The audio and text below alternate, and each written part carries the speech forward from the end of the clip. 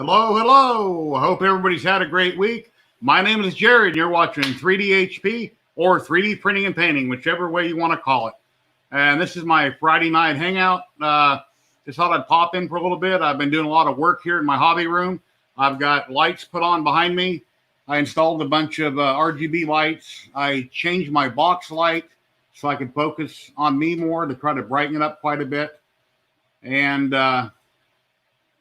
you go to my comments. Anyway, that's about it. So I'm getting ready to do another video tonight after the stream. I've been printing a bunch of stuff in red and blue PLA from ZYLTECH off of Amazon. They posted a link a few days ago on my site, my Facebook group. Hello, Amanda. How you doing? Let me put an invite link in if anybody wants to drop in. I can post this in the comments.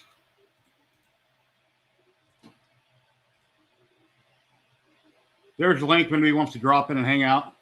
So any makers out there that want to hop in and say hi or just talk about what you're making or what your projects you're working on, 3D printing related, you're welcome to join in.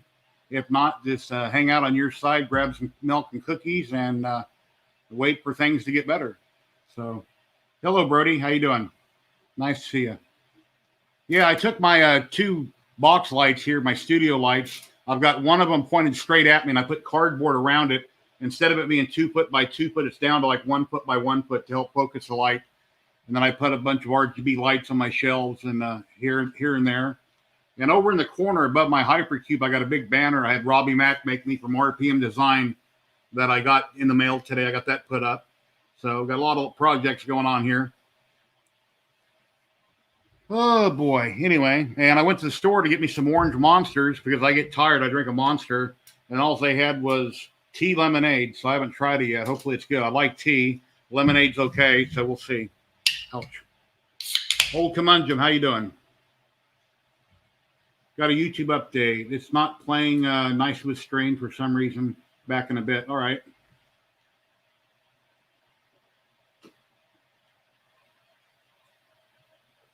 Yeah, it tastes all right. Kind of got a subtle lemonade / tea taste. It's pretty good. Anyway. Years ago, I drank those green monsters, and they were like, ugh. So I couldn't really handle the green flavor. They were kind of strong. That's like Red Bull. It's got kind of a nasty taste to it. Anyway, yeah, I quit drinking coffee. I was drinking a pot of coffee a day that wasn't decaf, caffeinated, and it would, it doesn't keep me awake. My doctor said, well, you should quit drinking coffee or caffeinated. So I went to decaf, and I drink a pot of decaf a day just for the taste. But one thing good about drinking decaf, I can get up in the middle of the night if I can't sleep, and I'll nuke a cup of coffee, drink it, and go back to bed. So there's no caffeine in it. Anyway, let's see. Is the stream flashing just on my end? Eccentric nut? I don't know. Is anybody else having trouble with the stream? Amanda says hers is glitchy. Let me pull it up on YouTube and look at it. See what's going on.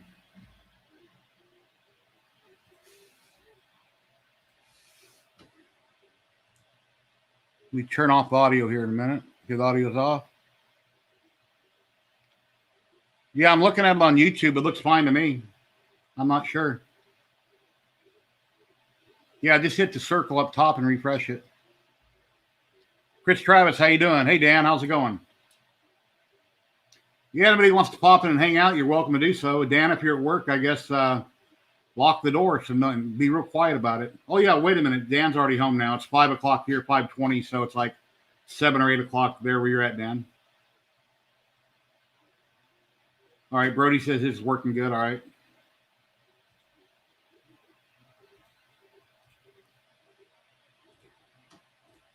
Quite often when I'm doing a live stream during the week and I have a guest on and the guest is talking, I'm trying to listen to what the guest said so I can respond. And then I'm trying to read chat, and quite often I miss something in chat or I forget to post it on the screen, but I attempt to do so.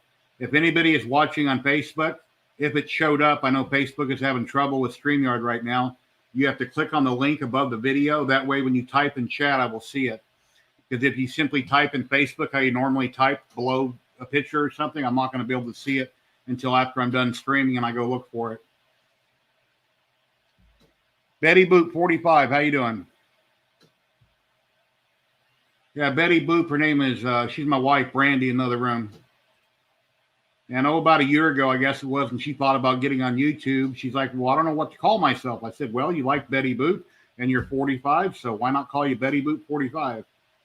So, and here, as of the 16th, I guess we're going to call her Betty Boop 46. I don't know. Anyway, Tang William, how you doing? How's it going? Yeah, right now my room is basically pretty dark. I've got one light beaming down on me, and then I got my RGBs going behind me. So, I know Joe Telling made a comment the other day when he was on my live stream that I got too much going on around me to have the light focused on me more. So, this is my solution to that. Betty Boot says it's cutting out. Well, I don't know. Not really sure why it'd be cutting out.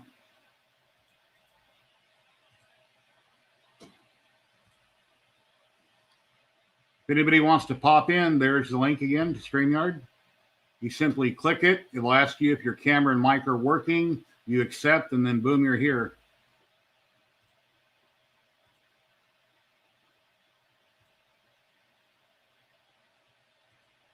It's your, okay, autocorrect. Oh, birthday. Okay, daughter's birthday. All right.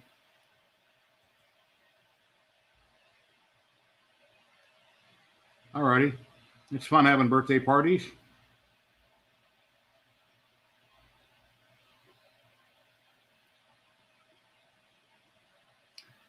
What is a project you are currently busy or planning to make? Well, I'm getting ready to do a video, and I've been printing with ZYLTECH PLA.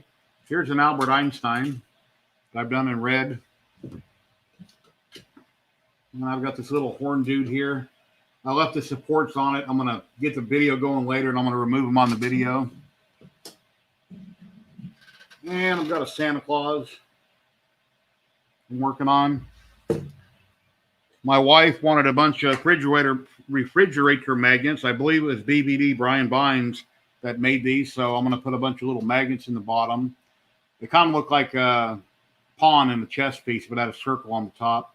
I made them real big, so I'm going to take some epoxy sculpt, mix it up, stick it in there, and I'll put one of my little tiny magnets in there, make a fridge magnet. I'm going to print some in red and then in blue.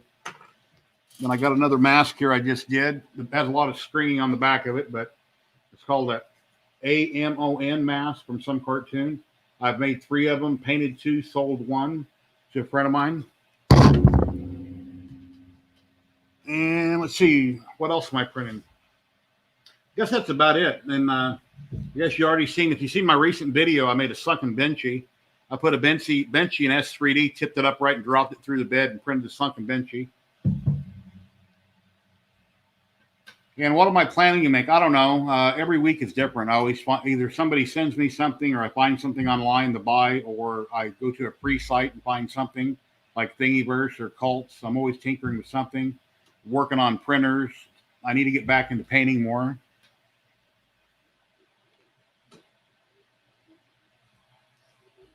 Hello, Matthew. How you doing? Yeah, Matthew, I believe you're the one who posted a video on my group. Yeah, sorry to hear about the fire. There's a lot of people are losing their lives and everything else. That's really sad. They just keep happening one after another, constant problems. Oh, good. Matthew's watching on Nicholas. Matthew is watching on Facebook, so he was able to click that link, and I can see who it's from. Because typically on Facebook, don't click the link, and then I can't see their name here on here. Wow, YouTube kicked me out and had to refresh. Huh. I don't know.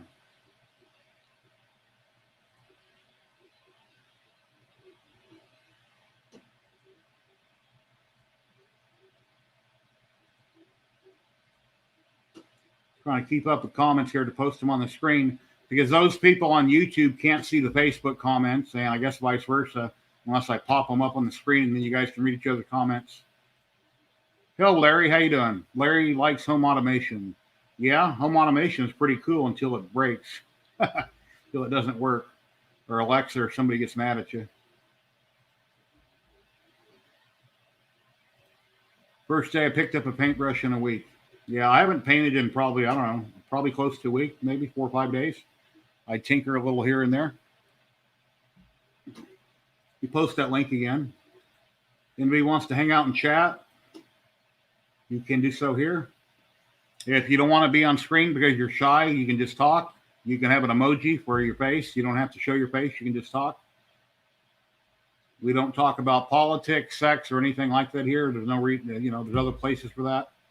Just basically about 3D printing and your hobby projects that you're working on.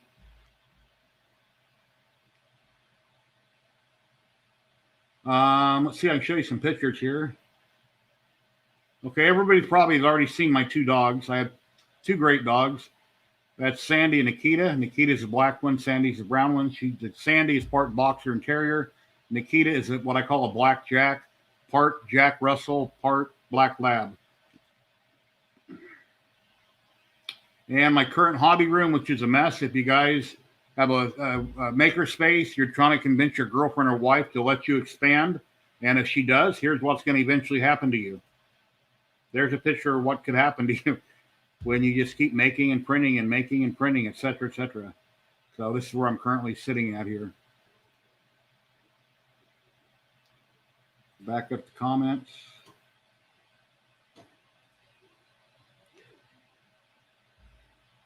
Yeah, definitely. I love printing and painting and making stuff. And, I got a CNC machine called an MP CNC, mostly printed CNC out in the garage, but I haven't finished yet. Andrew S., how's it going? Eccentric Nut. Medismo in Canada, hello. I hope I said that right. I'm not good at pronouncing names. If anybody would like to jump in, there's a link there. Just click on it and you'll be in and we can hang out and chat more. Because if I stream for a couple hours here, I'll run out of things to talk about if that's just me. And let's see, a maker friend of mine here in town, Jared, he came by today and picked up a mask, and he brought his girlfriend up to visit. They were checking out my maker space. And Jared is very, very tall. He is a very tall man. So he just picked up the new Elegoo resin printer. He pre-bought it. He got it early, and the early release. And that's my wife sitting there in a chair. And here's a picture of him sitting down. Had my wife come out of the scene. Picked up the new Elegoo resin printer. He pre-bought it. He got it early. And, the early release. And that's my wife sitting there in a chair. YouTube. Yeah, mute your YouTube. And sitting down. Had my wife come out of the scene. Here. Yeah, mute YouTube and then unmute yourself, then we can chat. Yeah, a lot of times I start my streams, I got YouTube going and I'm getting feedback, so I got to hurry over and click the other one.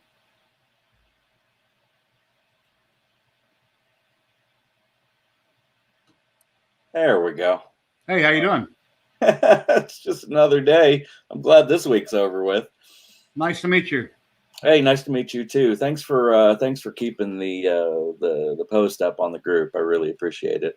Yeah, I read it this morning and I figured that's pretty dire circumstances, so I'll leave it. And you're a maker, so I left it. Yeah, it's a mess, man. Everything's burning. I've never seen it like this all up and down the East Coast or the West Coast, excuse me. California, it's kind of an annual deal, but Oregon and Washington to see it like this, I gather they've been catching some folks and arresting them for setting them. So it's, hang them up by their toes, I guess. Beautiful country. I would love to live in a place like that. But then when something like this happens, it's really scary. You lose everything or your life. You'd think that up until you spend enough of your life up there and you start realizing if you're going to stay up there, you're going to end up growing gills and starting to look like, crew from Davy Jones's ship. It's too much rain. Glad to be back out in the desert. Yeah, I've got quite the mess here on prints and printers, and I've only got one resin printer though. So hopefully here in the near future, I want to get a Panoply Phenon, I think is how they pronounce it. That's the one I'm looking to get, a big resin printer. What are you running for SLA now? Elegoo Mars. Oh, right on. How do you like the original one? I've replaced the screen once on it. I printed with it for about 6 months, constantly 24/7, and then I started getting holes in my print, so I replaced the screen once. I think that's the only thing that's really kept me away from it, that and just the sheer cost of the resin. Yeah. Well, resin's about $30 a bottle right now, so it's came down quite a bit. And if you hollow out your models, make them like 2 mil thick, hollow out your model, that'll save on a lot of resin. Yeah, it's crazy to me to see all the guys that you know, they grab the big format resin printers and they're all about doing helmets and stuff in them. And I go, well, you're gonna get a beautiful helmet. There's no doubt about it. But you do any kind of, you know, conventions or anything else, sooner or later that sucker's gonna slip out of your hand, and then you're gonna be crying. I seen a video a few days ago. A guy did. I think it was an Iron Man helmet. He mixed 2 different kinds of resin. I forget what it was, but he was dropping it from a ladder. He was dropping a sledgehammer on it. He was doing just about everything you could think of, and he wasn't breaking that helmet. No. Most of my Elegoo resin originally was like glass. So I'm thinking, man, this is really fragile. But you can mix different resins now. I forget if it is Ceratech, I think it is. They're mixing some different types of resin together. Makers were, and it's very strong and durable. So it is possible. Did he follow up with any kind of information on his infill settings, etc. on it? I don't remember, but there is a video on it. If I find it, I'll post it in the group. But yeah, I'd be real curious to see, because that'd be a whole game changer. You know, I think I've done resin casting in the past, back, you know, pre 3D printing, and that's always been the big drawback. You know, back in the 501st days and doing trooper buckets, inevitably you're just gonna goof and it's just gonna go flying. And yeah, I've seen more than a few tears shed over the years, and I was kind of raising an eyebrow with that one. But yeah, I'll look into that. That's cool. It's a game changer, I think, because like I said, all my little models that I have quite a bit of them, if they fall off the counter or I drop them or I try to put a hole in the bottom for whatever reason, it'll break, it shatters on you. So, but it looks like that there is ways to fix that. Well, for me, I've had everything shut off for a week. I don't know what the next project's going to be. I think either we're going to start cranking on an R2 to go with that 3PO, or I think your face froze. Yeah, that makes it even worse. Not a face for camera to begin with. No, you know, I think I snagged files here not too long ago to do the Panzerhund from Wolfenstein. So I think we might be doing that. I got 2 dogs too. I got a corgi in the lab, and we might be doing it scaled up to match the size of the lab. That ought to. There you go. Cool. I put you full screen. It corrected you. Great. Everybody can see me even bigger and uglier. Yeah, Raymond Emily says Monocular has tough resin. It's supposed to be very strong. But I guess check out some of the resin Facebook groups that are talking about it. But yeah, Monocular would be one of them. I don't remember the other brands, but there are some that you can mix.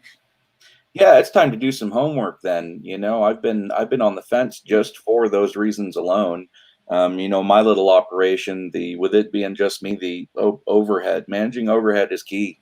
And the price tag alone, not so much on the machines, but just, you know, filament versus resin has really been just the immediate cutoff where I just go, no, you know, for my own stuff, just to play around on the side, that's one thing. But for production, it's already difficult enough trying to get folks to recognize that, you know, I just can't beat out Walmart pricing or a mass manufacturing plant that cranks out 10,000 units in China. You know, I do one-off collector's pieces, and it's priced accordingly because most of the stuff is, you know, 2, 3, 4 week build and paint times.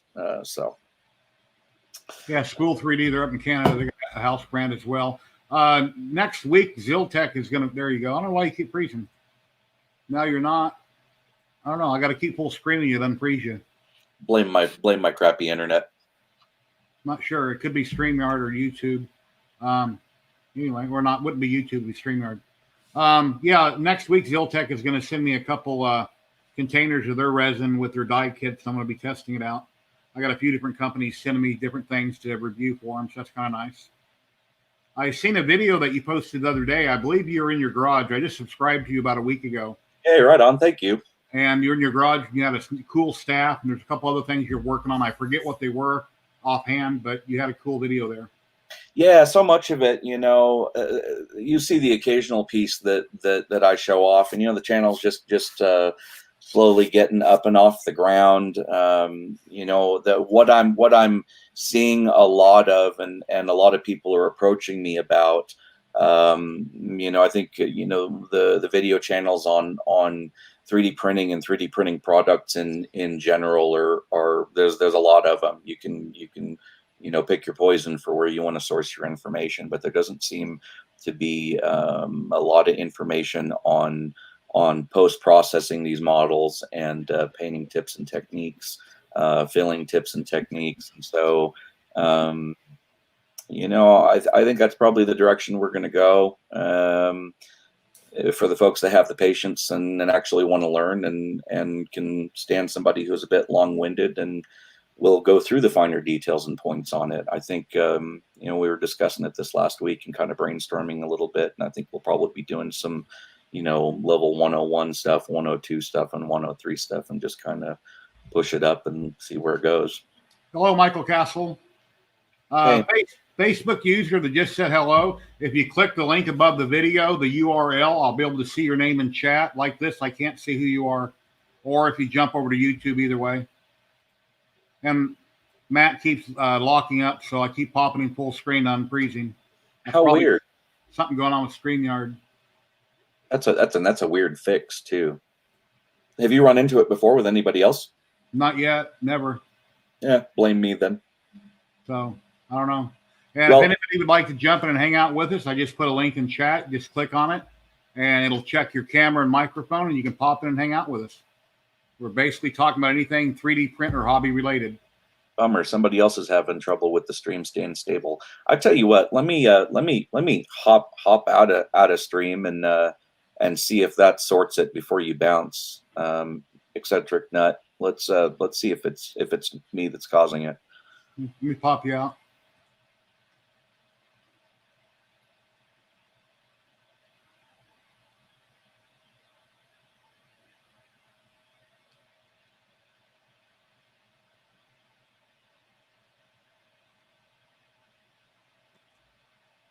I pulled you out and pulled you back. I don't know if that'll help.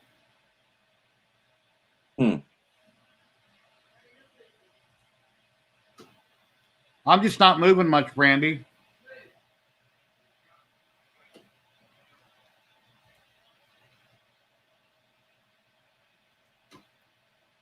Are you there, Matt? Yeah, I'm here, man. Okay. What am I supposed to? Don't let me hear the volume when you come close. I get feedback. What am I supposed to press to do on Facebook? There's a link on Facebook for StreamYard. When you look at where I posted my video, you don't see it? Okay, I'm not sure on cell phone. It says share this video with friends. I'm not sure. Damn, Jerry, about time to do an up close and personal tour of your mass printed collection on the shelves.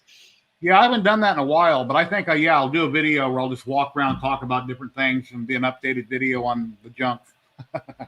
Yeah, it looks like some dynamite stuff. Let's see if I can change my camera view here a little bit.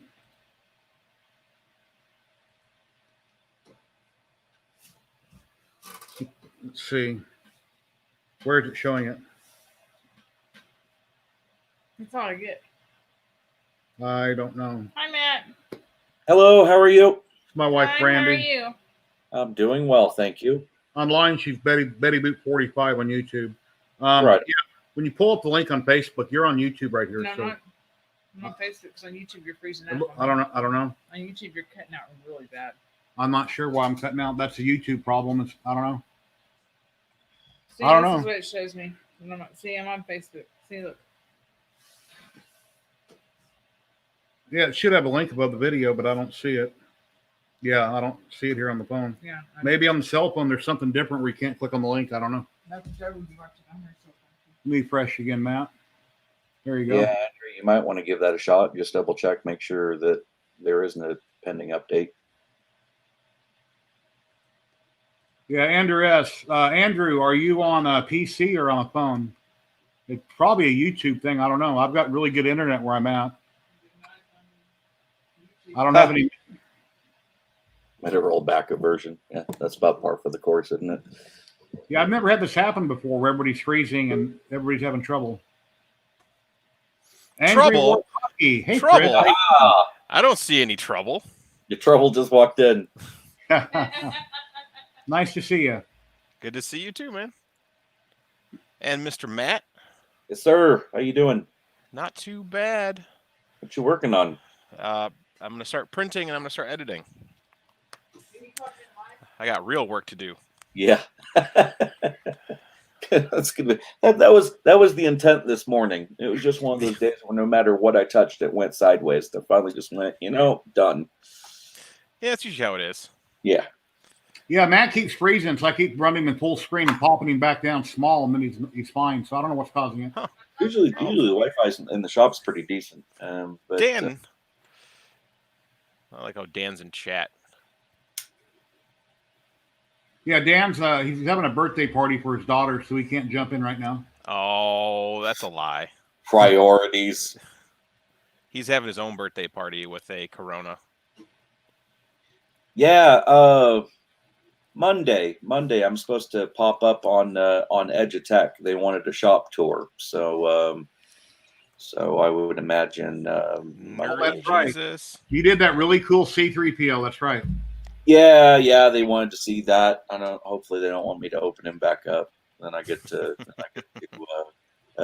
expose the magic behind the curtain that is not fancy magic. Yeah, I don't know why you keep freezing. That's strange. Huh. I blame Dan. Dan's an internet killer. No, it's probably Hey, on my. Matt, if you can, completely drop out, re-click on the link, and come back in. And Yep, maybe not a problem. I'll repost it again. Give me a second. Yeah, I'm not sure. I'll have them try that.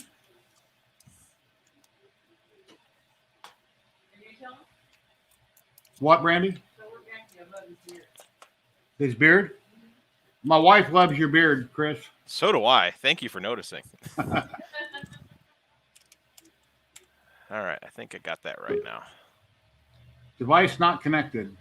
The guest will need to connect their mic before you can add them. Okay, he's trying to jump in, but let's see. Here he is. Here we go. Let's try that. Python errors. Are you in VS Code?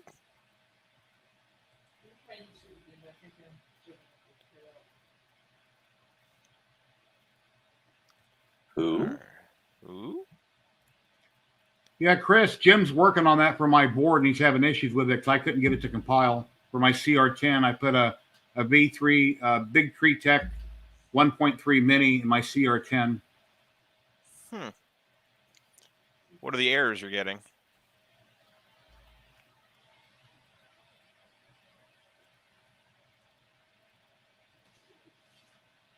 SKR.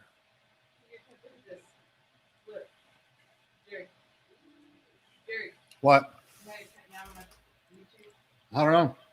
Oh, on my wife's phone, she showed me the whole screen is just blinking on and off, everything. Huh. I don't know.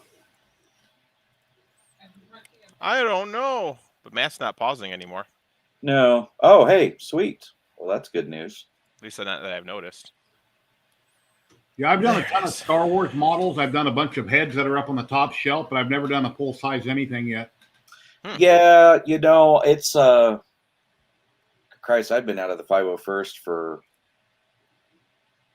like 12 or 13 years at this point, and when all was said and done, I think it was 12 or 13 full costumes and a whole slew of shit that I sold off to help make the down payment on our first house in the olden days. And these days, I don't know. I feel like I'm tackling projects that I haven't already done, minus the solo and carbonite door, but I figured I'd just do it to the door this time because I don't have enough room to put anything else like that, or I'm not willing to give up the room. When I see it pop up,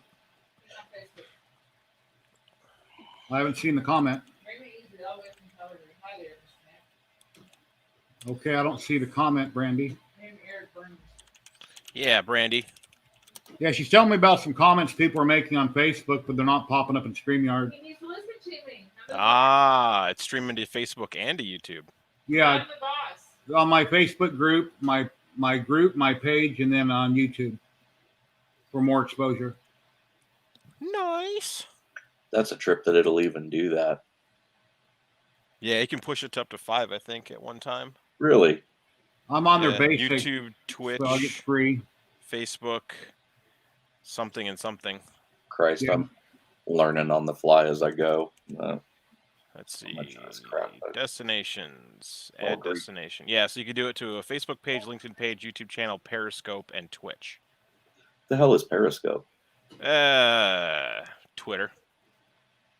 It's another Twitter app. Did there need to be another one? Usually. The flavor of the month. Packages to. Huh. Platform I am. Huh. Yeah, you can stream Can- in 2 places on the free version. Sorry, go ahead. Can you send me the configuration.h and configuration adv.h and I'll see if it builds over here.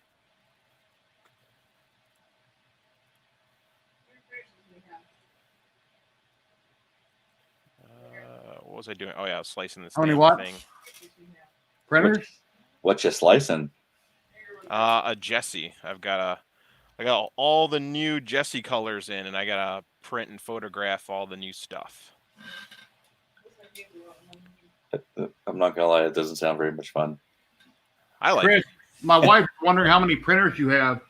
There's a dozen down here. At least 12. Yeah. Are they all Prusa? Actually, well, the only thing that is still Prusa is my SL1. Everything else is custom. Cool. I see you have concrete walls, so in your basement, it's basically waterproof. You got real thick, solid concrete poured walls, like a Yeah, it's an old building? school. Yep. Yeah, old school concrete basement. Floors, walls, ceiling is wood. So almost a bunker. Yeah. Yeah. Where did I save that file to? That's a good place to be in 2020.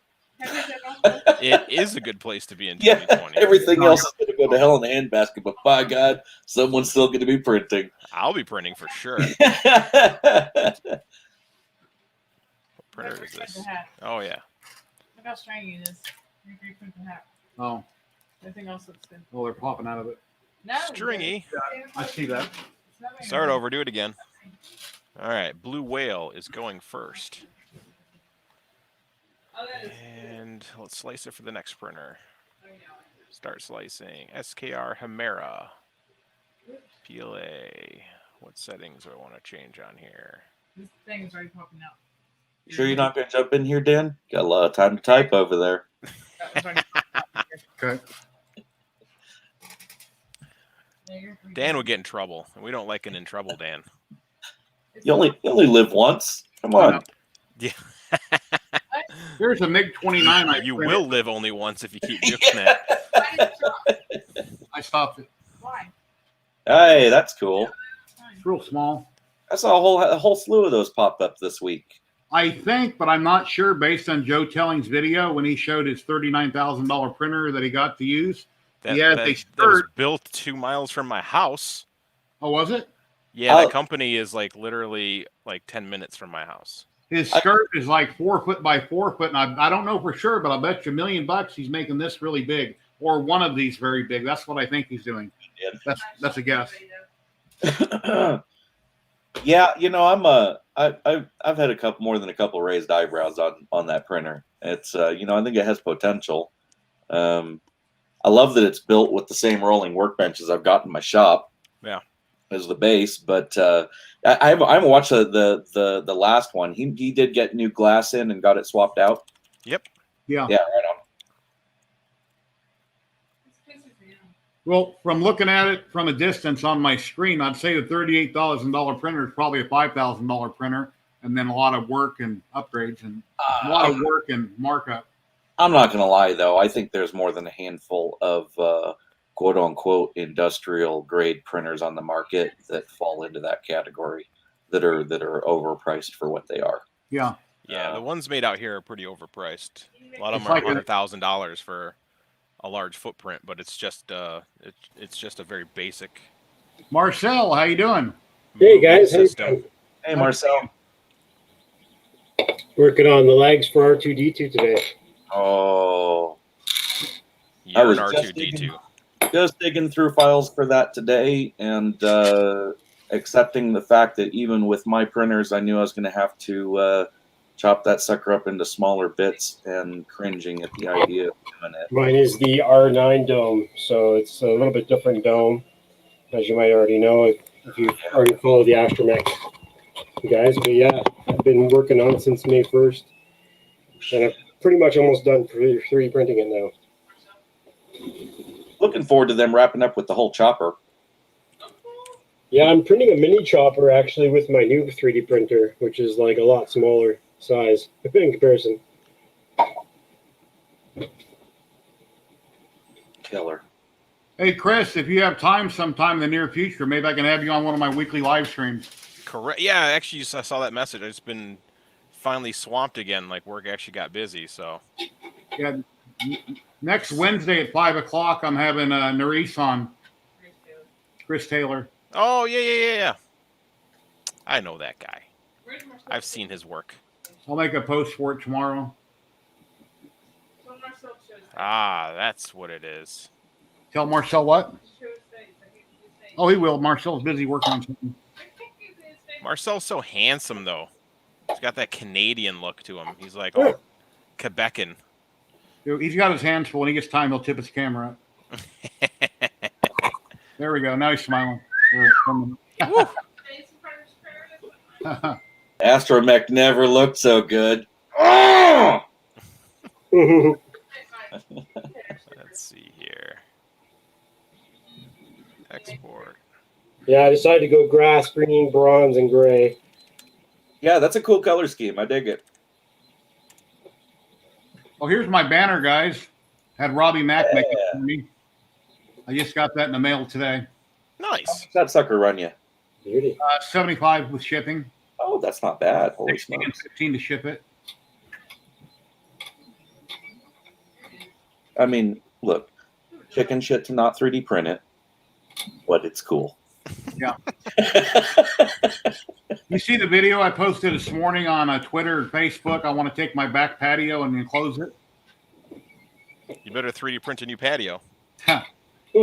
Yeah, underneath my house, you walk out the slider, there's a patio that's underneath the house that came with the house that way. I'm going to put a wall-up door, window, doggy door, and have that for my painting and resin printing room. Nice. Just so I can expand. Since I got so much junk in here, I need more room. You need a basement. Yeah, I wish I lived somewhere with a basement. I No. was born in Nebraska, and I moved to Vegas when I was 5, and it's all desert. And we have good weather, but it's all desert, sagebrush and pigeons. I wonder how many homes in Vegas have bomb shelters. I don't know. I'm sure a couple do that if you have enough money. Old 50s. Pigeons. Oh, I don't know. You Man, mean I've never been late for government 14 spy years. devices?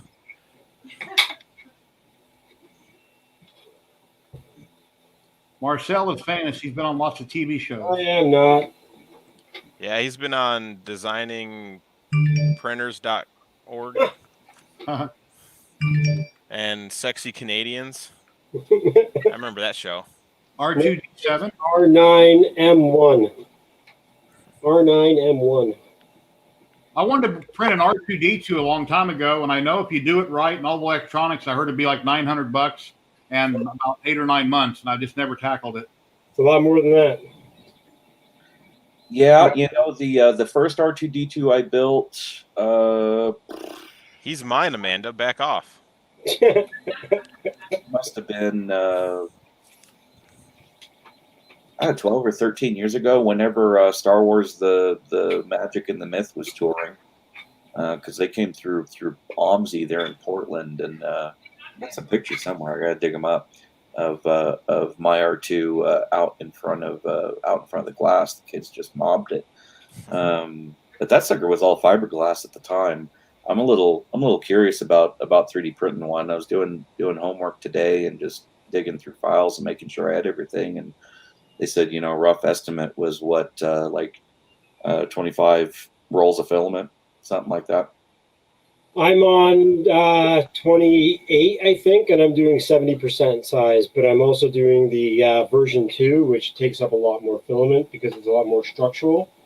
But Gotcha. the A2 file is a lot better, but I just don't have the size printer bed for it. Are we Yeah. talking about the files from, I'm going to get his name wrong, Michael Bagley or something like that? Badly. Yeah. Okay. Badass badly. What is the difference between the V2 and the Mark III files?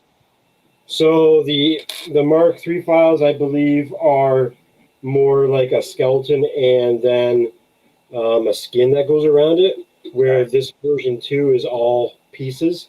So like one big chunk, Like wedges frame together. and yeah, it's a frame and the skin as one piece.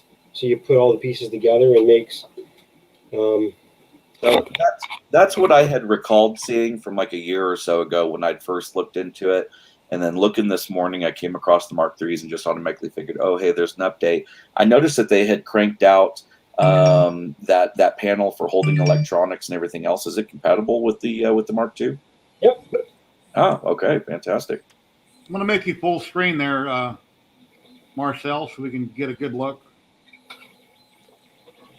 So it's upside down right now, obviously, because I'm putting the center lag on. But yeah, everything opens up and everything and does its own functions, stuff like that. You can just customize what you want it to be. So one is going to be a fan, the other one's going to be a speaker.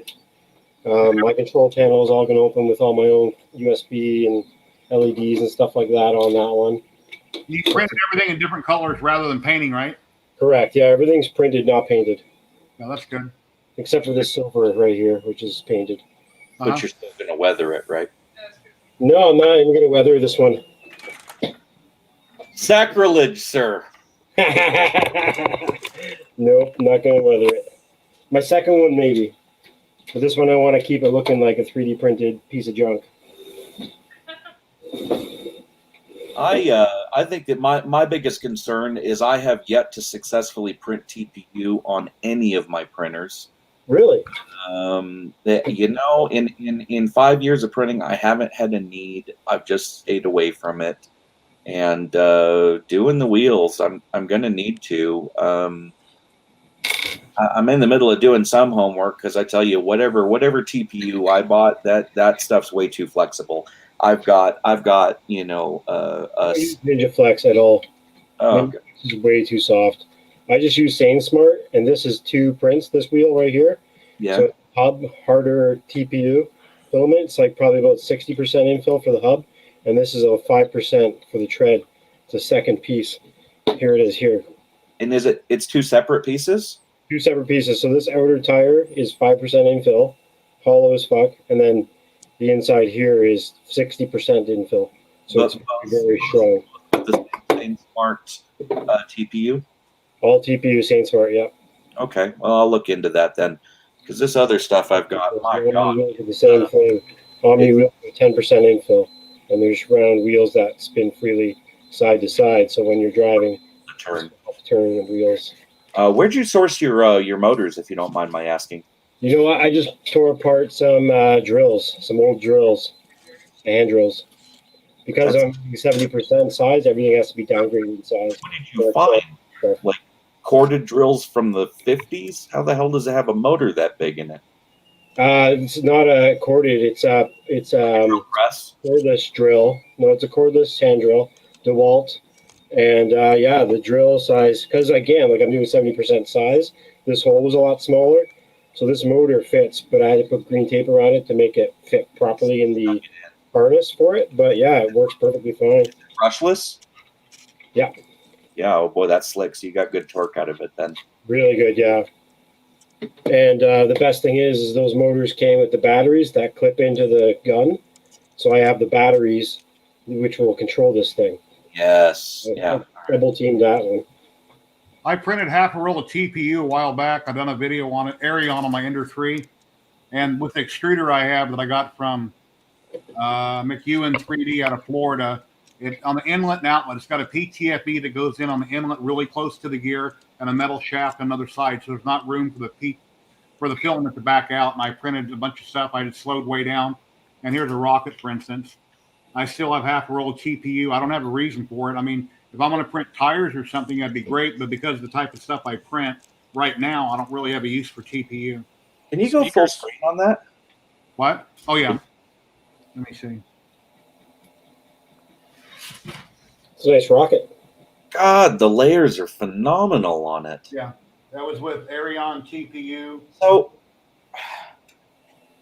how do you guys handle supports? Just like normal. I just sliced it in S3D like normal and broke them off. If it needed supports, I don't remember on this model. But That they was a supportless model. It's actually pretty neat. Mm-hmm. But if you end up needing supports, though, I take it they do remove reasonably easy.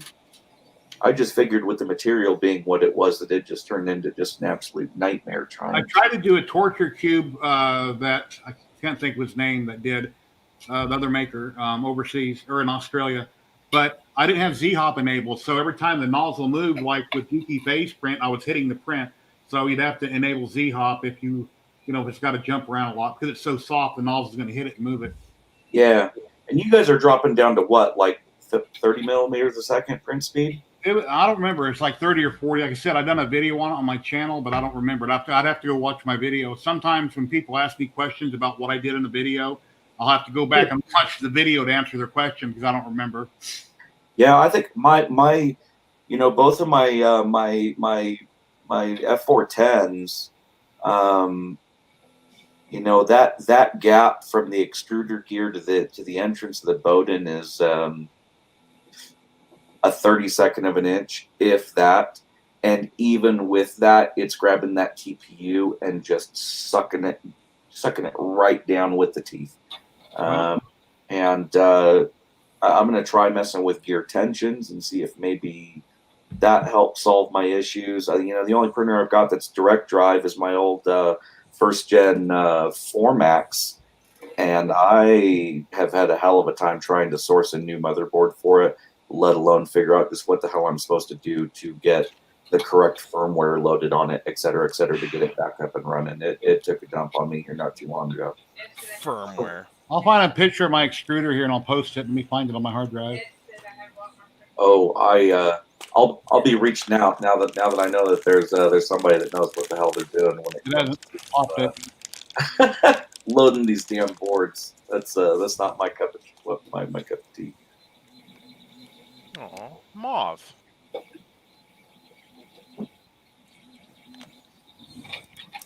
Yeah, I got a picture here somewhere. If not, we'll take another picture of it.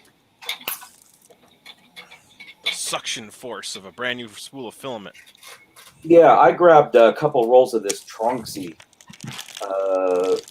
filament, and it's just Jesus, man, it's wet noodle. Yeah. And a solid Jesse, $20, made in the USA.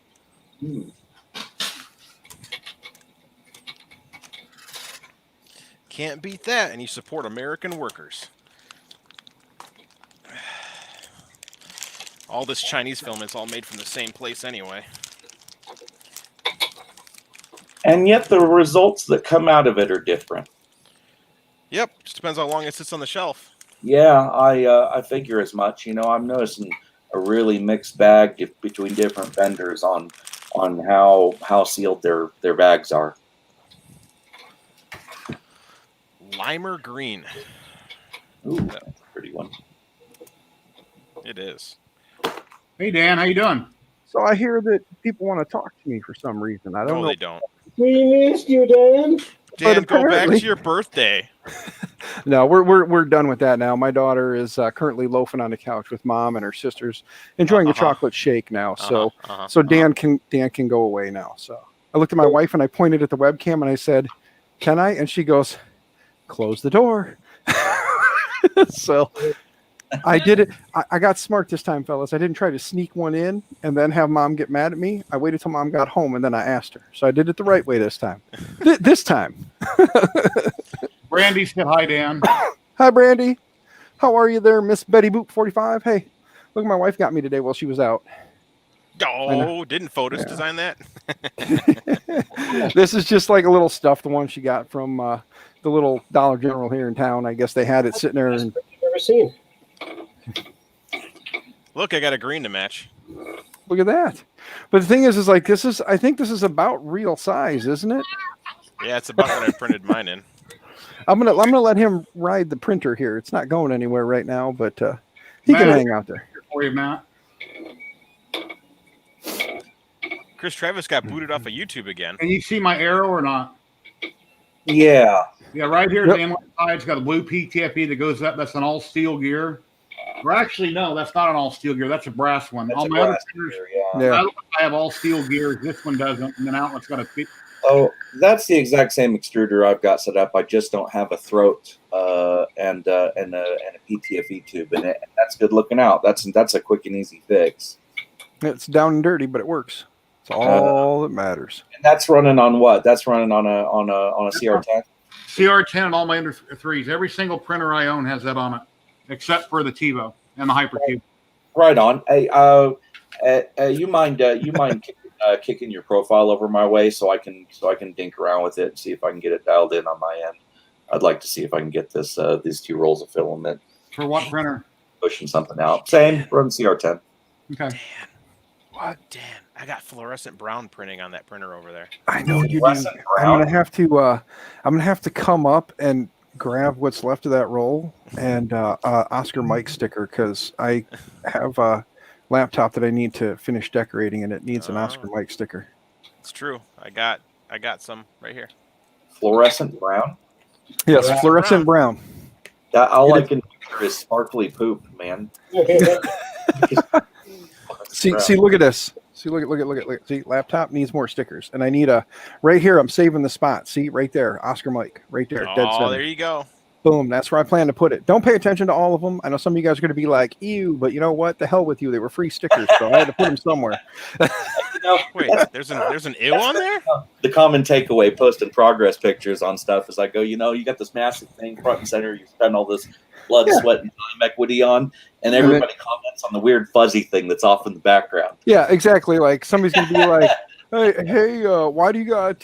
Somebody's going to like, I think there's an IC3D on there. People are like, why you got an IC3D sticker on there? Because the fucking thing was free in a box. That's why. I'm a sticker Filament wall. matches Yeah. my Send me braid. stickers. I'll put them on my. You don't like the stickers that are on there? Cool. Almost. It does. Yeah. Now I need Yeah. a bigger fishing rod, and I'll just put this as the spool for it. Well, I can Did you tell say you by, had like? I can tell by looking at the spool that's printed solid. Yeah. Yeah. That's one of Chris's main PLAs is. Let's see if One I second. can see if I can load it onto my my rod here. I was gonna say, yeah, isn't that your new 7-foot rod you got there? It's a 7-foot rod, I'll tell Yeah, you, man. Fishing but it's an line, old one. Tronxy TPU. I don't know what the tensile strength is on the ship. A little too stretchy. Full footman with it. A little Yeah, too stretchy. I think I just keep reeling and reeling and reeling, and I'd have nothing. I just have like more line. I feel like you're just making excuses to avoid an upper body workout. I had my upper body workout. I caught 9 pike today. Ooh, I am good. that sounds like a typical fisherman's tall tale pics, or it didn't happen. All right. Yeah. Hold on. Yeah. 9 pike is just 9 pictures of the same pike held in different poses. Hold on. Hold on. Yeah. He's like, hey, look at this. See this? Look how big this fish is. Look how know, big it is. And then here's a little one that I caught. Look at this little guy that I caught right here. And then there was this one, and you turn it over on the other side, and you're like, and then you got like the reflections different on this side. So you're like, see, and then it looks, this is an average size one, but here's a big one I caught. Look at this. Oh, actually, look at this. Yeah. Correct.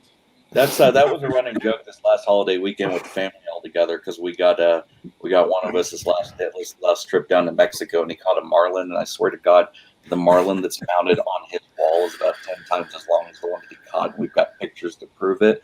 I don't know how many more fish they had to graft into the middle of that thing to make it look worthwhile. And I can only imagine, for what it cost us to pull it out of the ocean in Mexico was next to nothing. But he's probably got 10 grand into that sucker to make it look like something.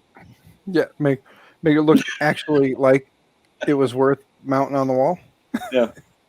Yeah, he caught himself a little bluegill that had a little snout on the front of it, and he turned it into a giant swordfish. Those By the way, busy. Is there some photoshopping going on over there? Now I'm sending it from my phone to, sending By my the way, phone to somewhere. Miss Amanda, who wants fluorescent brown? Who doesn't want fluorescent brown? It's not the idea of that sounds stupid. It's the idea of why don't I have everything? It's you got to have one of everything. Is the roll available? Can we see it? Yeah. Oh, fluorescent brown is a lovely color. It's one of those ones where when it's nice and bright out, little orange. When You it's have dark out, nice and brown. So it's like Taco Bell shit color. Yeah. It's one of those things where it's like we were talking one evening with Dave about the idea of fluorescent brown because these guys have been hammering fluorescent brown into Dave's head for like over a year now, like Murph last year, I think, or Earth last year. It might have been when they started like hammering it into Dave's head that we need a fluorescent brown. A Ha Ha Funny turned into like a year and some odd months of research, and Dave was able to get it. And he said the way you get a fluorescent brown is you just keep taking away the brown and it turns orange. So technically orange would be a fluorescent brown. Non-fam, remember a few days ago when you said you might get on later that night and you never did? Well, this is 3 days later, so the link is right here. You're welcome to pop in. And like I say, if you don't want to shoot your face, you can just Non-fam. See this spot right here next to me, buddy? Right there. See that spot? It's waiting for you. Here Put your name on it. Yeah, like I said, it took me a really long time to go online and start chatting with people, but I love it. It's great. You talk to your camera and people talk back to you. The nice thing about this is I don't have to keep typing because I'm kind of a lazy typer because the conversation moves faster than I type most of the time. So by the time I finally get my smart ass comment in, the conversation's already passed. That's a good thought. I might hear a beep in a minute, maybe. Well, and again, I'm not gonna, we moved down here to Nevada, and getting ready to turn 40. I don't know how the younger generation does it for trying to meet a new partner, but it's equally as awkward for couples. My wife and I went to the lake the other day, and we're both there just chilling in the lake, and I don't know, probably like 30 yards down, there's like 3 or 4 couples all in this badass boat, bumping a gnarly playlist, and my wife just looks at me and she goes, "We need to meet friends. How do we meet friends?"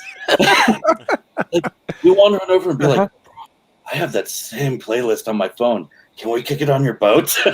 Yeah, it's like, hey man, that's awesome. Can you hang out? Hey, Matt, Carson City, right? Yeah. You can just be like, hey, do you like beer? And they're like, yeah. I'd be like, we have beer. Can we listen to your music and you can drink our beer? And then maybe we can talk.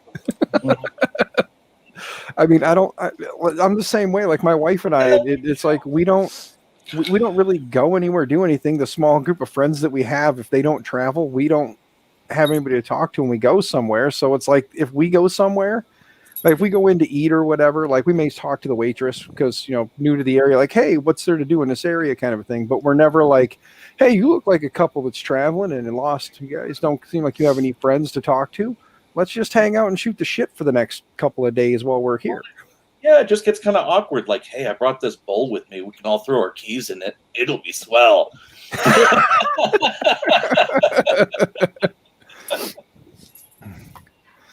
Yeah, I don't know. It's a weird deal. We drive back on up north to go see family and friends, but this is a nice change. Otherwise, I find myself just talking to myself in the shop while I'm working. Mm-hmm. I blame the guy above me there with the beard. This guy right here. I do what I can. I blame him, and then I also blame Buttram and like Sean Butler. I blame those two guys as well because, we got Buttram doing the Friday Night Makers, and then Butler was getting on there, and he was doing every other week, and then I jumped on one when Butler was doing it, and then I jumped on one with Buttram, and here we are. And then Chris started doing it. He's like, "Hey, come on!" I'm like, "All right," and now I stream more than, or I for a while there I streamed more than everybody in like a month and a half time than they have in an entire year. I was like, what the fuck? I'm doing it like every day. Like I gotta stop.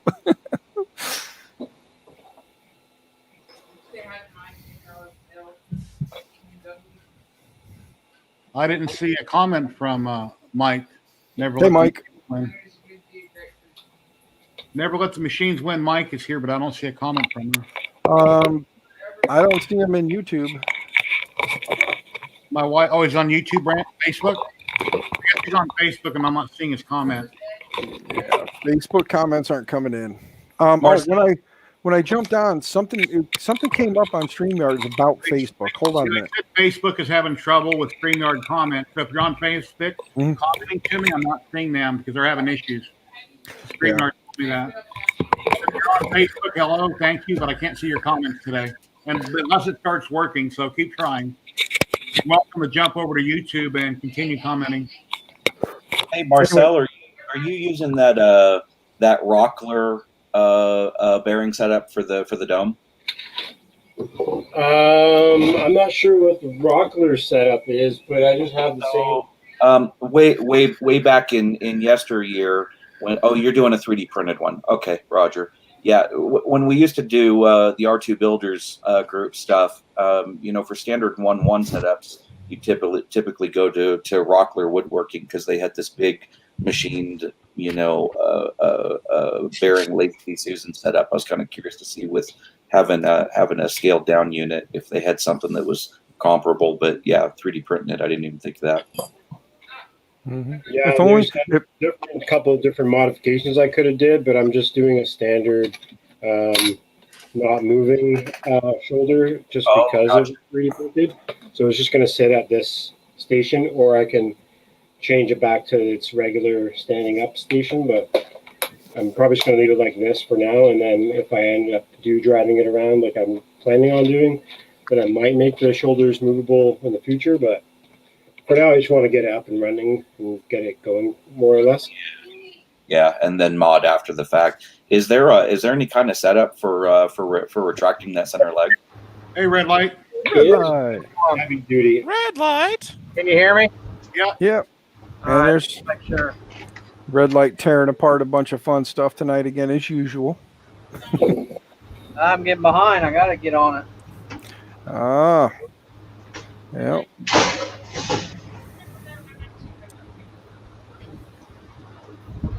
So I think about 50 computers this week. Just 50. Yeah, Not enough.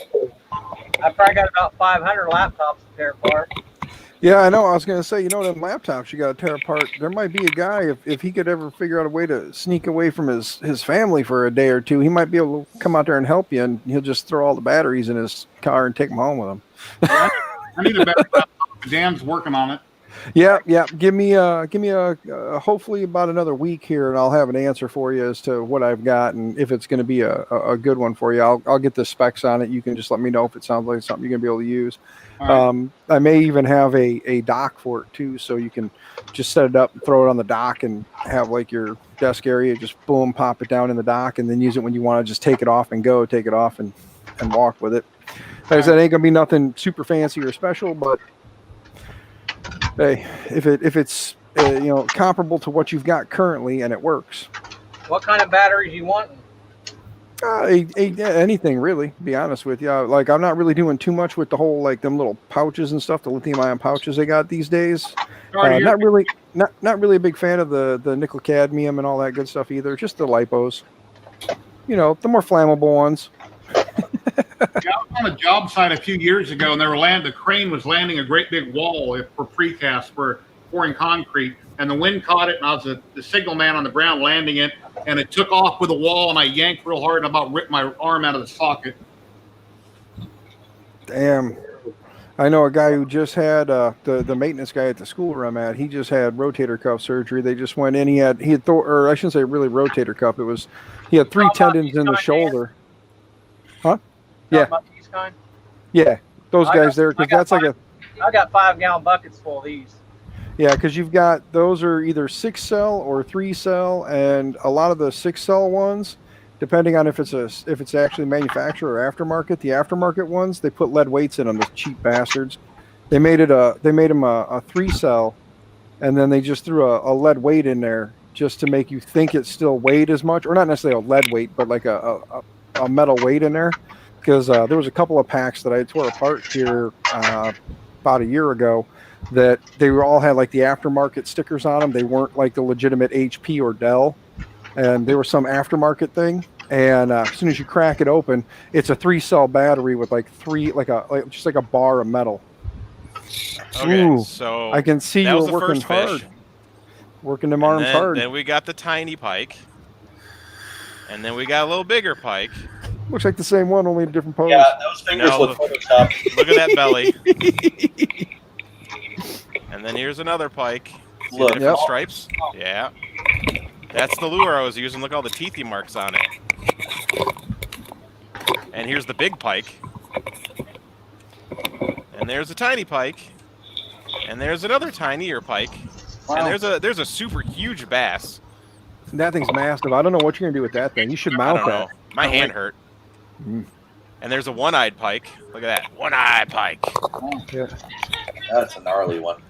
And there's another pike. So that was my day. Yeah. And then, Hey, how do you change this where you can see who's in chat? Why you got hit on this thing? To see the chat, if you look on, for you, you're on mobile, aren't you? No, I'm out in the garage.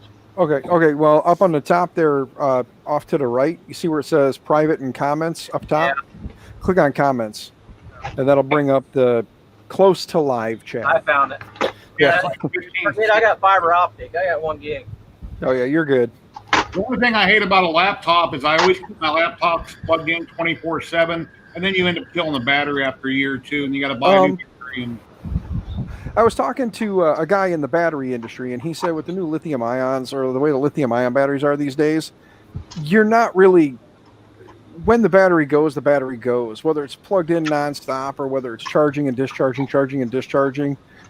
From the way I understand this, I'm not the battery expert by any means, but from the way I understand this, I heard Dan's a battery expert. yeah, I understand that when the battery goes to shit, the battery goes to shit. There's no like with the old nickel cadmiums and all that, where they would kind of build a memory. So if you kept it plugged in all the time, it would just remember that full is full and forget what empty was. So it would prematurely say it's dead when it's not. Or the other way around. Yeah, prematurely. what? He's recycling batteries right now. I think he's working on batteries. He works on salvaging different printer parts. Yeah, he's a he's a electronics recycler in his spare time. He's a crane operator by day, computer recycler at night. That's how I get money to buy all my 3D printing stuff. Oh my God, we have non-fam here. Nicholas, how you doing? Hi. Fam with the non. There's a Doing well. voice. There's someone behind. Hey, there's a voice to go with the name finally. What's going on, non-fam? Nice to hear you. A French guy trying to speak English. Hey, Pas de problème. We're all trying to speak English. yeah. Trust Oddly us. enough, those who aren't from this area tend to speak the language better than those of us who are from this area. So you're probably already a leg up on all of us.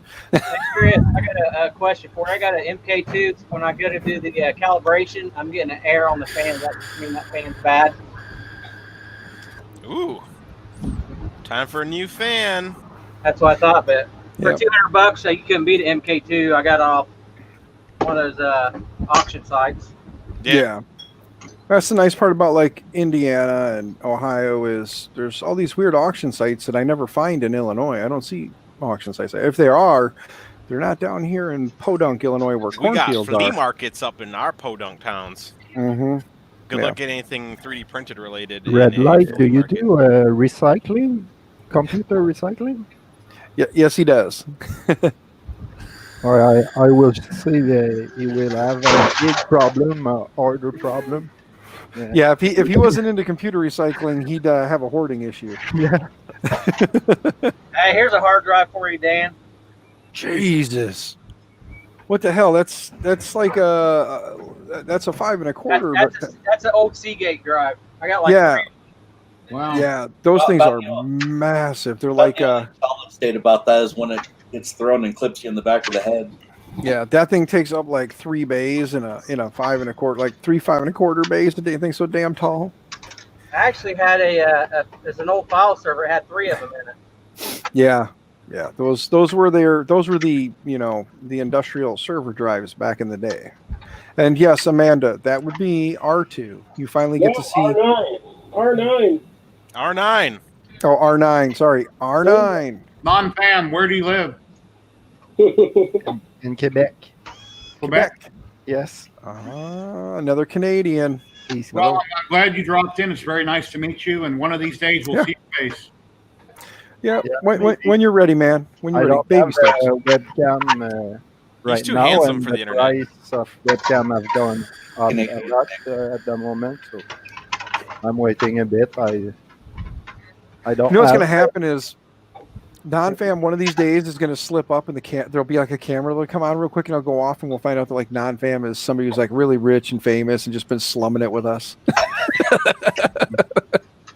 would be cool, but absolutely not. That's all right, non-fam. As you can see, the only place you're going to see this face is on a wanted poster. So That's in his wife's bedroom. yep. Well, it doesn't matter if you're rich and famous. If you want to learn about 3D printing, you have to go on YouTube and Facebook, et cetera, and learn about it from everyone else. Yep. Like everybody else. Yep. Rich and famous or poor, it don't matter. Everybody goes to the same place for answers anymore. YouTube. Make sure you Jesus. there's going to be Oh yes. Yes. We all go to 3D printing Jesus. Nerdy Hey. J. Chris, Yep, nerdy. were you able to help Jim with that firmware at all? I haven't seen a file, but I'm staring at my other computer editing right now. So if you scroll up, it seems to me like he threw up a download link. I think he was trying to. Where did I see? Find it. I'm looking back I as think, I well. think he threw up a Dropbox file. Yeah, it was a while back there. I think it was before I popped in. Yeah, it was before I popped in. oh yeah, I haven't seen anything since I asked him what the error codes was, so I haven't seen anything since then. But Yep. I can miss a lot in a quick time. You've seen this one earlier, right? Yep, I saw that issue. I don't know. I've never seen that issue before.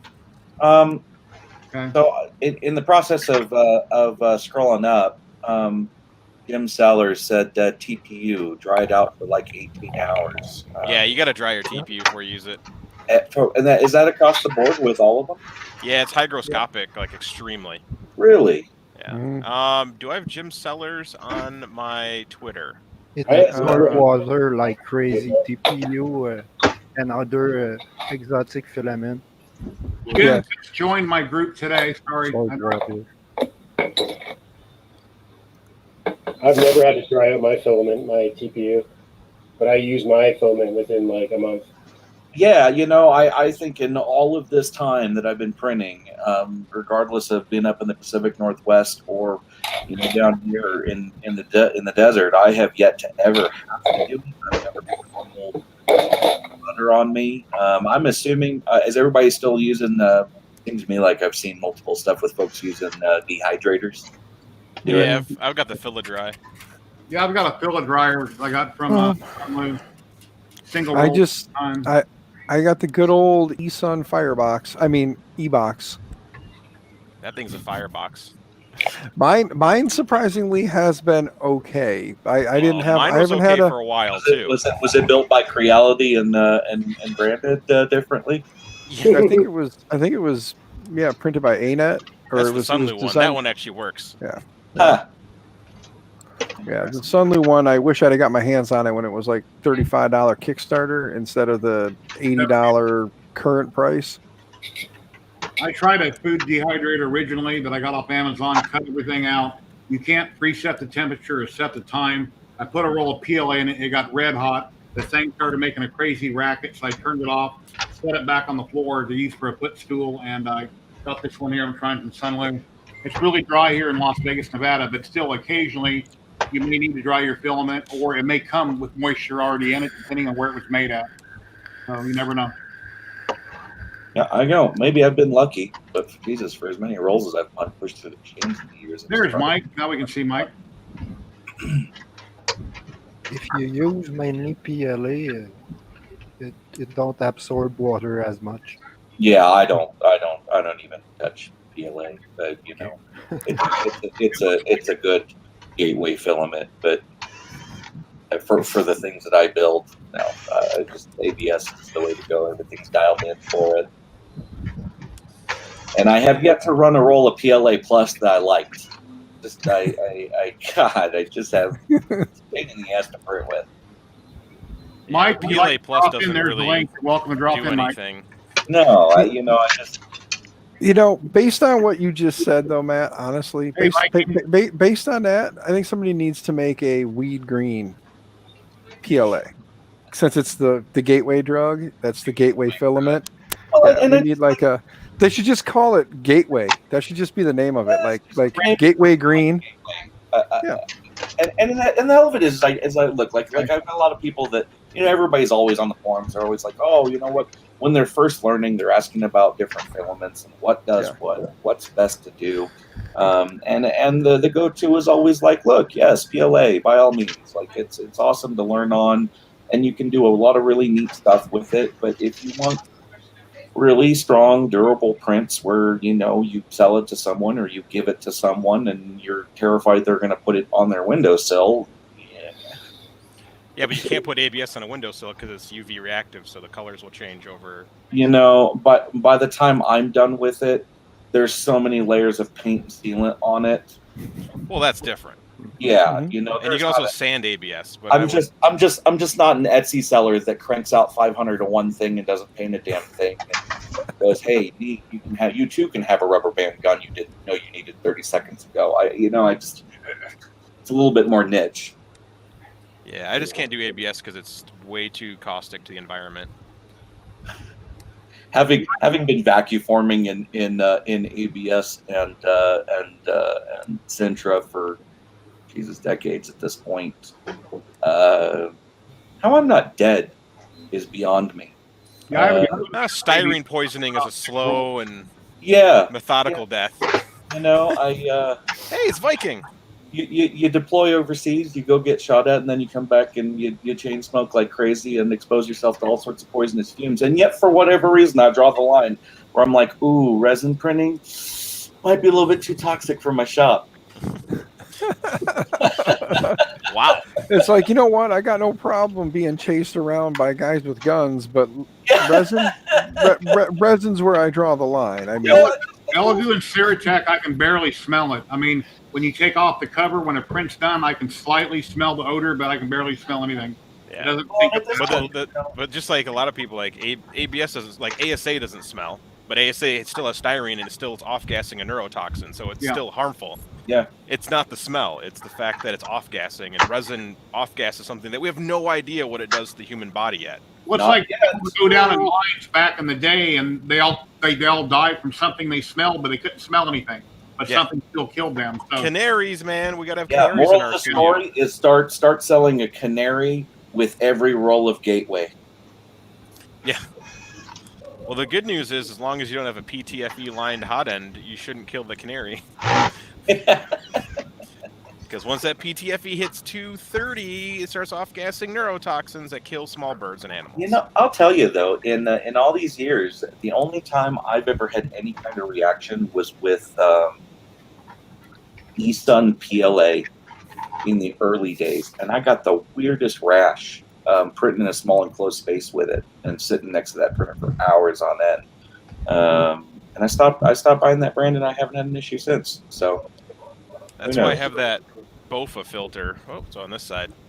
I got an actual BOFA filter hooked up to my enclosure. I'm gonna go get my pizza. That's the I one can print whatever I want and not die. Thank you for coming in. enjoy the pizza. See you, Red Light. Bye. Yeah, that is. Hey, what's going on, Viking? Anybody else can drop in? Feel free. That's the one thing I like about the 410s is you do have an exhaust fan built into the enclosure and an optional dual filter. It's a HEPA and carbon. And with two of these running here, these are the only two printers I keep over here in the office in the shop, and I don't smell a thing. Where it used to be pretty potent before.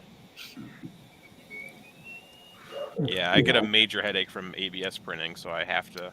Thankfully, Printed Solid started carrying one of those things because it's like the only company that cares about your health. I'm like, oh, cool.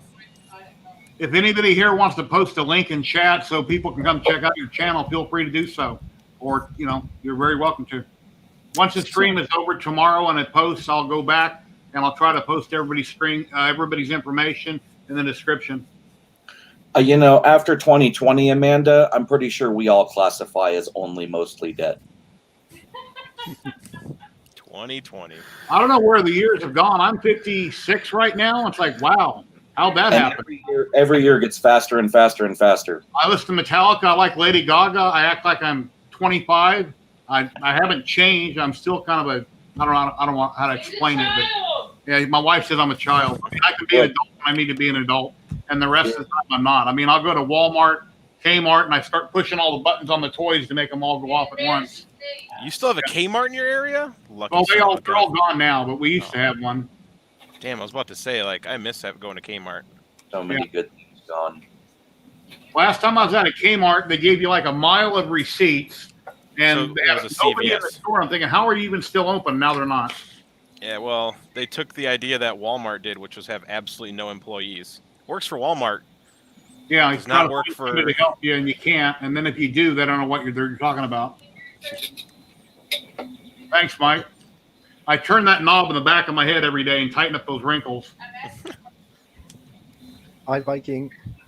Non-fam, since we don't see him, we're kind of ignoring him. Jump in and talk, non-fam. What are you printing or working on? I mostly do SolidWorks and AutoCAD. Ooh. I 3D print a bit, but when I do, it's mostly for prototype, not for already made models. For work or for pleasure? For pleasure. Ah. Well, Yeah. I'll tell you, this hobby He always sounds like an inventor or a scientist. or both. A mad A bit scientist. on both sides, mad and scientist.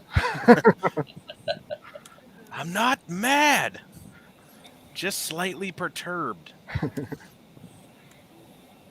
For those people watching on Facebook, YouTube is having a problem, or StreamYard and Facebook. I can't see your comments.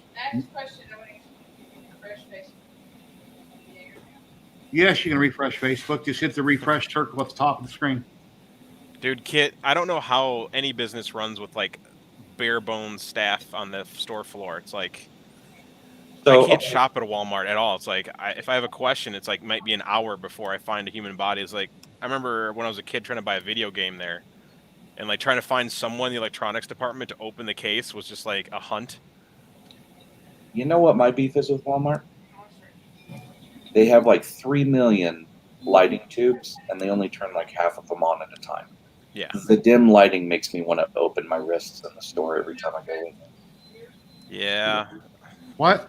That and the fact none of the good prices are actually good prices. It's like a lot of people don't do the math. They're like, oh, look at this. What was it? On a phone, I don't know. My mom went to Bring it here. Walmart, and she got the same coffee that she was getting at the grocery store, but it was like $1 cheaper. But at the grocery store, it was a 16-ounce pound of coffee. At Walmart, it was a 12-ounce pound of coffee. And they always get you that way. That's why Walmart is you do not save money going to Walmart. You do not save. Costco's going to sell you 50, 12-pound bags that you didn't realize you needed. Where are you watching it at? And this is why I unfortunately have to live in a world where people believe that Walmart saves you. There's a guy on called the Wolf's Pit. He reviews crappy food, so you don't have to. So he'll go the dollar store, and he'll be like, "This is the dollar store food," and he's like, "This is what hurts poor people. They think that they have to go to the dollar store to save money."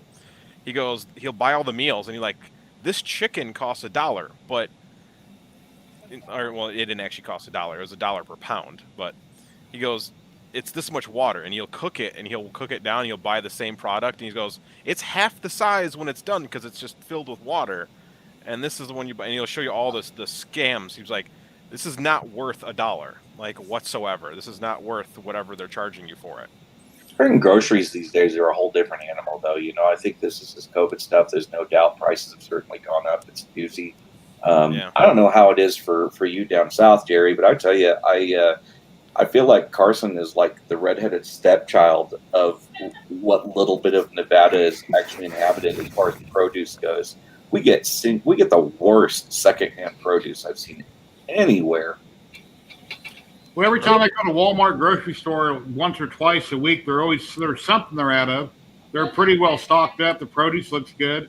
I went to Subway yesterday and they're out of roast beef. My wife wanted the club. She said, "Well, we haven't been able to get roast beef in." So I'm like, "Well, that sucks." Yeah. I'm always curious whenever shit like that pops up where I go, is that just your individual supply chain, or is that something further up the line? Well, for a while, a bunch of pork companies were gone just because of huge massive COVID outbreaks. Same for the cattle stuff too. Like it's they had to do like mass kill-offs because they couldn't process stuff and sell it. Yep. Crazy to me. About a year ago, you went to the store and you'd see one person in the whole store that would have a mask on, a medical mask. You're thinking, well, they must have allergies. You can go out shopping. Now you go to the store, and if you see somebody without one, you're wondering why in the hell don't they have one on? That's because they're winning. Hey Dan, my wife likes your cat. She keeps saying, "Hey, tell Dan I like the cat." That one there, he is a lady killer. He really is. Like, he went to the vet to get fixed, and the ladies at the vet clinic did not want to give him back. Even after he got fixed and he was still drugged up and groggy, he was still kissing on their faces and like rubbing up on them. And he was like that when he went in. He was like that when he came out. Your cat? I very well could have been. I mean, are your balls missing? Not currently, but I haven't checked in a couple days. See, yeah, it's that whole Corona thing. It makes it hard for you to, check certain things on a regular. Is anybody hearing feedback from my mic? I got my speakers up fairly loud. No. Just little Miss Betty Boot 45 laughing in the background occasionally. I don't think that's feedback. I think that's just it's feedback. Happiness. It's good feedback. Positive. A little bit of happiness, Hey, on a side note, does anybody know who's on Twitch right now? Llama? Yeah, Llama's on Twitch, but he's on Twitch talking to somebody. There's a certain gentleman whose favorite color is blue. He enjoys high fives, and he's got a guy named Sean hanging out with him currently. Oh, are they streaming again? Yeah, they're currently building. It looks like one of Dave's enclosures. Nice. Yeah, looks like he's building one of the enclosures because Mr. Randolph is currently in chat. There's a llama in chat. I don't know who streams on Twitch. That's for gaming. Dan, make a comment that I'm streaming also on a Hangout if you're able to get away with it and see if anybody comments on it. Oh, I'm sure I could because it's Joel's stream. Maybe I'm just gonna sit there and say hanging out and stream. Well, I think I'm just gonna say hanging out and stream with Jerry and the gang. And notice you were streaming on Twitch, so we got you up in the background while I'm hanging out with this band of hoodlums. Dan's a professional, indirectly saying things. Yeah. You don't ever come out and just say, "Hey, I want to plug my shit on your stream." You just come out and say, "Hey, I just wanted to let you know while I'm watching this, I'm hanging out over here." Yeah. No way. You gotta go full blown Ferengi on that shit, man. Be like, "Hey, Jerry's giving a whole bunch of free shit away on this stream." But you got to know the password. Yeah. Jerry's giving away a ton of shit, but you guys got to know the password. Just so you guys know the password. Yeah, Jerry's giving away an Don't R12. tell Joel. Yeah, I used to give away a couple rolls of filament last year. I'd get a hold of ZYLTECH or Arion, and they would hook me up. But I have this year, because of all this crap going on, I haven't asked nobody for free stuff. I mean, as far as for giveaways. Non-fam, we're trying not to forget about you, but you're all black. Please jump in and say whatever you want to talk about. I'm a pretty calm person. I don't really start conversation easily, so He's shy. I'm a bit like Viking when he's on That's the right. group, just sit back and We need a stream of Viking and non-fam together. That way, it's just really quiet. It's like a really. I was gonna say, peaceful there stream. wouldn't really be much conversation. It'd just be the occasional. Is it like the between two ferns of 3D printing at that point? How old are you? Nicholas, how old are you? Non-fam. He sounds 23. Nah, I got you, Jerry. Don't you worry, bud. All those French people seem like very young. 1 second. I didn't hear you, Nicholas. How old are you? 38. 38. Okay. No way. You sound Enjoy 23. 38. 45 comes really quick. And 50. Birth 55. I'm certificate. 37. I'm Yeah. gonna be 38 in 2 months. Woo! It's gonna be my birthday. You know, when I retired 6 years ago, and I work construction, so if you work construction, you go 100 miles an hour, 5 or 6 days a week nonstop, and your body gets used to it and you're built up from it. And then when you retire, you go to Netflix and doing nothing, and then things start having health problems. So that kind of happened to me too. Well, I don't Yeah. have an age. I have an age range. don't you go dying on us, Jerry. Yeah, I don't plan on Don't you go down on At us. least not without a will that gives out your printers to everybody. Yeah, really, what would my wife do with all this? So, long time ago, she said, "Oh, I'll throw everything away." Come on, I got too much money tied up in all this. You can't throw it away. At least sell it. Don't throw away. Yeah, definitely. I've So got the a trick son also that would we probably need want a lot of the it. address of the closest Goodwill to his house. Look at Is that a that. brownie again? That is An that Oreo is brownie. a cookie on the bottom, Yep. Oreo cookie in the middle, Yeah. along with some fudge brownie on top. Cool. It's I try And not which one to of your offend, family members made this? but I call it the diabetes brownies. But my daughter Stop! doesn't Stop! like that. Stop! There's no ice cream on top of it. What's What? wrong with you, Ethan? Okay, she calls them. I guess they're called slutty brownies, but I like the diabetes brownies better because they remind me of. I should call them the Walter Brimley brownie. Yeah, you know? but who makes them and how do I get some? My daughter, and all I require in return is a partially used roll of fluorescent brown Jessie and a Oscar Mike sticker, and I'll bring it up tomorrow. Sweet. I'll be shooting a wedding all day tomorrow, so good luck finding me. I'll be in Pecatonica and then I'll be in Freeport. Ooh, Marcel. Pecatonica. Oh, Hey, wow, Marcel, is your Pecatonica. last name Robert? What's that? Is your last name Robert? Correct. Okay, so I just want to make sure you're the same person in chat. Okay. Yeah. There's only one Marcel. There's only one Marcel. That's correct. He only lives in Quebec, and Yeah. he was a wrestler on the Quebecers. No, Marcel, he gave me a donation about a week ago, $1, when Joe was in a Hangout stream. And then when I had Joel on live, it happened again. And the next thing you know, I had a bunch of people donating money to me on the stream. Yeah, Super chat. two It people, was awesome. two people donated, and then Joel donated $5, and then like 5 other people donated. That was really super cool. Yeah, that was nice. keep the ball rolling. Speaking of donations, if anybody has checked out my post and taken the time to read or share or retweet or throw a couple bucks at it, it's very much appreciated. Matt's talking. Thought my door was coming off the hinge. Sorry. Matt, can you post your link to your channel? I'm pretty sure I have you because I definitely recognize you. For YouTube, Yeah, for your channel, yeah. yeah, it's new. I didn't get anything cranked out this week, but yeah, give me a second. I'll toss it up. What are you Jim raising money for? Matt was showing off his C3PO. If you watch the stream. Yeah, that was the first build. I started my first GoFundMe, and it's not for me. We left Nevada and cruised on up to Oregon, up to Astoria on the coast for the holiday weekend, and There he is. my brother-in-law and his wife they live east of Salem. Oh and, yeah.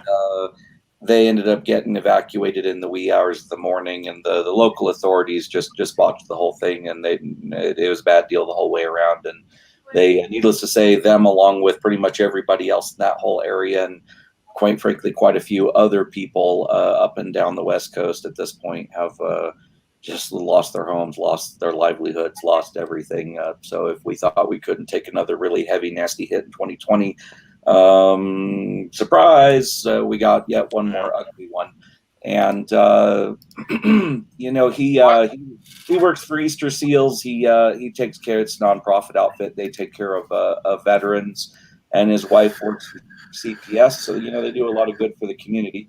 And we're just trying to raise some money to help them get back up on their feet. Once this all clears, obviously with a mortgage, it's not like they don't have homeowners insurance, but the trick, I think, a lot of, and I had one guy who popped up on one of the forums with that question, and I said, look, like it's a no-brainer that he does, but think about the reality of the situation that we're in, where because of this COVID business and et cetera, et cetera, et cetera, you got a lot of contractors that in construction are either elbows deep in new construction, and if you can even get one of their attention to come work on your pet project, they're gonna bid you through the roof to go, hey, look, we're making great money elsewhere, somewhere much closer, somewhere much easier to work. Yeah. Make it worth our while, and most folks can't, and you sure as hell can't on what the insurance is going to pay out, assuming that the insurance doesn't screw you over, given the fact that they're basically doing payouts for God knows how many hundreds of thousands of people up and down the West Coast. So there's people that come in and don't do the work. They take the money and run. Yeah, and you're talking about folks that, they live up by Detroit Lake. Quite frankly, most of, it's been decades where they've been shutting down mills and shutting down the logging industry, which was the traditional bread and butter of the Pacific Northwest for decades. You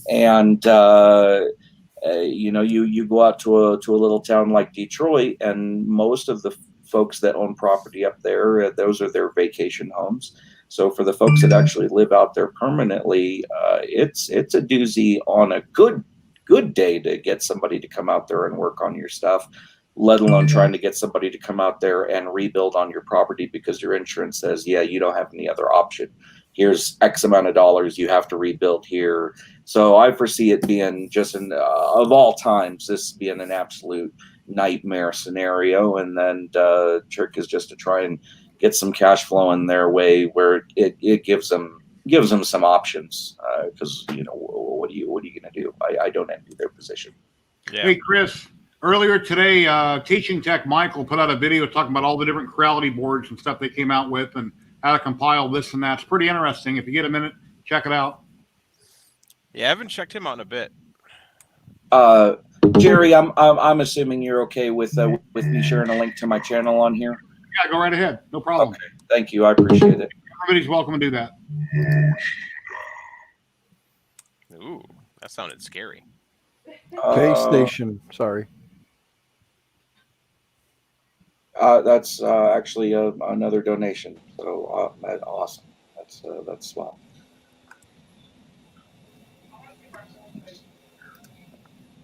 Marcel, at some point, my wife wants to see your face on camera. She's tired of an RGD. Hey, That's not fair, because once he gets his face on camera, she's going to be swooning. Yeah, all you gotta do is tell her she wants to see Marcel's face. She needs to go. And watch Supernatural. What season was it, Marcel? Supernatural. What season? Come on. Dude, he's hotboxing that place. Look at that. Look at that Come cloud, on, dude. man. Don't hold back, Marcel. Marcel, don't you ripping hold that back. bong while you weren't on stream? There we go. A couple things, yeah. There you go, Brandy. What? My wife says you're very nice looking. See? Yeah, are you single? I want to get rid of her. Hey, Marcel, look at that. You got compliments. They've got a sweet bowl of keys, or a sweet bowl to put your keys in. Yes, Amanda. Thank you. Trying to get Jerry to crack a smile. If you can get just like a smidge of one, it's. Oh, you always get every now and then. You'll see Jerry do this, like the lip curls just a little bit. He just gets a little curl on the one side, and if you get that, you're good. There's no laughing in 3D printing. If I've gotten that, or I've got one of these, I'll be in I don't good have shape. very many teeth and a lot of words I mispronounce. I need to get false teeth. I have some bottom teeth, but not many, and that's it. You got a resin printer. Make it happen. I wish I could. I wish I had. You need to George Washington the shit out of that. Files. I just don't know how to make it happen. Dental resin. Yeah. Dental resin's expensive. I can print them on my printer. I have the file. I just don't know how to design them to print them. I wish I could. I would do it tomorrow. Well, I would say that non-fam might be someone to talk to. Dental are pretty complicated because teeth are all different size. and Give him some Ferengi teeth. depending on the pressure you want to in front cut or behind masticate. It depends. Resin is really tough to have a great result for a pointy thing and non-brittle. You need a really high quality resin for that.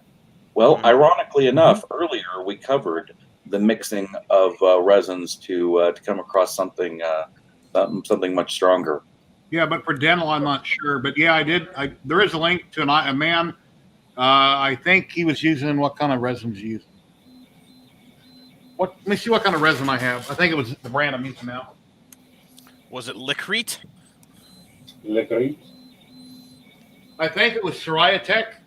Marcel, you can't say that word. You're way too wasted. It was different blends of ZYLTECH. Look at how smiley he is. He's like 6 bong rips deep right now. That whole room looks so hotboxed. That's. I mean, look at that room. It's so hotboxed. There's like a cloud. Marcel's like, it's Canada. What's it matter? It's legal here. Yeah, and it's past 4 o'clock, so let's give her. Yeah. And I just finished putting R2D2 together as much as I can right now until I get it. It's not R2D2, it's R15 or R5. R9. R9. 85, 69. He's so high he doesn't even care what you call his toys. Yeah. Brandy, you got competition. Amanda's been kind of swooning after Marcel for a little while. His R9 and that you know. Matt, send me the link on Facebook and I'll post it. Roger yes, that. Matt. Either that or Matt, go into the private chat and post it in there, and then he can. You guys are assuming that I know how to do way more than that. Hey, Matt, just write it down on a piece of paper and give it to the little digital fairy to deliver through to Jerry. Yeah, post it in private chat and I'll copy and paste it. If you look, Matt, on the right hand side there, you've got comments and private chat next to our faces. Up top, there's 2 little tabs, private and comments. Click on private chat, and then there you can actually type. Cool. You know what? I know what Amanda's trying to do. She's trying to emigrate to Canada. Canada, yeah. She's trying to get north of the border. Yeah, she's like, screw this no healthcare. We have craziness. We have one theoretical sweet piece of meat on this channel right now. Boop, boop, boop. I think Dan's playing a video game.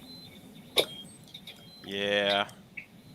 If I finish another couple hundred pictures, I might start gaming. Yeah. What are you playing? I don't know. I want to maybe do a Jackbox game tonight, but it's already 9 o'clock. I got a wedding tomorrow. I should probably head to bed here in like 30 minutes. Yeah, I'm gonna. There you go. It's posted. Fantastic. Thank you, sir. Yep, not a problem. Who has a wedding tomorrow? I'm shooting Chris one is tomorrow. shooting one. Okay. With a camera. The day job is back. Wow. Yeah, I've seen the C-3PO build. Man. By night he is a Batman. Night he hosts bachelorette parties at night and then shoots the wedding in the daytime. Everybody's going to be wearing a mask except for the bride and groom for pictures, probably. Yeah, basically what they do is now in Illinois you can get into the church wearing your mask. They have it sectioned off, so like if you're a family, you're in your little space and they're 6 feet before the next group. So it's like, and they'll alternate pews, so they can have like half the amount of people, and they just got to keep their mask on during the ceremony, and the couple don't have to. The priest will wear their mask, and then at the reception, you all walk in with your mask. The tables are socially distanced, and like once you sit down, you can take your mask off, if you desire. I mean, it's up to you what you do. We were talking about Taco Bell earlier, and I seen MASH on YouTube. They do a lot of videos on different companies, and they were talking about interviewing people that work for Taco Bell, and they said a lot of the meat that comes in, they said you wouldn't believe how it looks and smells, and they have to add a lot of spices to it and cook it just to make it taste but look better, smell better. but I don't know how much that's true. But Mash posted it. Taco Bell's meat comes pre-bag, seasoned, already ready to go, pre-cooked. All they do is throw it in a pot of boiling water, pull it out, cut the top, and then put it in a pan on a steam table. I used to work there. And So that would be a no. Do it that way. Yeah, no, it comes frozen in a plastic bag. Yeah. And they take the plastic bags, and whenever they know what they're going to go through, they move them from the freezer to the cooler. From the cooler, you just grab them, throw them in a pot of hot water. You hit the button on the wall. You walk away. You come back when the timer goes off. Take the bag out. Come over, cut the top into a pan and a steam table. Yeah, I used to deliver to Arby's years ago. I was a produce driver for 10 years, delivering locally to casinos and hotel restaurants. And I remember Arby's roast beef was in a big bag in their walk-in that was kind of looked like a gelatin type substance before they cooked it. Mm-hmm. But I love roast beef, so Arby's has always been awesome. I made roast beef today. Just put it in the oven and let it cook all the goodness into it. I have fresh roast beef for the next few days. Gentlemen, it has been fun, but I'm going to sneak away for a little bit here. I'm going to catch some of the Joel telling stream for a little bit while I'm working on some website stuff, because I'm trying to do something with a web page. I ain't done shit with websites in quite some time. So if I would have known he was on, I would have put my stream off. But I looked on YouTube. I didn't see anybody on. He's on Twitch, so okay. Yeah, he's over on Twitch. So it's completely different platform. Unless somebody actually uses both, they're not going to know anyway. And I didn't know till. Can I stream to Facebook and Twitch also? Yep. Okay, I'll have to check. If you have the paid version, you can stream to 3. And if you have the premium one, you can do up to 5. Okay, I'm on the basic, and I can just drop my. I'm on my group and my page on Facebook. I'll just do my group. Oh yeah, basic you can do 3. The free version you can do 2. Basic you can do 3, and then the premium version you can do 5. And 1080p. Yeah, at 1080p for the premium. Chop off. Yeah. All right, I'm also going to disappear. I'm turning into pumpkin.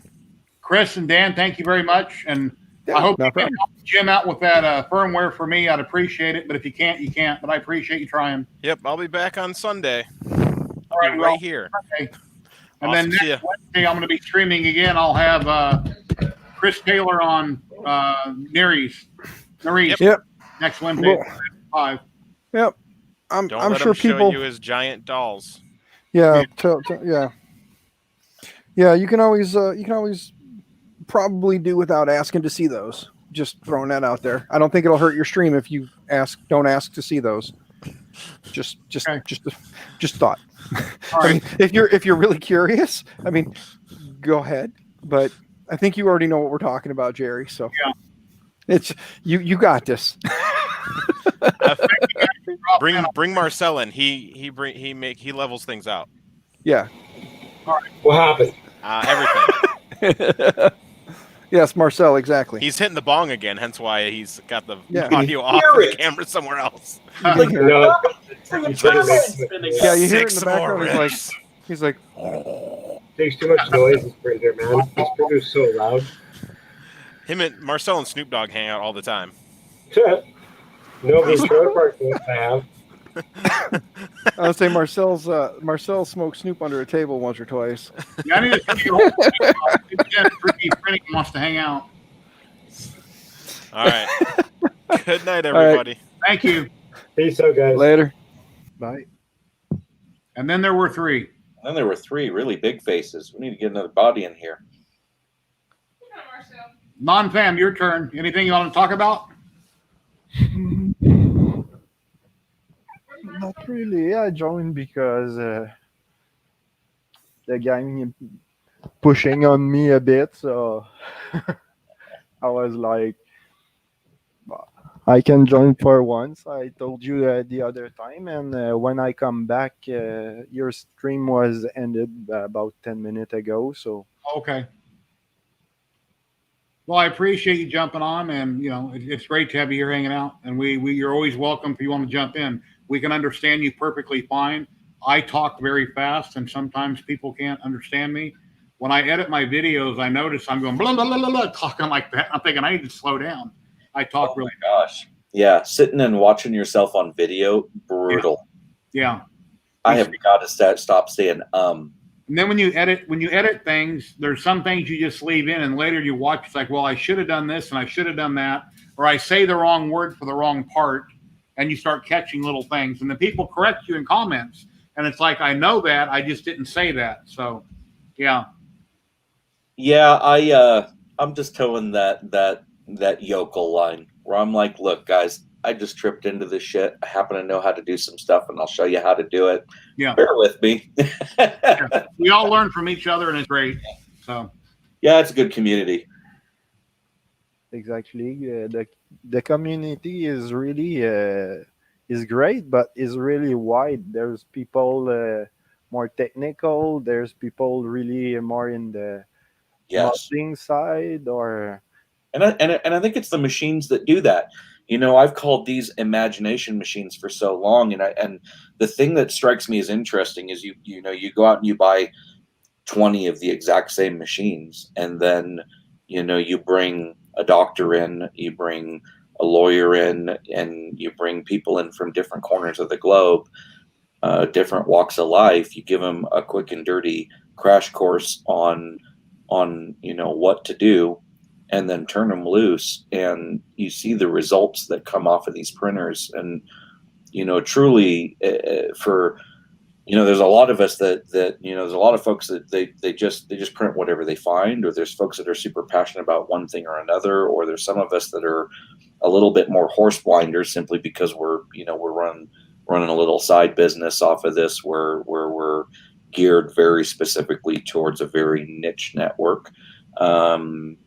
But I'm not going to lie, I don't think there's a day that goes by that I don't, you know, poke my head up for air, just take a really quick skim of what's going on in the community around me, and I don't hit on at least one thing that doesn't just make me go, wow, that is absolutely superb. And it's never the same thing, you know. I mean, I can see 3 million baby Groots and 3 million, you know, baby Yodas or whatever, and folks get off on that, and if you like it, then cool. But like, I came across something this last week, and someone had done it was like a kind of like a zoetrope, and with the lights on, you know, this thing looked like this weird, bizarre, pointy bowl, for lack of a better word, where you look at it and you go, okay, I don't get it. What the hell is that? And then he shuts the light off, and he's got like a laser projector, and the bowl itself is sitting on a turntable that's coordinated with it. And all of a sudden this piece of music kicks up, and you've got like this ballerina that's dancing where the laser light is hitting the projections off of this bowl. And it was beautiful in its simplicity. And on the flip side, you look at it and you just go, how does your brain work that that you came up with that? Take care, Amanda. If anybody would like to jump in, I've got the link there, and I just posted. If you'd like to jump in and hang out with us, Viking, or Llama, if you're still around and not watching Joel, you're welcome to jump in. You can watch Joel and jump in if you like. Everyone's welcome. That's the bad thing about. Did you freeze, Matt? Oh, no. Oh, okay. I was reading the chat. that or now I just know how to screw with you. Yeah, I can sit there and go like this, and I can just keep talking. Everybody's like, look, he froze. He's not moving. I can't see what's going on. Yeah, there's so many people that are starting to stream.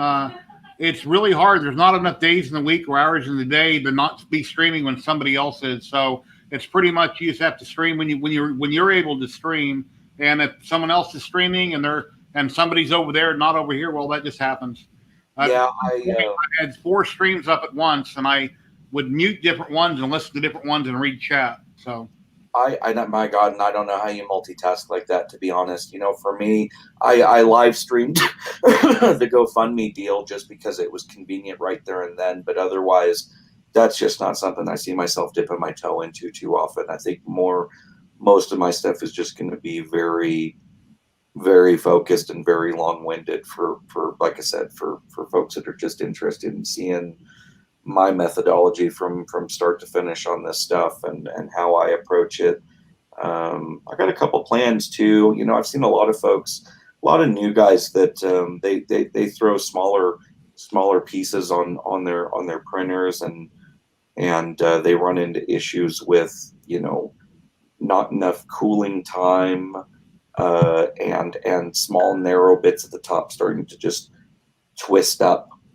And you know, I saw a whole bunch of people piping up this last week going, oh, well, you got to mess with your speeds, you got to mess with your fan, you know, your cooling ratios, and maybe think about designing another duct. And I just piped up and I went, you know, the guys obviously knew this is really basic 101 stuff. Use a perch block, man. Waste a tiny little bit of plastic, throw a perch block on it. It's gonna run on over, and it's gonna print that. And you may not need that for the bottom 80% of the model, but so the hell what? It's a really small model, and it runs the print head over, and it just gives that layer a chance to cool, and it's just enough. And everybody goes, oh, we'll waste the plastic, and I go, you know, come on now. Ultimately, at the end of the day, an extra, you know, 60 or 90 cents or $1 worth of plastic just it's not a deal breaker at the end of the day if it means getting your print right that first time. Well, you waste a lot of plastic, and somebody had YouTube turned on. Jerry. I'm hearing myself talk. Okay, there it went away. All right, you're guilty, the smiley person. What was I going to say? Oh, yeah, a purge block, yeah, it looks like a waste of plastic when you're doing multicolors, but when you think about any model, you've got a ton of support. So if you take all them supports off, it's about the same thing. Well, and it's crazy to me. You know, I cranked out that video for, you know, and primarily it's for ABS. Like I said, I don't know how the mileage is going to vary working with PLA, but I'm not going to lie. I've been saving all my scraps, and those perch towers are now going into the same drawer as my scraps, and I'll actually show you why. Hang on.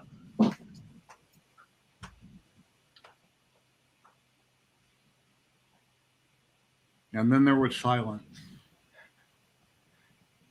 Hello, everybody on YouTube and Facebook that are watching. I'm still not seeing comments from Facebook, but thank you for joining us. So I got a good buddy of mine. His birthday's coming up, and he's a Futurama junkie through and through. And so I tossed it up and decided to do this Zoidberg, right? And this tentacle, of all of them that printed, this one right here completely failed out. Now, excuse the brown. It's going to be a little bit discolored simply because it has been melted in place. From here down, that is melted perch tower that I sat and sculpted to remake that whole tentacle. Took all of about 20 minutes to do. And so that's why I tell folks, I go, you know, look, for post-processing your prints, you may have a small failed bit, but with a cheapy soldering iron and a Dremel tool and 20 minutes worth of labor, you can use your supports, you can use your perch towers. It's all meltable plastic, and you can sit and melt it right back on and sculpt it exactly the way you want it. Or buy epoxy sculpt, a 2-part epoxy, mix it like Play-Doh, and then resculpt it into clay. Yeah, you totally can, you know, and the methodology and the thought process here is here is where I'm dabbling and experimenting to see what I can get away with doing to minimize that cost overhead for folks that are interested in doing small stuff like this, and or maybe trying to break out on their own and make a business out of it, where every penny matters at the end of the day. You know, I mean, you know, getting your sponsorships with filament companies lined up is integral to getting you know, filament in, and getting your name and some brand recognition is integral. And then next up is figuring out what are those baseline products that you use all of the time in the shop, that are the non-negotiable items. You have to have them in stock. What are the next level items that are the occasional use, but having them on hand, because time is money for turnaround for a product going out to a customer. Yes. What are those items that you need to keep in stock? And stuff like this, you know, stuff like this where once upon a time it would have been sculpting putty, or it would have been Bondo, and what I'm finding is that I'm getting much stronger bonds, much cleaner, and with 20 minutes worth of work and a quick couple dabs with an emery board, you'll never know the difference, and it's permanently bonded in place, and it didn't cost you anything extra. In fact, you actually managed to reclaim materials, kind of recycle a little bit. Mm-hmm. At some point in time, I have talked about this for a couple of years now. I want to get an Etsy store going. I have so many models that are painted and unpainted. Some look better than others. Some have support damage and they're painted. I want to put them up on Etsy with lots of pictures. I will plug the designer where it came from, and I'll put them up for sale. Only a few things I might print a handful of, like this mask, for instance, that I got off Thingiverse. I might print a couple of these and paint them and post it. If I choose to ever do more than that, I will contact the designer personally, and I'll work something out where if I was to sell his mask more than a certain amount, I'll give him X amount of dollars, like $5, $10 for each one I sell, and work it out. So everything can be worked out as long as you're open when you post where it came from, so you're not trying to hide anything. Usually nobody has a problem with it. And the the message I'm always trying to push too is support your artists, because quite frankly, their skill set and their knowledge, without that, you don't have squat to print on your printer. And recognizing them is such a simple thing. Whether it's free, whether it's paid, it boils down to just, you have that choice. Do you do the right thing or do you do the wrong thing? And I very much call out folks that I see doing the wrong thing, because I just go, look, like you're killing the hobby. I understand that you jumped into this under the conception that everything's just going to be open source, and because you feel it should be open source, it should be so. And I go, what world do you live in? People get paid for their time. It is just that simple. They'll spend a couple weeks possibly working on designing a model. They'll put it up on a group. They'll try to get so many backers at $10, $15, $20. Once they get enough backers, they release it, because technically they made their money for their model. Sure, they don't want nobody to pirate it. It does happen. It will always happen. But at least they got the money that they wanted for making it. And here and there, they'll still continue to make money, even though other people are illegally going to try to share that. And all I can do as somebody that runs a Facebook group, an administrator, is every time I see something or somebody messages me, I just ban the person. So, and then they pop back with a new name. Every day I have people pop in that just joined Facebook today or yesterday. They have no picture, no information, no friends. Do I let them in? No, I don't. Yeah. Me or none of my mods will let those people in. And if we do, and then they post some crap, well, then they're gone. And then they come back, and then they're gone again. All I can do is catch it when I can catch it, or my moderators catch it. Same thing. It's such a time suck as a moderator too, because I just go, what game are you playing, and how dumb do you think everybody is? Yeah. It's so much easier to just do the right thing, and quite frankly, if you can afford to spend $550 or $1,250 or $5,000 on your printer, you can afford to cough up $10, $15, $20, $25 for your model. And quite frankly, the quality is worthwhile. Outside of the handful of artists who are just extraordinarily generous and release their stuff for free on Mini Factory or Thingy, my God, there's just an absolute wealth of absolutely beautiful art out there. And it takes time. It takes time and skill and effort to learn those skills, let alone to design the model. It's no different than knitting your bathroom remodel. You want to pay for the materials and tell the guy that shows up, I'm not going to pay you anything. I've already bought the materials, but I want you to remodel my kitchen. Well, good luck with that. I'm sure that's going to work out real well for you. Yeah. I design mechanical parts, but the artistic side, there's no way I can do anything compared to. There's some model they should take week or months to be super perfect, and some do though. I tell you, like I have, reputation is everything in this hobby.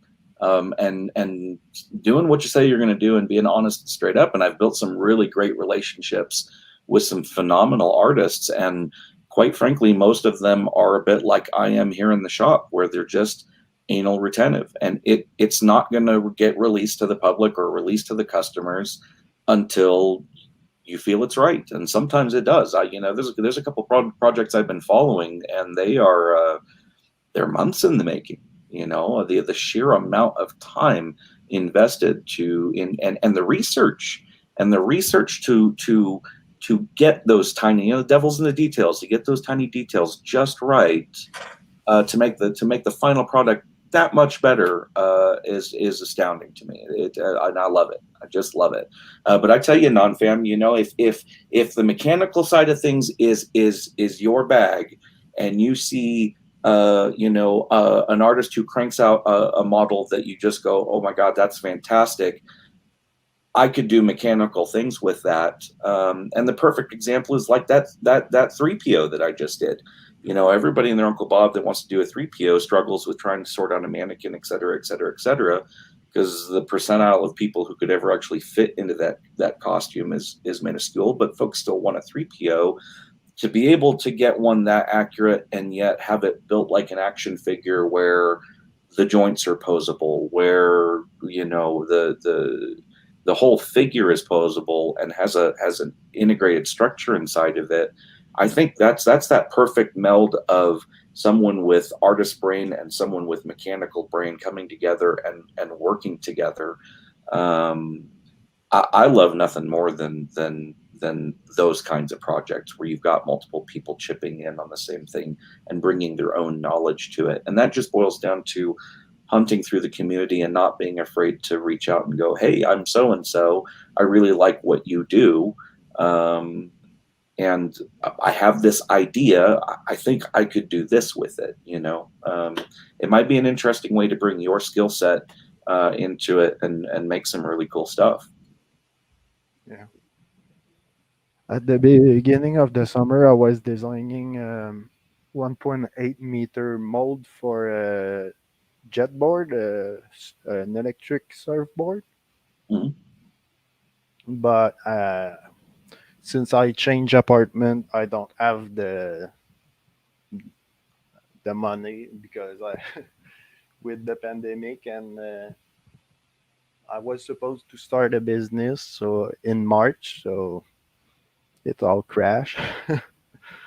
Yeah, it's been a doozy. This thing will have affected folks from all walks of life. That's for sure.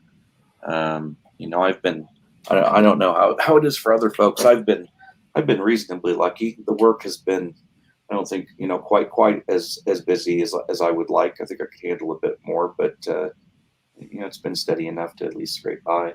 Yeah, you'd never imagine the whole world was going to basically shut down, like it did.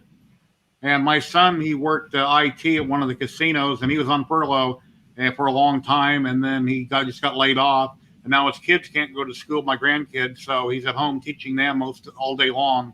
So even if he could go back to work, he would have an issue. And then his wife has different health issues, and she would have trouble teaching them while he's at work, but he needs to get back to work, and it's just a huge mess. Yeah, this thing will have just been a headache from top to bottom. Hopefully it'll go away soon, but personally, it's hard to say what's going to happen next year. I'm sure personally, I think it's still going to be here. Yeah, I don't see it going in place. And I think what makes me nervous the most is having a government that said, hey, everybody stay home. And then we did. And they all looked at each other and went, holy hell, that was easy. Yeah. And then as far as for the government giving everybody an extra $600 a week plus their normal unemployment, it's like, are you kidding me? Where's all that money coming from that we already don't have? Yeah. So they all closed. Everything was closed. Yeah. I understand this is so many people are dying from it and catching it, but everything has to stay open because everybody has already lost everything. Lost everything. But at the start, Quebec was one of the worst places in North America because there's some kind of culture of putting our old person in some cheap old retirement place. So when it started there, it was too late. The resource wasn't there, and people was quitting, and there's many people just died of dehydration, not even of COVID. So they don't talk really about that, but here in the news, they show it. David Petzel, you're an awesome person. Thank you for watching. I have a link there if you'd like to drop in and hang out. We would love to have you. You're an awesome dude. He has lots of work over on Thingiverse, PetSpang. If anybody's ever tried to PetSpang for their printer, yeah. I use version 2 on almost everything. The designer is here in chat. He's a great guy. Nice. And maybe he'll click on the link and pop in for a few, and maybe he won't. But if not, thank you for hanging out in chat. He's on Facebook right now. So I guess Facebook is up and working. We're seeing comments again. Right on. Maybe one of these weeks I can get David to come on for one of my weekly live streams and hang out for an hour, and we can do a one-on-one and on a Tuesday or Wednesday evening, 4 or 5 o'clock, off to talk to him about it. Hint, hint. So. Yeah, that kind of design is slick. I'd be curious to find out, how much trial and error went into that. Yeah, if you look at some of his files, it's very extensive on everything, trying to get it right. Just like an HVAC guy would do an air conditioning duct on a building or a house. Yeah, I tell you, we need to get you running one of these Fusion 3 F410s, because they are dragging their heels about a replacement cooling duct. And as much as I do, I love these printers. They're fast, and I get great prints out of them. But man, the ripple effect that I get across my finishes due to that cooling duct, and I've just screamed myself blue in the face with those folks, and they politely disagree. The only way I can test a cooling duct if I designed is I will take my vape. Let me repost it here, David. I'll take my vape pen and I will blow through it, and I'll watch where the smoke goes, and I'll say, that works or that don't work. But there's a link he'll probably pop in.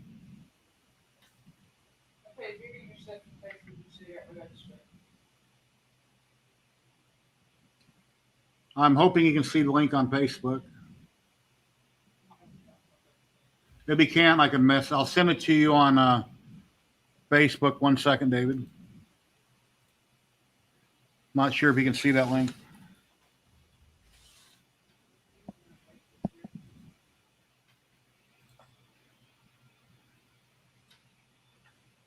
Okay, here comes the link, David. I'm PMing you.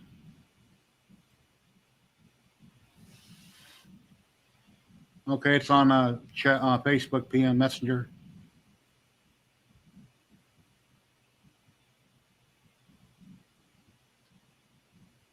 Yeah, Raymond, that's a good way to go. I think most of the artists are really happy to potentially have another revenue stream if they know that you're actively mass producing or even slightly mass producing their work. And quite frankly, I think I've only run into one in all of these years who just wasn't genuinely flattered that someone liked his work enough to want to continue to reproduce it and sell it. Hey David, how you doing? I'm doing pretty good, Jared. How are you doing? Oh, pretty good. Now we have 2 emojis on the screen, non-fam and David. Well, I'm gonna see if I can get my cam working. It's off of a laptop, so. Okay. Well, thank you very much for stopping in. You're a great person. Thank you. You are as well. Yeah, I try to do what I can do in my group and on Facebook or YouTube, whatever. Well, let me close. David Petzel's his name.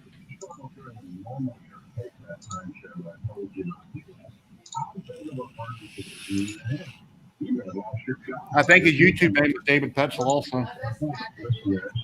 Yeah, he designed all these ducks that have an old printer. Yeah, we just hit 1.2 million downloads. Outstanding. It's crazy. It's sad that 1.2 million people haven't tipped you for every one of those. That's exactly right. My wife, my wife just kills me because of it.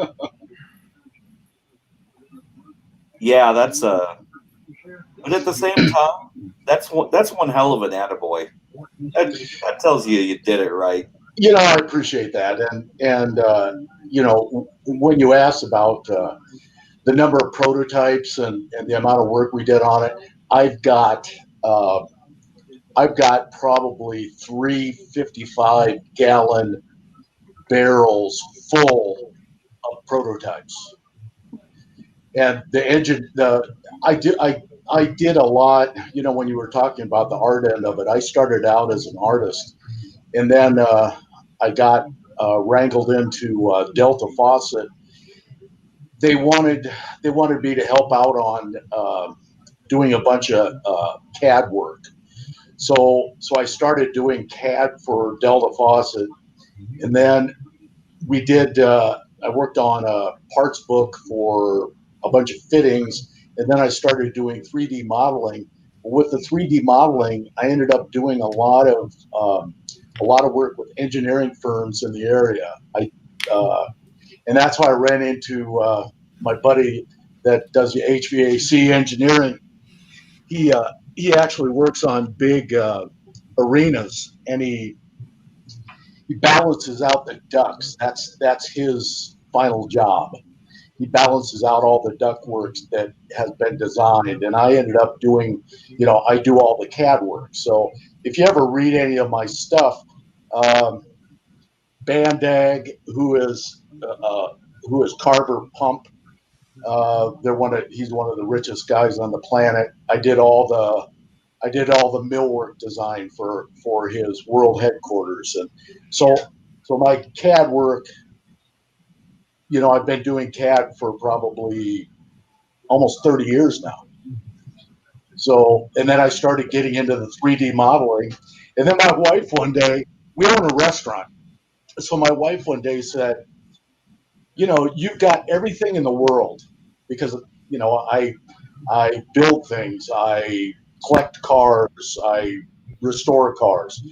And she said, the only thing I haven't seen you with is a 3D printer.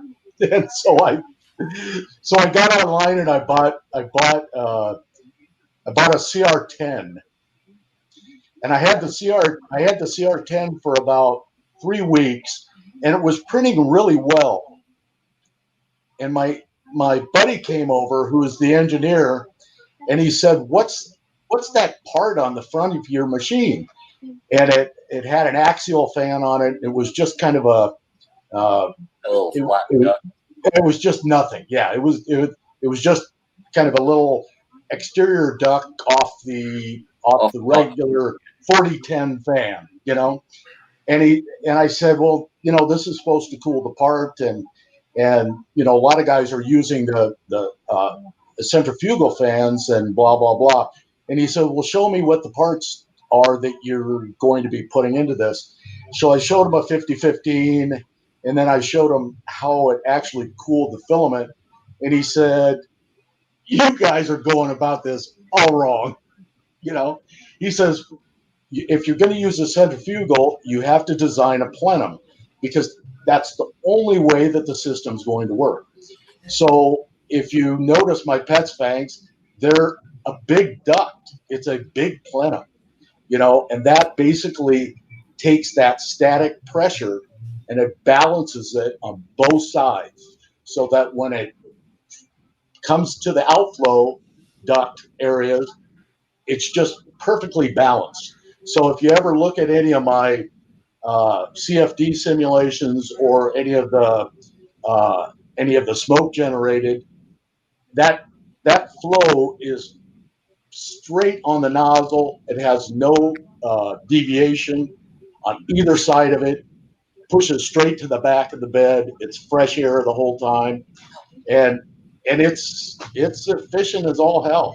I tell you, between that and making sure your belt tolerances are tight, it is superb what the results are in tandem with the Fang for parts tolerance. Hey, Tom. Okay, so when you're talking about belt tolerances, I'll tell you what. When I bought that CR10, wow, man, he's got to key his mic down. The second modification I did was Dave, a dual Z. Dave, you're getting a lot of static from your mic. If you turn it down a little. Okay, yeah, turn the gain down just a little. You're breaking up as it spikes. Okay, let me see if I can do that. Or just put your mouth away from it a little bit. He's on a laptop. How about now? Can you hear now? Yeah, it's still breaking up, but not as bad. Okay, how about now? How about I talk? That's good. How about I don't get so animated when I talk? No way! Are you kidding me? That's no fun. it's deceptively simple, and it makes such a massive difference for print quality on the tail end. I just Gotta be animated when you talk. begin to tell you how appreciative folks are. You didn't win a printer, Dan, did you? No. This is 2/3 of a roll of PETG. Wow. That's a pretty color. What is that? It failed on the first third. Solid. Who's backing up these background noise? David? Yes. Oh, okay. We were picking up some sort of weird background noise or something. Yeah. Are you picking up background noises now? No. Yeah, it's hit or miss. Let me see what. I got a radio on in the background. Let me turn that off. How about now? Yeah, perfect. Thank you. So to save some filament, I didn't make the bottom solid. You just do what, single layer? I didn't do any. I just used infill for the first layer. It's solid on the inside because it's going to be watertight. This is a self-watering top. Self-watering planters? Yeah. Self-watering. This thing, but it's a little too small. This is kind of bigger. A lot bigger. I like that blue. Kind of that bluey purple. It's What not is blue. It's actually purple. It's the camera. I don't know why this camera makes purple look blue. This is actually Amazon Basics PETG that I bought like 2 years ago. that? You know, I haven't any issues with the Amazon Basics stuff. I've tried I their didn't black. either. I wish it stayed around because it wasn't terrible stuff. It wasn't great. It wasn't bad. It was reasonably priced. If you read what everybody says on Facebook about all the different brands, this don't work, that don't work, it's usually operator error most of the time. Yeah, I mean, most filaments now. I don't know if you watch like Tom Sandlander's little "How to Deal with Stuff Today." He's got his new video, and he said the same thing. Everybody does. Even cheap filaments now are halfway decent. Yeah. If you set your tuning and everything correct, you're going to get a halfway decent print. It may not be perfect, but your 1 and 2 problems with printing that I've seen are with like PETG and those kind of things is it's soaked. This was wet. I mean, I know it was. It was a little stringy, and it's not terrible. I mean, it's 2 years old at least. Or you just have the settings wrong.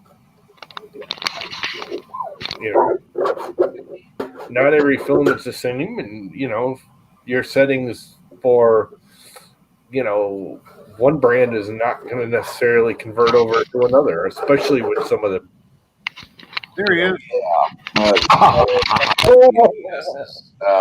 I notice these days I'm certainly very picky about what I choose, especially when I'm looking down the barrel of these 10 and 20 and 30 roll jobs. Yeah, that's a different story, though. Yeah. Printing something like this, I just grabbed whatever I had. And literally, I don't print a lot of PETG. I got this, and I got a roll of IC3D.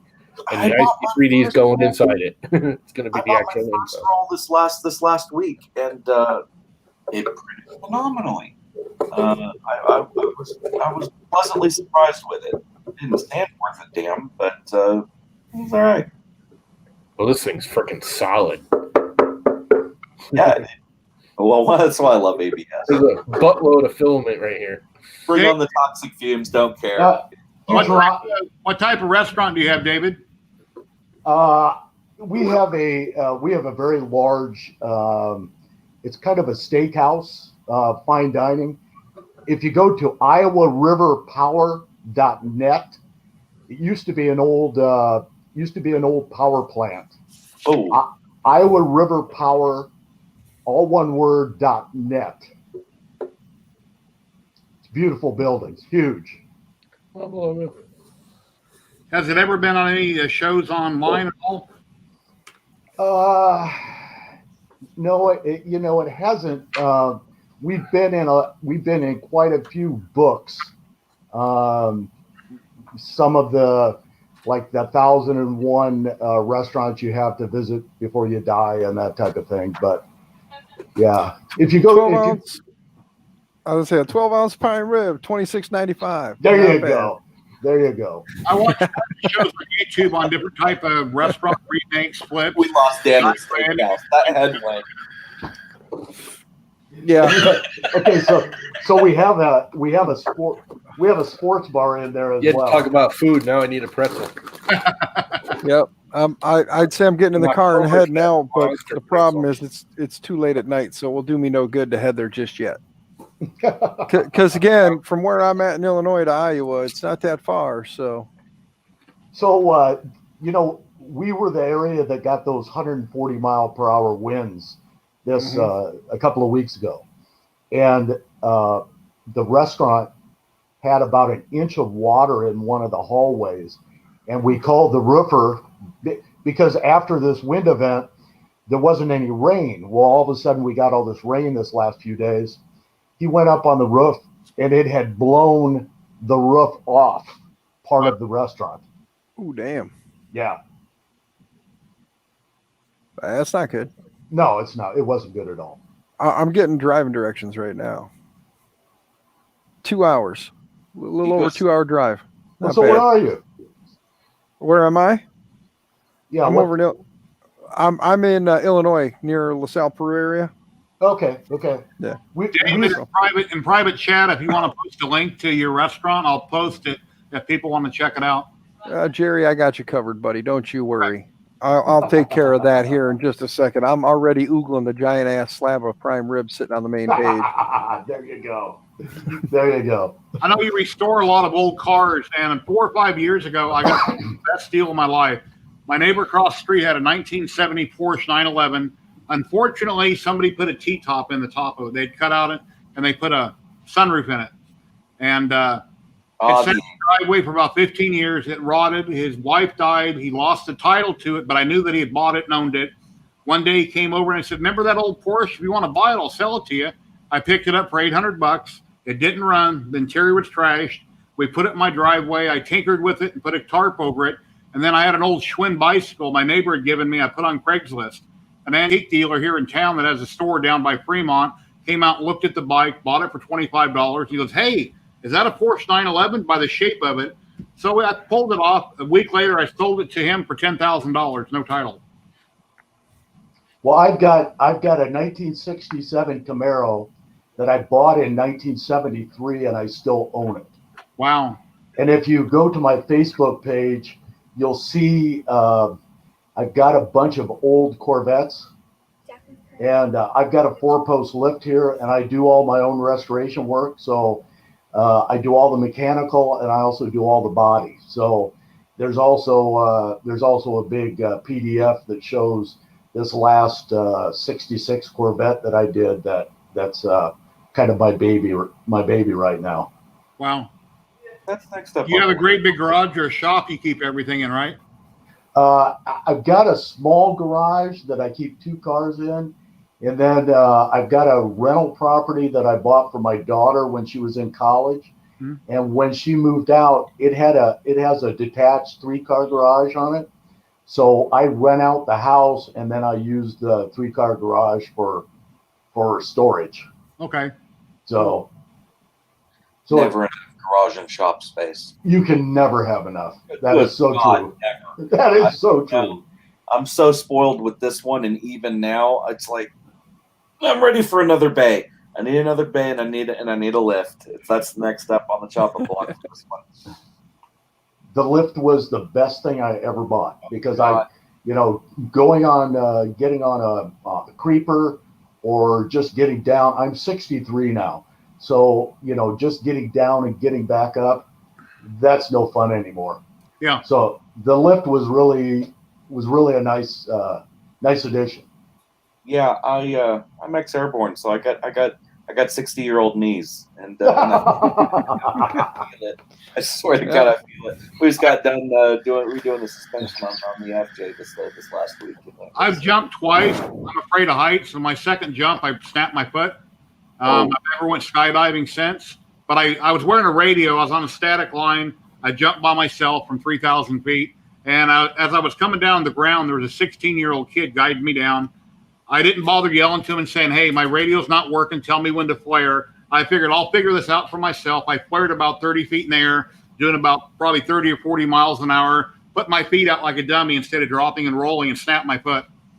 And then I just started cussing. Oh, there went my job. There went this. There went that. He's like, "Are you okay?" I said, "No, look at my foot. It's looking the wrong direction." So, but so this is another one of my hobbies. I build RC airplanes, giant scale, and Cool. then I fly them. So I was president of the club. We have 70 members here locally, and a matter of fact, if you Tim Hooglin, that's flying the drone, he bought one of my radios, and that's what he's using to fly his drone now. Wow, Fantastic. I need to get a bigger drone. All I have is a little tiny thing about this big square, and I'd like to get something big like a DJI. I did build one a lot bigger when I was starting to get into RC foam build planes before my 3D printing hobby, and I sold all that, and I never have bought anything. But I want to get something with a camera and wear FPV and kind of buzz around a little here and there.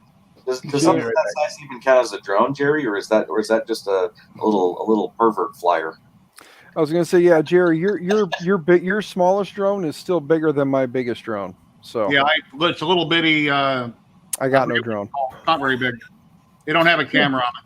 Yeah, I got no drone. So therefore, your drone is still bigger than mine. I've done 10th scale rock crawlers for 15 years at this point. Oh, nice.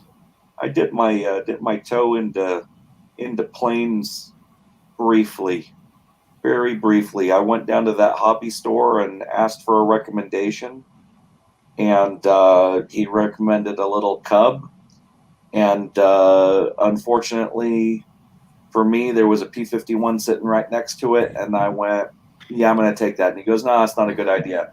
"No, I want the P-51." And how about this? Idea. Yeah, it's like, how about I give you money and you give me what I asked for, and we don't tell me what's a good or bad idea. He knew better, and to have, the first time I took that sucker out, I launched it. We're up in the air, and that sucker just, and it was just one of the park flyers, and they're that light foam skin, but they are this bizarre nylon mixed frame that no glue other than something designed by NASA will re-glue that airframe. And it's specifically so your ass is going to go back to the store, hang dog, not be able to make eye contact while you spend $70 to buy a new airframe. And are we all seeing this? Yeah. Yes. Yeah, that's all delicious. I've got it still streaming on my screen too right now in front of me. So I keep watching as the steaks go by, and yeah. I mean, Chubby kid's dying here. Just so you know, I'm about to get my ass up and go get some food out of the fridge. I'm going to sit here and eat on stream, and I don't care. I have a peanut butter sandwich and stare at all this great food. Exactly. Every time I take a bite of whatever I'm eating, I'm going to pretend it's like one of those scallions right there, or I'm like, you don't mind if I do an adult beverage, do you, Jerry? Yeah, I don't care. Was it a water wheel generator plant? Originally, back at the turn of the century, it was a hydroelectric plant. Hydroelectric. Thank you. Sorry, it's been a long time. No, that's fine. And then they converted it. They did away with the hydroelectric, and they converted it to a coal-generated plant.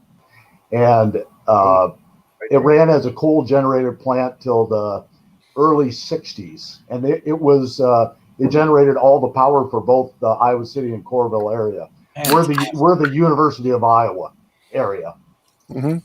And then they shut it down, and they put in another power plant, and then it sat empty for years. So we've owned it for 18 years now. It originally was opened in 1978. So, and we've had it for the last 18 years. You were able to buy it. You're not renting it, right? We're renting the building, but we own the business. Okay. Well, I hope your rent is reasonable. Our rent is a triple net lease. It would make you guys just freak out. My property taxes for a year are $70,000. Wow. Just my property taxes. So when this virus hit and kind of shut you down, you're probably crying. We're 60% down in sales. Wow. 65. That's a Did tough they- one to absorb. Did the tax people or anybody work with you because of the virus and kind of freeze things so you weren't going upside down? No. Oh, of course not. No. No. Well, we did get PPP money, but you know that went to payroll to keep a bunch of our staff, still working. So we've always been very frugal with our money, and you know it sounds like I've got a lot of hobbies and I own a lot of things, but we've been very frugal, and so we had a lot of cash reserves. So on top of the PPP money and our cash reserves, we're kind of hoping that we can outlast, if you will, some of our competitors, you know, because there's a lot of people in the area and there's a lot of people around the nation, and I'm sure you've heard it on the news. They're just going to close up. Yeah. You know, I mean, it's not possible to stay open. And big corporations too, quite frankly. Absolutely. Big corporations too, where I just go, who's the asshole in charge of your money that doesn't understand economics 101 that didn't put any money in the bank for a rainy day? Well, yeah. Although I guess a lot of businesses are like that. I guess with the big automotive bailout, they figured, the hell with it. The taxpayers will sort us out. Yeah. They never should have shut down the country. Just make everybody comply with what you need to do and stay open so that everybody doesn't get screwed. Because even though all this is still going on and everybody's being safe, it's still happening. But the company can't shut down. The country can't shut down. Everybody has to stay open. Here in Iowa, they didn't they didn't shut anything down but the restaurants and the bars. So we stayed open the whole time. And you know, those first few months, people weren't wearing masks, but our economy stayed going. Now we opened up the restaurants and we still have to have the social distancing, and you know, our building is so big that we can do that, but our whole business model was based on large parties and huge brunches and that type of thing. Yeah. So we're having to retool our business model, and that's not the easiest thing to do, you know. Go ahead. With a building that old, I mean, you said you guys are renting it for all intents and purposes. Are you renting it from the state then? No. We rent it from a private owner. Okay. The power plant was sold for $1 to a group of investors back in 1968. Wow. And they sat on it for a few years, and then they remodeled it and made the restaurant. And then that ran for 25 years till we purchased it, and we've had it another 18. So, and it was ready to close down when we bought it. We owned a fine dining French restaurant in the Quad Cities, in Moline. It was a block from the Mark. And we had that for a number of years. And I was doing, you know, I've done so many different things in my life. At the time, I was the controller and accountant for a $24 million carpet business. So the guy that owned the carpet business came to me and said, you know, you guys have a restaurant in the Quad Cities. Would you be interested in buying the restaurant here? They're ready to close down, and I would like to buy the building, but I need somebody that would buy the restaurant. So my wife and I purchased the restaurant and all of its assets, and then we've been basically we've already paid off his building. But we also got a good deal. And typically when you're looking at a business model, a good number for restaurant is 7% of your gross sales. And so we made an agreement that our rent would be 7% of our gross sales, whether we were doing well or we were not doing well. And that, you know, that's a number we can live with. You know, it's a static number, and you know, it works out well. Do you cook, David? Do I cook? Yes. You know, I'm not a bad cook. But you couldn't fill in at your restaurant if the chef was to be sick. My wife could. Okay. My wife could. But we've got I've got an executive chef, and then I've got three other chefs, two sous chefs, and then somebody that's just under the executive, and so they could carry a lot of the weight, and you know my wife could do a lot of it. But as slow as we are right now, yeah, I could probably do it all myself. Do you ever go in your own kitchen after hours or before you open and make something and just kind of do what you want to do? All the time. Cool. And we have two bars. Man, come on. Oh, it's crazy. It's crazy. I've remodeled a lot of hotels. I've been in the kitchens when I do demo and remodel and construction, but I've never actually got to have the run of the kitchen when it's fully stocked. Oh, and when my chef is making desserts, you know, he does, 50 cheesecakes at a time. And then when we have specialty times around the holidays and such, like right now, he's got these little pumpkin rolls that has like cream cheese in the center of it, and it's pumpkin on the outside. He does pumpkin cheesecake. He does. We do creme brulee. You know. Yeah, I know. And Jerry, like you said, I walk right over to the cooler, and just I mean, my wife says, if you're gonna take any of those pumpkin rolls, you got to take them 3 at a time because that's a serving. It's like no problem. Twist my arm. I got 3 of them. I'm not a pumpkin guy.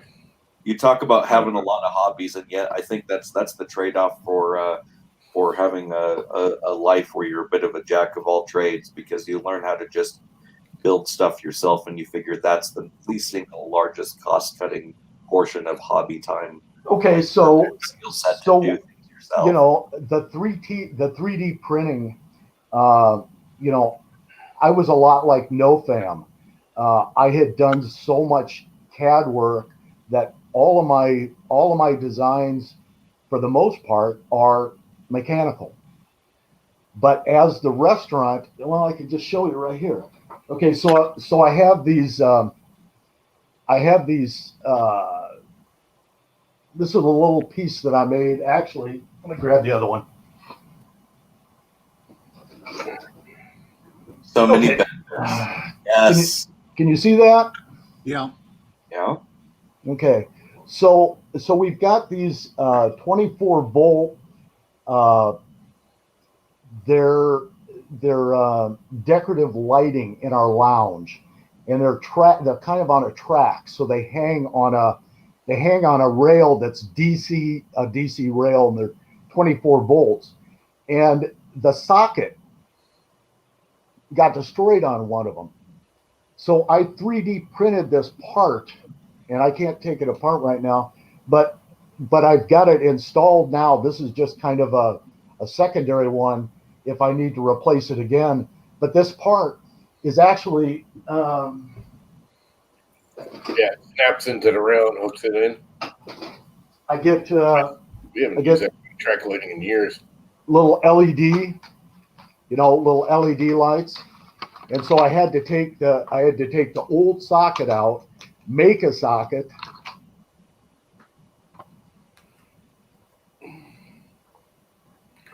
Yeah, those are snapping. You snap it in and turn it, right? Yeah, we still hear you. Yeah. Can you see it? Yeah. Yeah. Okay. And then, this is just an LED that screws into place.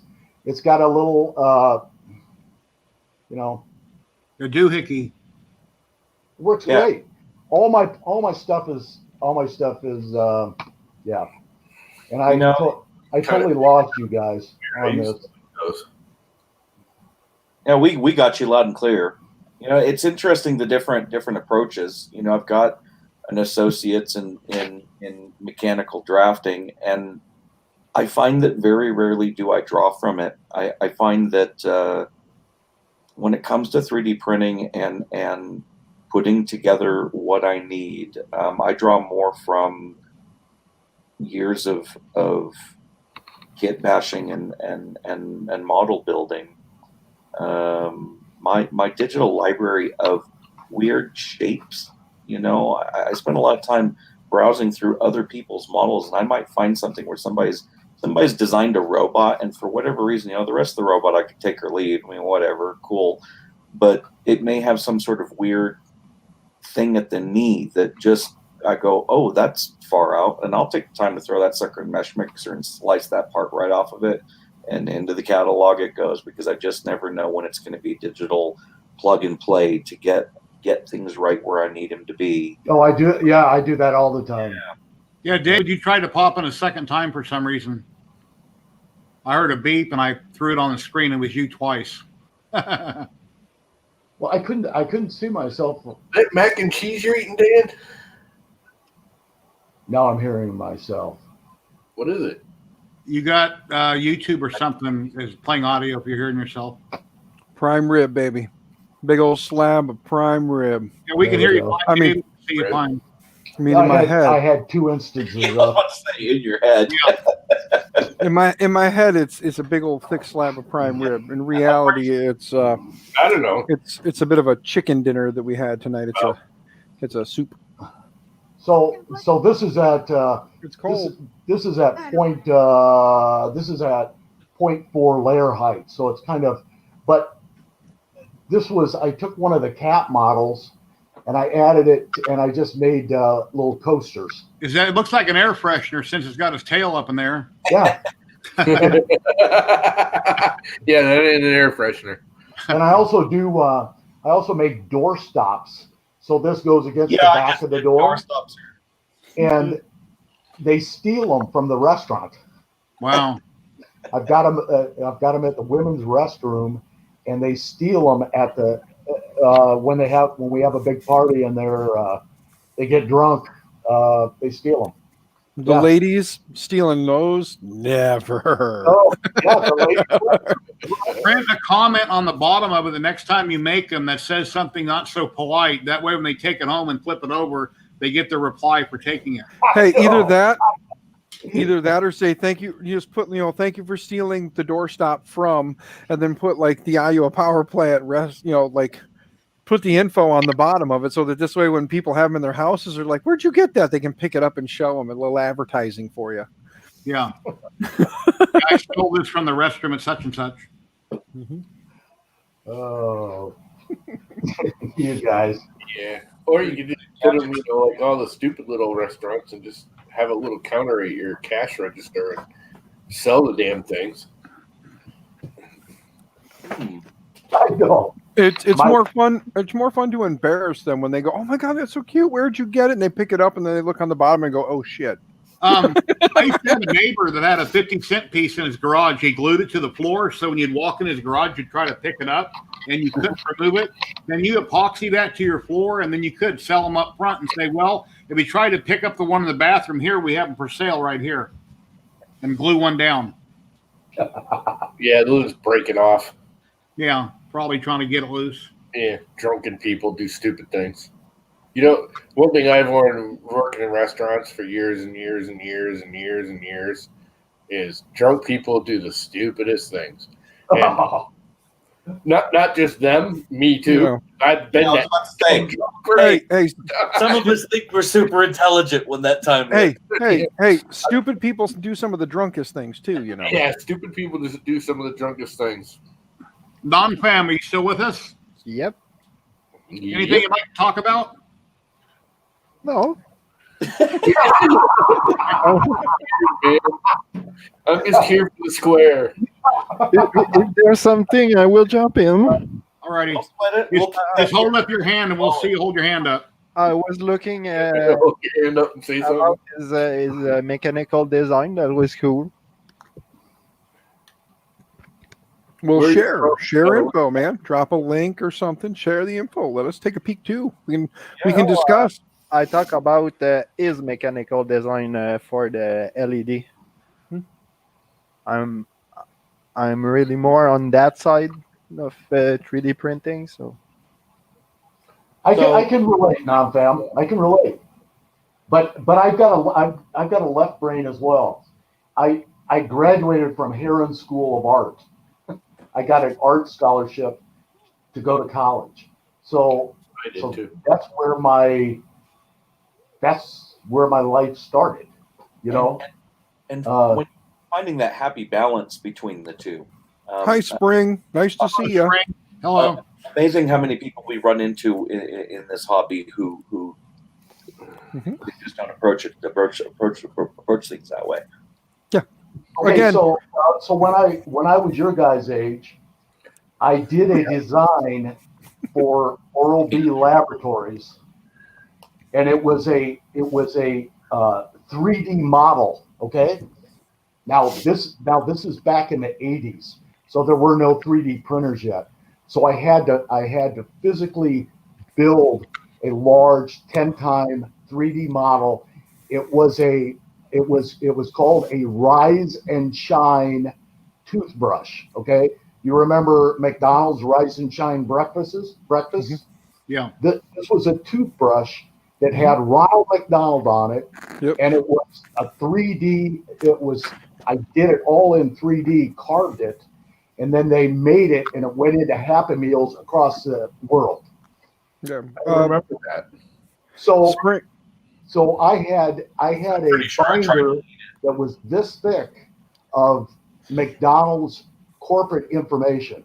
So as I'm designing this part, Ronald McDonald had to be waking up out of a bed. He had to have these colors. He had to be this size, the whole bit, and then I designed the whole part. I still have the toothbrush somewhere, but Nope. it was that was my start to 3D modeling. Spring, we're talking about 3D printing and a little bit of everything at the moment. David, Yeah. the man in the bottom with the smooth head, he's talking about his restaurant, a lot of things he's designed. Over on Thingiverse, he has quite a few pet spangs, different air ducts for 3D printers that he's designed. And Non-Fam also does design work. He's the person you can't see, but he's there. His name is Non-Fam. He pops on a lot of chats and on the Creality groups quite a bit when they're streaming. If you have any questions, please ask Spring, and we'll answer them if we can. Oh yeah. If you jump in and join us, you are welcome to. I can put a link in the comments below. So, question for you guys. Yeah, I know we've got at least one of us in here who's got a first gen CR10. Out of the box, how much better are the new Creality machines? I have two original CR10s, and I haven't tried a brand new Creality other than the Ender 3 V2 that seems to print fine. It looks nicer, but the CR10 obviously is bigger. Yeah. I don't know. I don't think mechanically there's any real difference. No, it doesn't strike me that there is. You know, it seems like, Stuff on it. Firmware wise, they seem to have made some changes. The board is definitely better. The newer boards are getting better. Yeah. But the old original LD board is a piece of crap. I put 10S board in this one. Your average profiles print speed. How many millimeters a second? 60. Yeah. Yeah. Yeah, so it just hasn't changed that much, and I wonder how much of that is a limitation of just them being belt drive. Yeah. Well, I've got my big Hypercube. It's 400 by 400 by 500 that I could probably crank it up really fast. But what's the point? I'm going to lose quality. I get to watch it go fast, and I could do a video. But I'm retired. I have time. I'm not in a hurry. I'll tell you. You know, I'm at this point. I'm running 2 of these Fusion 3 F410s. They have a Kevlar string drive system. I've had one take a shit on me, and I'm not going to lie. You need to be mechanically inclined because it's a cast iron bitch to fix it. But that being said, on average, my ABS prints, I'm printing at 0.3 layer heights, and I'm typically printing at 80 to 120 millimeters a second. So when so many people in the forums are going, holy shit, how the hell are you cranking stuff out so fast, especially like the 3PO or like the Lord of the Rings Argonath pieces where I'm doing them in, 2 weeks as opposed to, 10 or 12 weeks. That is the secret. And I haven't seen anybody else really tackling the drive systems on these things. Everybody's just hung up on rubber belts. In the last year, here's the greatest screen in 3D printing that's ever came out. Yeah. The flex plates. Flex plates. Steel. Yeah. God, I'm so glad to get rid of glass. Glass just was so heavy and caused so many issues, Mhm. especially on bed slingers like these two. On drop beds, it's not such a big deal. And I gotta say, like for me, I'm to the point now. If I see a bed that does anything other than move up and down on the Z-axis, I'm not interested in the printer, because what I find is that regardless of your print surface, your print is constantly moving, Yes. and it just exacerbates the chance that you're going to shake it loose and have a failed print. And I just don't have time for it. That Z-axis needs to be static. It needs to move up and down, and that's it. That is it. And walking away from that for the most part has been, my God, but my success rate has gone through the roof. Yeah. Can I blow your guys' mind? All of you guys, because none of you guys have seen this, and I haven't even told anybody about it because I've been meeting with a patent attorney and getting this whole thing together. There's only 12 people watching plus us. I'll full screen you. Okay. So this is my TiVo Tornado. Okay. Now you were just talking about glass. What's the flattest surface that you can buy that isn't machined? Glass. Well, mirror. No, just glass. Because a mirror is nothing more than a piece of glass that's silvered. There's no difference in any of the way that the annealing is done. They're supposed to be flatter, I guess. They are not. They are not. Glass is glass. Not a joke. No. Okay, so I'm gonna blow your guys' mind because this is the first time that you've seen this. Now I don't know what to do here because I don't want to step on Tim Hoagland's ABLs, okay? Because I appreciate his ABLs, okay? I don't use them ABLs. So here is what I'm working to get a patent on, okay? This is just whatever you want it to be. Before you go any, let me interrupt you. Are you sure you want to tell anybody anything? If you're working on a patent, just because you want to tell somebody, He's maybe got the patent filed, he's all right. Okay. If he's working on a patent and he's filed the patent, no one can steal it. Okay. Okay. You see this? This is a piece of magnetic film. This magnetic film is we have bonded it to a piece of glass. So this is as flat a surface as you can possibly get because this magnet is very uniform. Okay? So when I put this on here, I now have the benefits of glass because of the flat surface, and I have the benefits of the magnetic board. I can make this out of this is out of Lexan, which you can't even pull the prints off. It's so, and that's a piece of stainless steel. I'll walk over here. Let me show you what my Didn't see the Lexan because I printed on Lexan, and the problem I found with it is it curled like crazy under heat. No. This is a piece of Lexan on my ender. Okay. Yeah, but it's really thin on it. All right. So I was Lexan, and it would curl at anything over like 50 degrees. No. Not Lexan. Polycarbonate won't flex at all. This is PEI. Okay. This is PEI, very thin PEI on a piece of spring steel. This is on my CR10. I got a brand new sheet of PEI here. Okay. Then if you see this little device here, I don't know if I can get close up on it. Here's a comment for you, David. Yeah. From Lightspeed. Watt, I have a magnet bonded to my glass. It's called Wham Bam. But the magnet isn't what air pockets, bubbles, thickness might be slightly different. I'm not sure. Right. We're using the Wham Bam system uses a tempered piece of glass, and when a tempered piece of glass can have a lot of flaws in it because it's reheated, so it doesn't carry that flat surface as a piece of annealed glass does.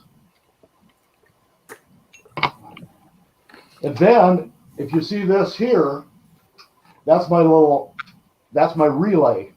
My relay hooks up to a standard inductive probe. The standard inductive probe now probes the metal bed. It does not probe the surface. Okay, so it's probing through the piece of Lexan or through the PEI, and it's probing the metal surface. So if you've looked at any of I posted a few of them. If you looked at any of my standard deviation is below 0.002. And if you look at my bed leveling meshes, my bed leveling meshes are less than 0.01. So if you look at some of my bed meshes, I use a 0.2 and a negative 0.2, and I can't bring one up here, but you'll see them on some of the posts that I'm doing. This surface is so flat that I let my wife, I just set it up and I said, here, I want you to print this. And she just walked up to it, and I'm getting a 0.002 standard deviation. I'm even getting a 0.001 a lot of the time.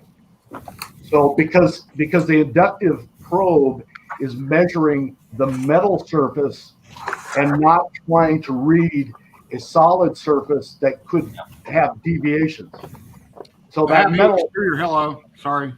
No, that's okay. Now I was gonna ask you. I was gonna send you one for Ender and see how you liked it.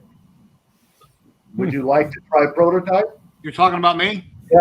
That would be awesome. Yeah, I would love to. Yeah.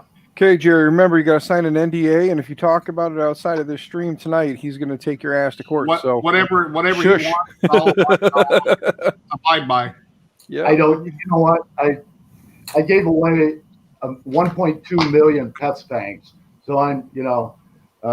I don't know. We've filed preliminary papers for it, but there's nothing to stop any of you guys from just going out and buying a piece of glass and, like you say, putting a Wham Bam on it. Mm-hmm. And I don't know why people haven't done something like that, because the glass surface is the flattest surface that you can possibly get without having something machined. Problem is, this glass is wicked heavy. The glass is, I'm using single strength glass, 3/32. So it probably, with that sheet and the glass, probably less than the stock. What's the weight of the glass? Chris Travis wants to know what's the weight of the glass for the magnet. Do you know offhand? It's going to vary. I'm assuming it's going to vary from by size. Yeah, it'll vary from volume to volume. Yeah, I don't have any. I don't have the weights. Realistically, at the end of the day, the proof is in the pudding. If you're still printing at the same speeds as you were capable of printing before, and it's not inducing any ringing, you're in the ballpark and you're good to go. That's a simple measurement without getting Urkel about it. And it's interesting to me. It strikes me that mesh bed leveling has obviously changed the game considerably. Hands down, any form of auto bed leveling that you can implement or improve on just increases the reliability of your base level and increases that ability to click, print, and walk away, excuse me, without just standing there for the next 20 minutes or 30 minutes or 40 minutes watching those initial layers, whether it be the print or your raft going down. That amount of time saving is worth its weight in gold, especially. I have eight easy ABLs. I think 2 of them are pros, and I have an extra one over there on the shelf of his older version from TH3D. There again, it's a different approach. So the way Fusion 3 went with theirs, they're actually sending a signal. I mean, they're doing an all metal throat and hot end on theirs, but what they have on their glass panes is they're using that metal foil tape, and so it's actually wrapped and overlapped on 4 corners of the bed. ABL with all passion. Prusa, like that. Hey, Llama, did you notice? Look. Prusa has, with their Pinda probe, Prusa has metal probing areas. Don't need it. Yeah, and that's what they're doing. That's why his last thing is really intriguing to me, because I don't use ABL.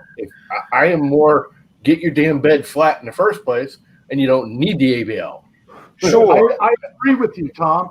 This is until a week ago, I didn't use ABL at all. I don't use it. Until I started doing this project.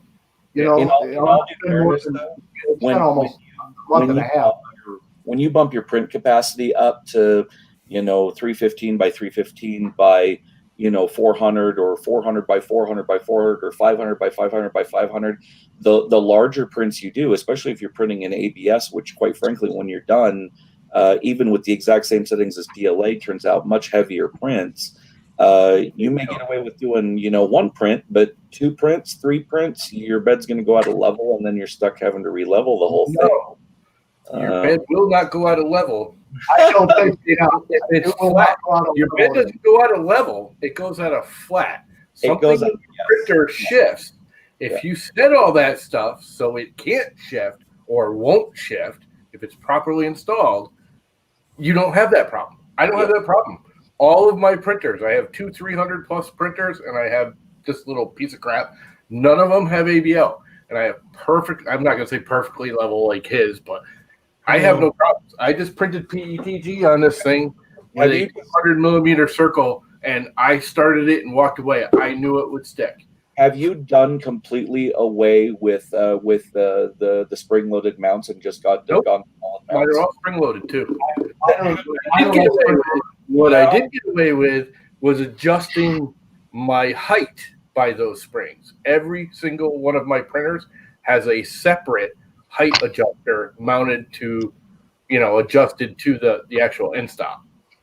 I don't adjust my height for my beds by those 4 screws. I have a single screw that adjusts the height. I level my bed, tram my bed, flatten my bed, and I never touch it again. You're full screen, David. But how do you keep those screws from turning over time? The screws won't turn if you don't turn them. I will say mine all have lock nuts on them too. Oh yeah, okay. See, there we go. There's little wheels, and they have lock nuts. Yeah. But they're all the stock cheapo springs. I don't even he's got the nice yellow springs. I can see that. Are those even springs or are those silicone? Those are springs. That's a TiVo Tornado. Yeah, I know, but the springs on the bed, are those actually springs or are those solid mounts? No, those are springs. Are they? And I always run my springs with almost 70% tension on them. Yeah. So that I know I leave myself just enough room that I've got maybe 1 millimeter of movement. Yeah. But I keep those springs as tight. I keep them very tight. What I have found is 99% of the time when you think your bed is out of level, it's not your bed. It's your frame. This it's bar, your bed, it's your head. This bar will twist. Yeah. the bed won't generally move unless, I mean, if I go digging at it or doing something, like when I had glass and I was digging at it all the time, yes, my bed went out of level. Where I'm using a flex plate now, you pop it off, you're never going to move that bed.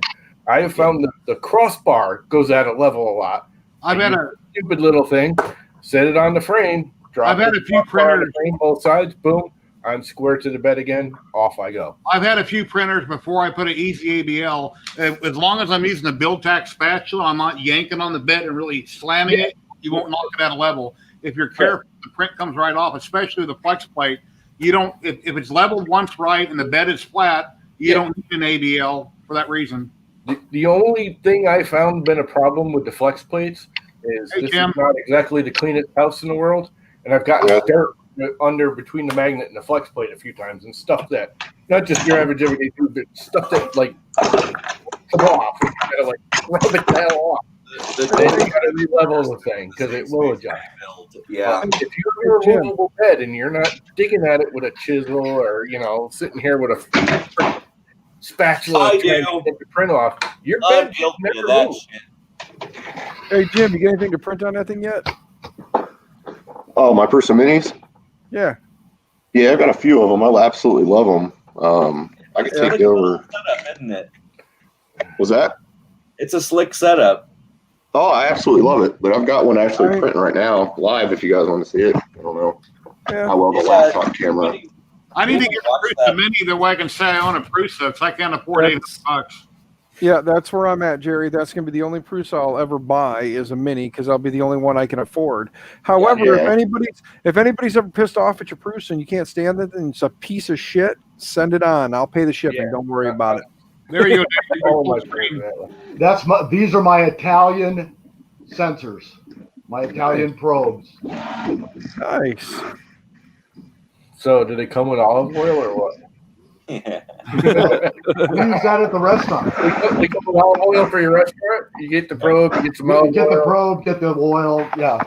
We need to let Joe Cruiser know that he's the up-to-date print stick, so every fucking printer you buy. Yeah, I got to do another video because I actually did a video on using this thing and stuff years and years and years ago. Yeah, it's funny that you show that. I built one of those too for my CR10 specifically for that reason.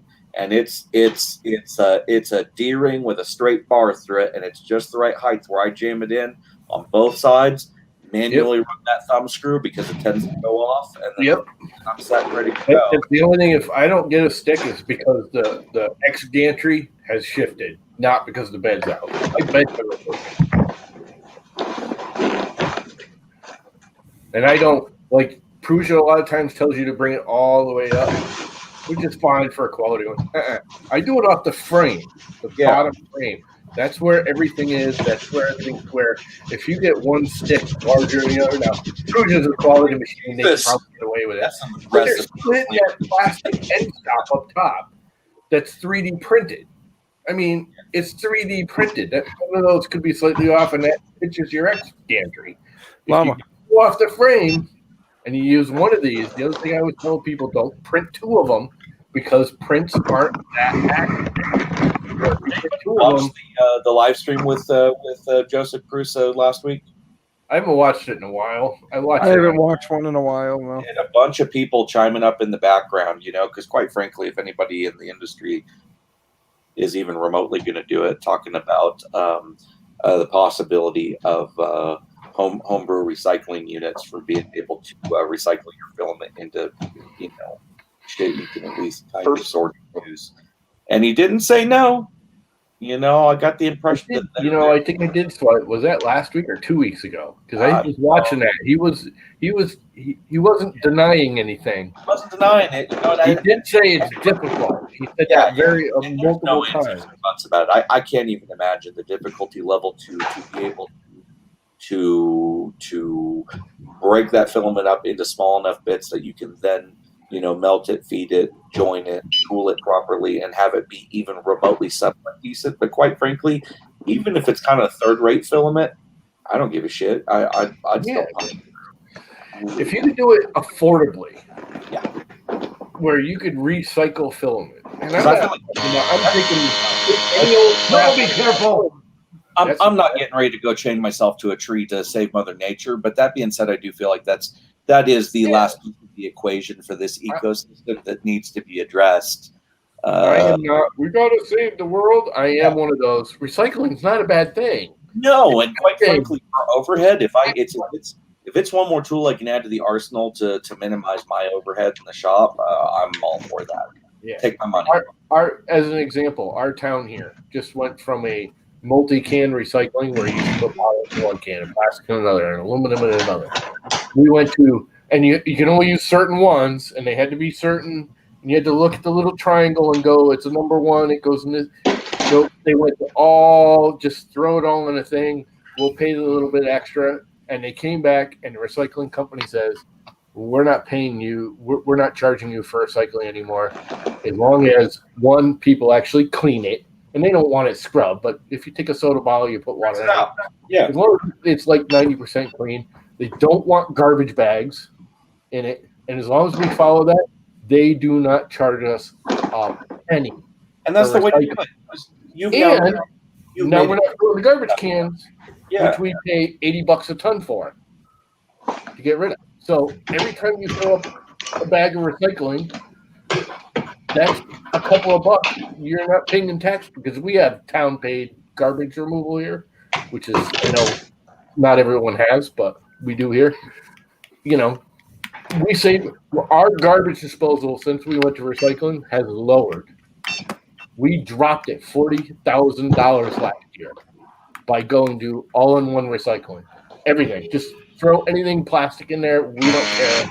Plastic cans, papers, everything. Throw it all in one bag. Put it down at the end of the street. Done with it. Saved us $40,000 last year, and they took it off our taxes. Is that Bruce making that horrible noise? Yeah, this is $5. I've got this is a self-built Prusa. Okay. Recycling's a good thing. I like the idea of recycling to a point. I recycled. You're not waiting. Here in Las Vegas, we got a great big giant bin. The truck comes along with a claw and picks them up. I've got 2 regular ones and then a recycler, and I put some stuff in the recycling. I don't recycle everything. If I have something in the kitchen that's convenient, that's clean, I'll throw it in that tub. Yeah. We need to outlaw the state's still doing here, the 5 cents on a soda cans, which is just a waste. The town doesn't even want us to because it's costing the town more money to have the stupid pickup machines and everything and have the little, soda machine and macerator thingies because you don't just take the can in, you stick it in the machine and it like mulches it. Well, I know do all that. It's cheaper for us just to freaking put it in recycling. But I hope, given another few years with the way his brain seems to work, I hope either him or somebody else comes up with a home solution that's reliable enough to, get something passing. Yeah, I mean, even if it was a mail-in type of thing, the biggest problem with mail-in is the cost of shipping. That's gotten ridiculous. It's just like I was talking to Dave Randolph from, Printed Solid. I'm like, isn't there a way we could like ship them back to you? He's like, yeah, but I can buy them for like 5 cents a roll, and it's going to cost you $5 to ship it to you. It's stupid. About 8 months ago, I did a video where I took like 300 and something spools that I had since I started printing. I saved everyone. I kept all my favorite failed prints in a big box, and I showed them on the video. I got rid of all that, but I should have kept it in case there's ever a point where I could get some kind of extruder set up where I can recycle it and reprint it, but I never saved it. And then my ABS and PETG and PLA were all mixed. Yeah, that's the other thing I'd love to see like people start using their Amazon boxes and stamping out freaking filament rolls out of them. And I wouldn't care if I got a roll from Printed Solid and it said Amazon all over the roll. I'd be like, cool, you see, But again, it costs them more money to freaking do that than it is just buy a lump sum from the spool maker, because people don't realize those spools aren't made for filament. They're made for like phone line and wire feed welders. Printed Solid for wire feed welders.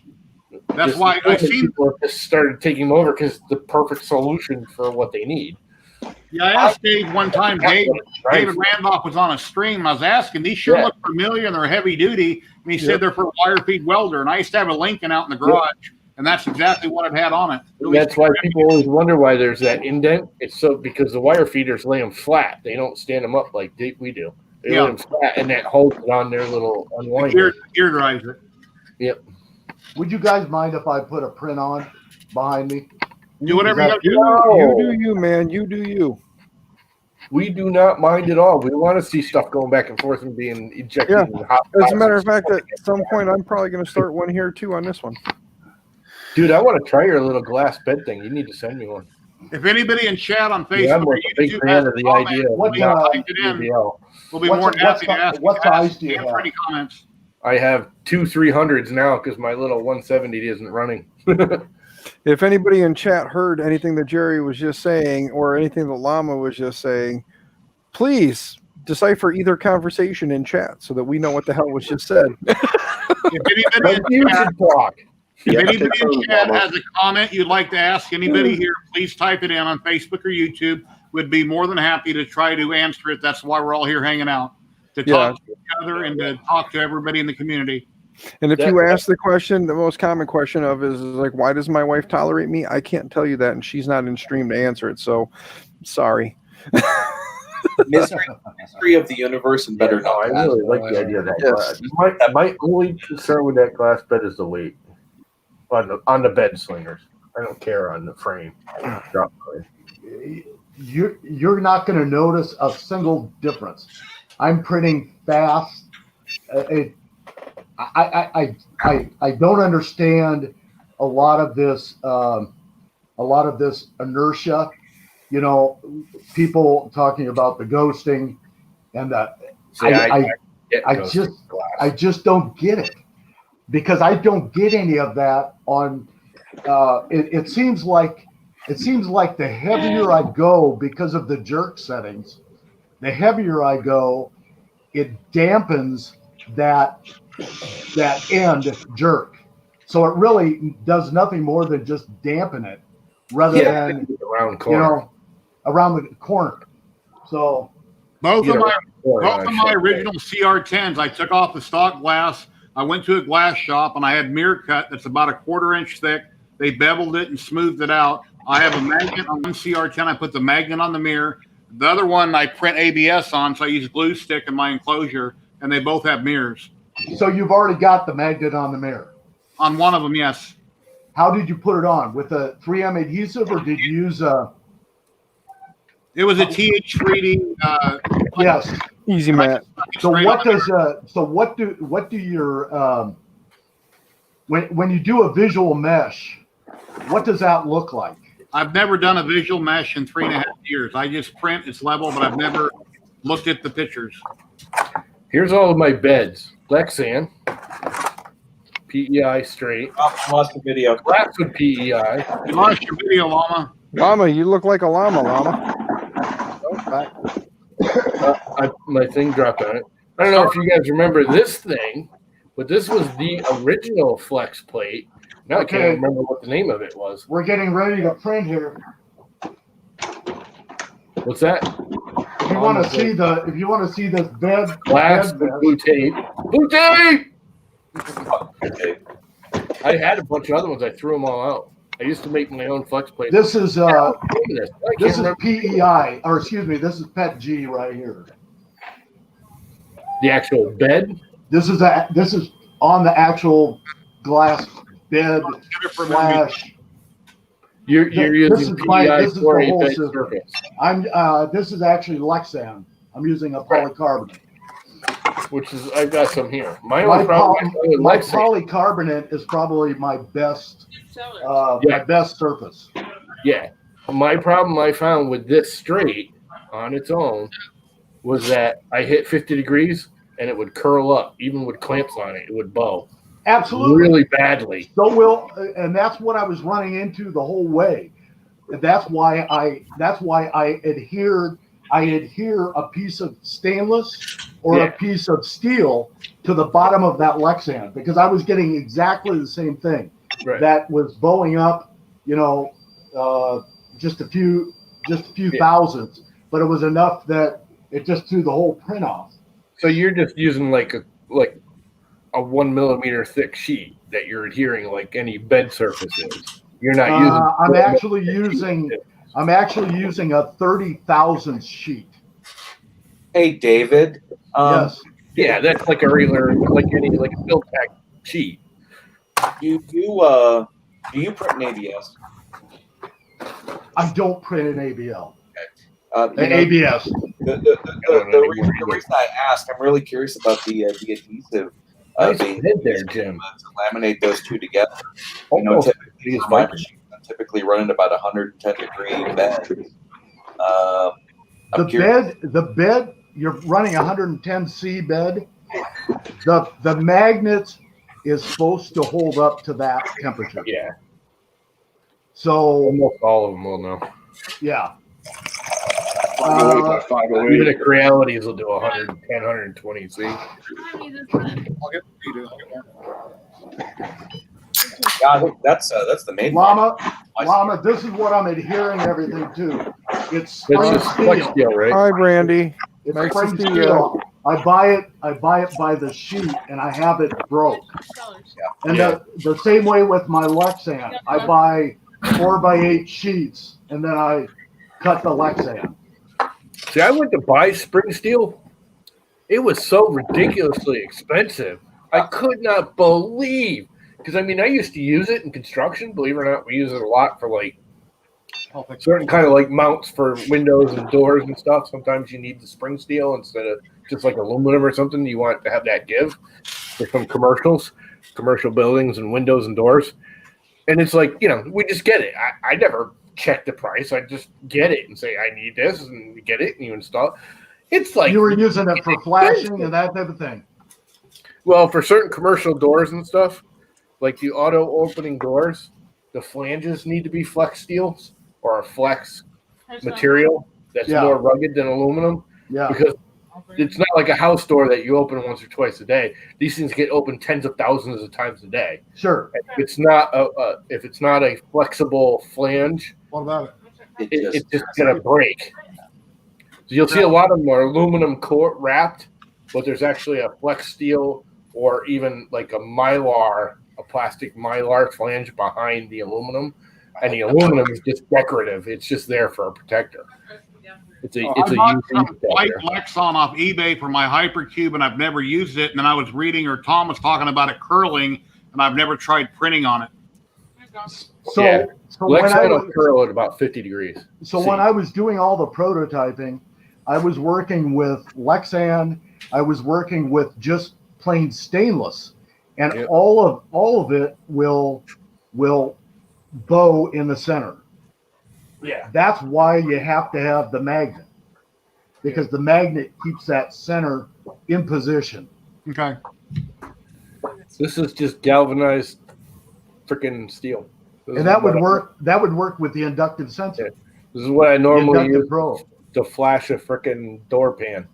So the nice thing about the inductive probe, when I use to flash a door pan, I don't use aluminum. I use galvanized steel. So the nice thing about the inductive probe is I can put on a 2,000 thick piece of PEI on my flexible steel, or I can put a 1 millimeter PEI on it, or I can put a 3/32 Lexan on it, and the probe doesn't see any of it. So the probe will probe down, and all you have to do is set your Z to whatever thickness of material is on top of your steel. Yeah. Probes. Yeah. So what do you guys think about all this? I mean, it's just freaking.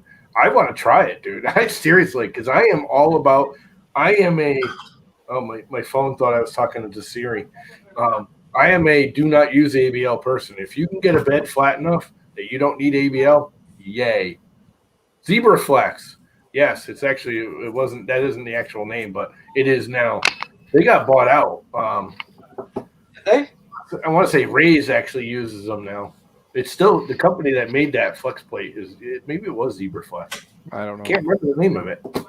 You'd have to look it up. Bought it years and years ago. But anyway. Hey, Jerry, Yeah. can I send you a JPEG over Sure. Facebook and you can show it?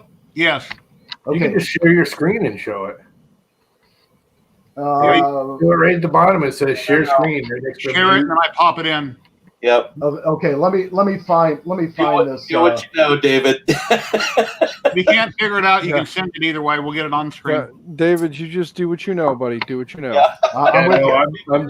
You've already I'm on had here. this conversation. Yeah. Matt and I here. Matt and I, we're on the same page, man. Do what you know. Just do what you know. Do what you do. It'll get from point A to point B, one way or another. It might take the long way there, but yeah. Yeah, no, I'm totally into that. I did that. I had one of the women at the school came in and was talking to me about her phone and how some stuff wasn't working. And I said, she got a fucking iPhone. I said, Apple is garbage. You got an iPhone. You're one of the sheeple. She's like, what are you talking about? What's better than Apple? I said, Android. And No. she goes,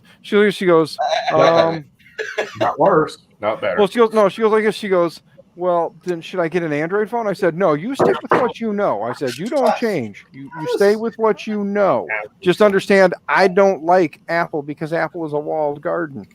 Oh, it is. It totally is. But Apple is for people like me who are completely willing to recognize that they're lazy and they have much better things to do with their time than tinker, and they just want to fucking work when you turn it off. There are a few Apple people though that are like you, but there's a lot of Apple people who are on the other side where with what I just said piss them off, and they're all like, "Fuck that guy! I can't stand him." There's another one of them right here.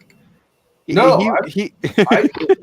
I use Apple because Apple just plain works. Well, it just works. My Can you Android guys see- phone, can you I guys have see no that? problems with. When it comes to the phone, there is no difference between an Apple iPhone and a freaking Droid phone. They both are the same. And my number one thing will be never, ever, whichever one you buy the latest, greatest. Always buy last year's model because it actually works. Are you sure about that? Right about the time they finish fixing the problems with the last one they came out with, they come out with a new one that's all broken. The only thing I'm sure about is that the cult of Apple is really fucking expensive. It's been Apple years. is expensive, but Oh my again, God. if you buy last year's model, this was a $1,000 phone. It is now like $200. Yeah, but it's all about keeping up with the Joneses. Stop being ghetto. I don't care about keeping up with the Joneses. Mine has to work. The only thing good about getting a new phone is they tag like 10 or 15 bucks a month on your bill, and it's all, you pay for it over 2 years, but still. I just assume pay for it up front. If I can't afford it right then and there, I don't buy the damn thing. Now, there's a way of thinking that has lost its way in this country. Yep. Yep, you can finance Don't- anything. Don't pay 3 times as much because you can't pay for it now. Llama. The American way. The American way. If you can't afford it, on Facebook, finance your ass into debt. I did that. I got in trouble. I'm still paying that bill. So am I. Got over that. I got lucky this last time. I hit some sort of weird, bizarre promotion. Like, we've got brand new phones, and I'm not paying a dime for them. Yeah, I did too with that one. Yeah, I don't. The Yeah, iPhone 10 came out. I bought an iPhone 8. It was like $200, not $1,000. I tell you, this pay $1,000 per phone. This Pro Max was a bee's knees for me to finally 3D scan my head for sizing things digitally. Oh my god, fantastic! I've been looking high and low for any of these outfits that do 3D body scanning, and the only outfit I could find was up in Reno, and it was a gym. They do 3D photogrammetry on you, and it was part of their workout plan. And so that way, they did at the beginning, the You middle. should have it, Jerry.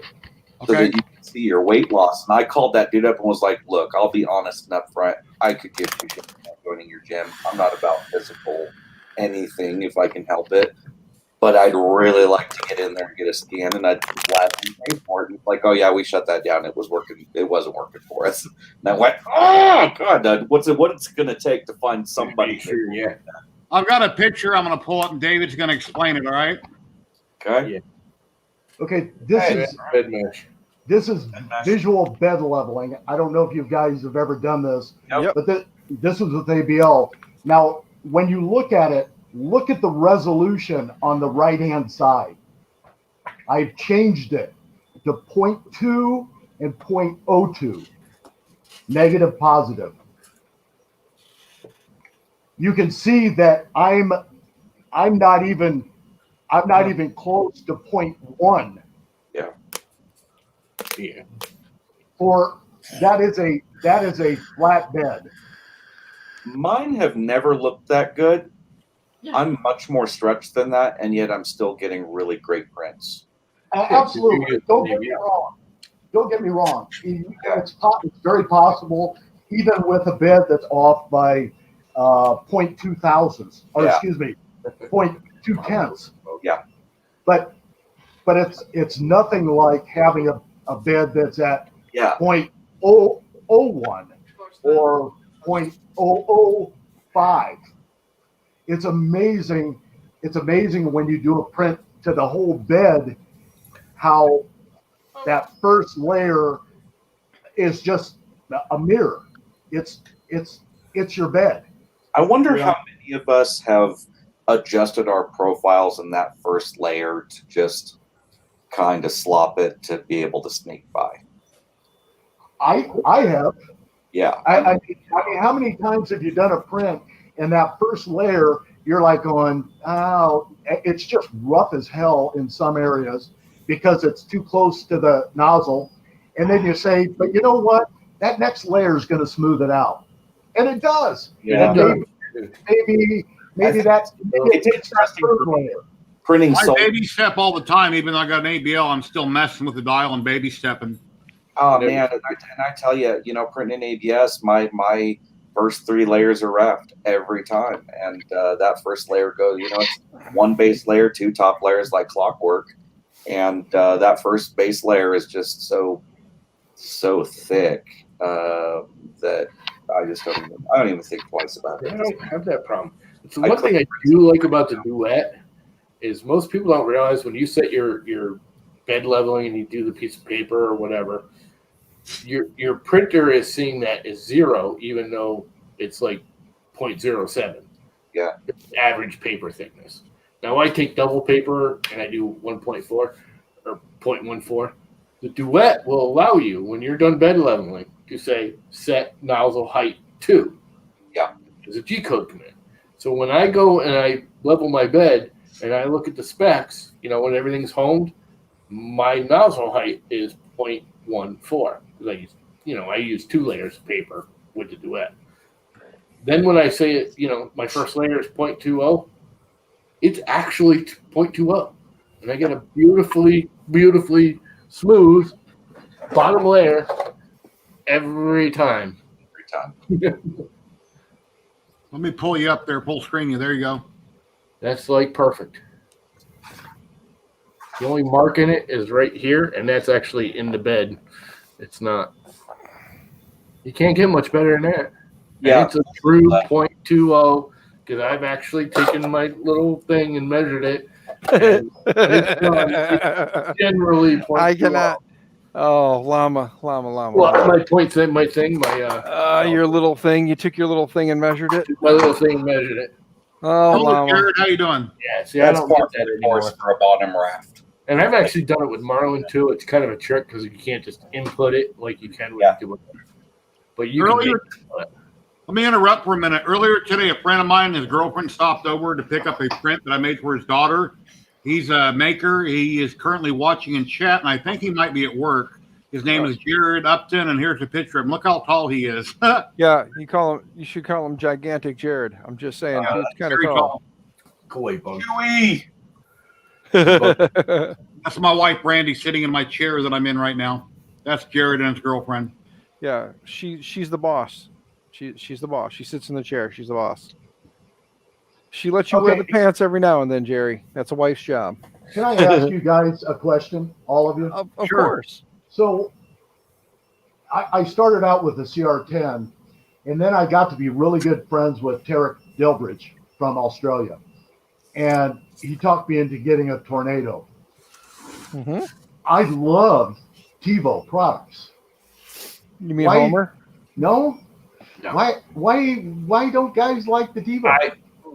TiVo isn't necessarily a bad TiVo Tarantula. We got really popular. Only it was kind of like the original Crealities. They got a big following because they were a higher end, larger bedded printer that was cheap. Yes. TiVo Tarantula cheap, quality, but it was a piece of junk. And the only reason it got good is because a lot of people supported it. The problem is TiVo did not support it. Then also, and still to date, TiVo does not, to date, still follow Marlin's open source coding. All of their firmware is locked. But you can flash. Yeah, but they run TH3D fine. Yeah. Mm-hmm. Oh, right. You can flash it and you can do stuff with it, but their firmware is not open. And they do not have the best customer service. It's questionable business practices that cause the stigma with TiVo. If TiVo would be, Creality knows where Creality sits. Creality sells a product. Creality sells a product at a price point for a reason, and they don't try to inflate things. They'll give you more here, but they're going to take more there, kind of a thing. But like with TiVo was trying to say, hey, we have this great printer. It's awesome. Go ahead, check it out. And then whenever you had a problem, you couldn't get help. Yeah, the community was, it's community or nothing with a lot of these printer companies. It just happened to be that TiVo came to the game late. I have a TiVo Tarantula Pro that was given to me last year. I done a build video on. The TiVo Tarantula Pro is my go-to printer. When I want to print one thing, I go to my TiVo, I pop it an SD card. It has an EPABL on it, and it works fine. It's perfect. They went to the Homer. They're having all kinds of financial problems right now, and they're kind of going down the toilet. But the Tarantula Pro is a great printer. Yeah. I've got a Tornado, and I've got a Flash, and then I've got 2 Ender 3s and the CR10. And TiVo's extruders for a stock extruder is every bit as good as E3D. Yeah. As a matter of fact, the new Tornado extruders have the same gear ratio as the E3D Titan, and they're interchangeable. Yeah, no, it's a Titan clone, and that's the other thing. They clone stuff and don't give any credit. They just steal it. Now, and I have heard their extruder is actually better than the original E3D one. It's stronger. It doesn't break as much, but it's still a clone. And I got you. Open anything. I got you. I get it. You know, and I don't have a problem with that if you give credit where credit's due, or you do the right thing, and you can clone it. E3D is open source. You clone it all you want. They don't want you to, but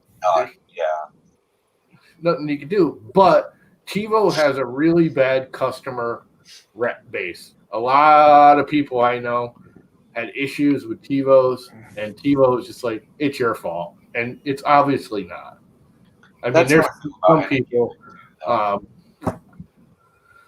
Trying to think of his name. Oh God, I can't think of his name. He used to actually be a mod on the 3D printing forums. Quinmin Tan is a CEO of TiVo. Yeah, and TiVo just treated him like crap. I mean, they just and he did videos and he showed them, and they're like, "Yeah, it's your fault." It's like, no. They just, I don't know. They got a bad rep, kind of like ANET. By the way, good layer porn right here, fellas. By the way, my little device here, you see the 2 plugs that are in here? These plugs, this unit is 12 volt. I also have one that's 5 volt that will run off of a USB. But these 12 volt, I've got them set up that you can just plug in your lights. And then it's on a switch. So my switch is powering my probe. It's also powering any of the lights, any of the lights that I put in, and they're just standard DuPont connectors. So it makes it real easy to put the lights on. This whole system, you don't have to get into your box. Yeah, it just plugs into your end stop. It becomes your end stop. So it's normally open. Just like your end stop switch is normally open, and the relay has both the ability to do normally open and normally closed. Well, that was So if you have if you want to grab your own probe, all you have to do is switch that over. Sorry, the little kid in me. Every time I hear something that has like a little hidden innuendo, I get a little chuckle. I'm sorry, it happens. Rise from Design. Hello. 12-year-old Dan strikes again. Come on, you say when he says I grabbed my probe. Come on, I wasn't the only one thinking it. I know I was. I saw Matt's face. I saw him snicker a little bit too. Dan, stop grabbing your probe. Well, when you get older, you'll be grabbing your stomach and not your probe. You won't be able to Oh, find I it. already got that problem. It's like I got to move my stomach out the way and just kind of push it and hope that I'm spraying in the right direction because I can't really tell. I listen for water, and if I hear water, I'm good. If I hear something doesn't sound like water, I know my wife's going to be pissed. So I got to make sure I grab a towel afterwards, kind of get the area. If anybody on YouTube or Facebook has a question, feel free to ask. Say hi, ask a question. Especially if that, after that last bout of commentary, I'm sure the questions will pour in. What can I say? I've always been his little dinky. I've always been one to kind of skate that fine line between should talk about and shouldn't talk about. Kind of it's more on the how's the troubleshooting on the end stops on that build going? Who? Jim? We haven't heard. I see his guy's mic muted. I haven't heard. Yeah, I'm no, I've got that done. I might have a knock to Non-fam, are you still with us? Crap the bed on me. Yeah, he's there. Right. Non-fam, but he's there. Sorry, I did it. Dude, I really want to try that bed. It's pretty cool. Non-fam's on his ham radio now. Is that Risedam? Hi, Risedam. Or Rizdam. Maybe Rizdam Design. Hello. Rise from Design. Hello, how are you doing? I have a Elegumar resin printer, and I would like to review a Panoply Phenon at some point. I've contacted them, but I'm not sure if they're going to get back with me or not. And I only have one resin printer, and I love it. I'm just not into the mess of resin. I haven't taken the plunge. I will go to resin when I get out of the house and have the extra space with less of the furry bits floating around, shall we say, and the potential clumsy chitlins. Come on. Yeah. Kitty encrusted resin print sounds I know. I'll have the true furry print. I think you can charge extra on that. Encrusted resin. Yeah, exactly. Jared just got an LG Saturn in the mail, and it's like 3.5 times bigger than my Mars, the build surface. Once they come out with them, hopefully around Christmas on Amazon, I'll buy one, and I would love to have one. I've printed a couple hundred models in resin so far. Good luck getting one even then. I got a sneaky suspicion that sucker's just going to fly off the shelves. Yeah. Price to build volume on that one is kind of what its selling point is, because it's not a ridiculously priced resin printer for its build volume. When LG Mars was on Amazon, I sat there with my computer on Amazon 24 hours a day for 3 days. Every half hour, I got on and refreshed the page. And after 2 days of waiting, they were in stock. Bam, I nailed one. And then they were out of stock that quick. You know, Spring.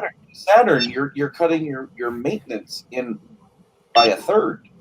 Spring, which printer are you checking on? Do you have more than one?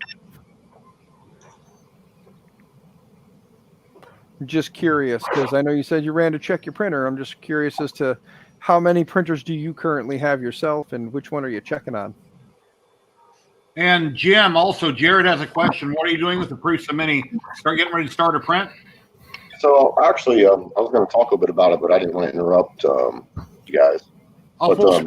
Go ahead. The floor is yours, sir. Yeah, Jim, so, it's all you.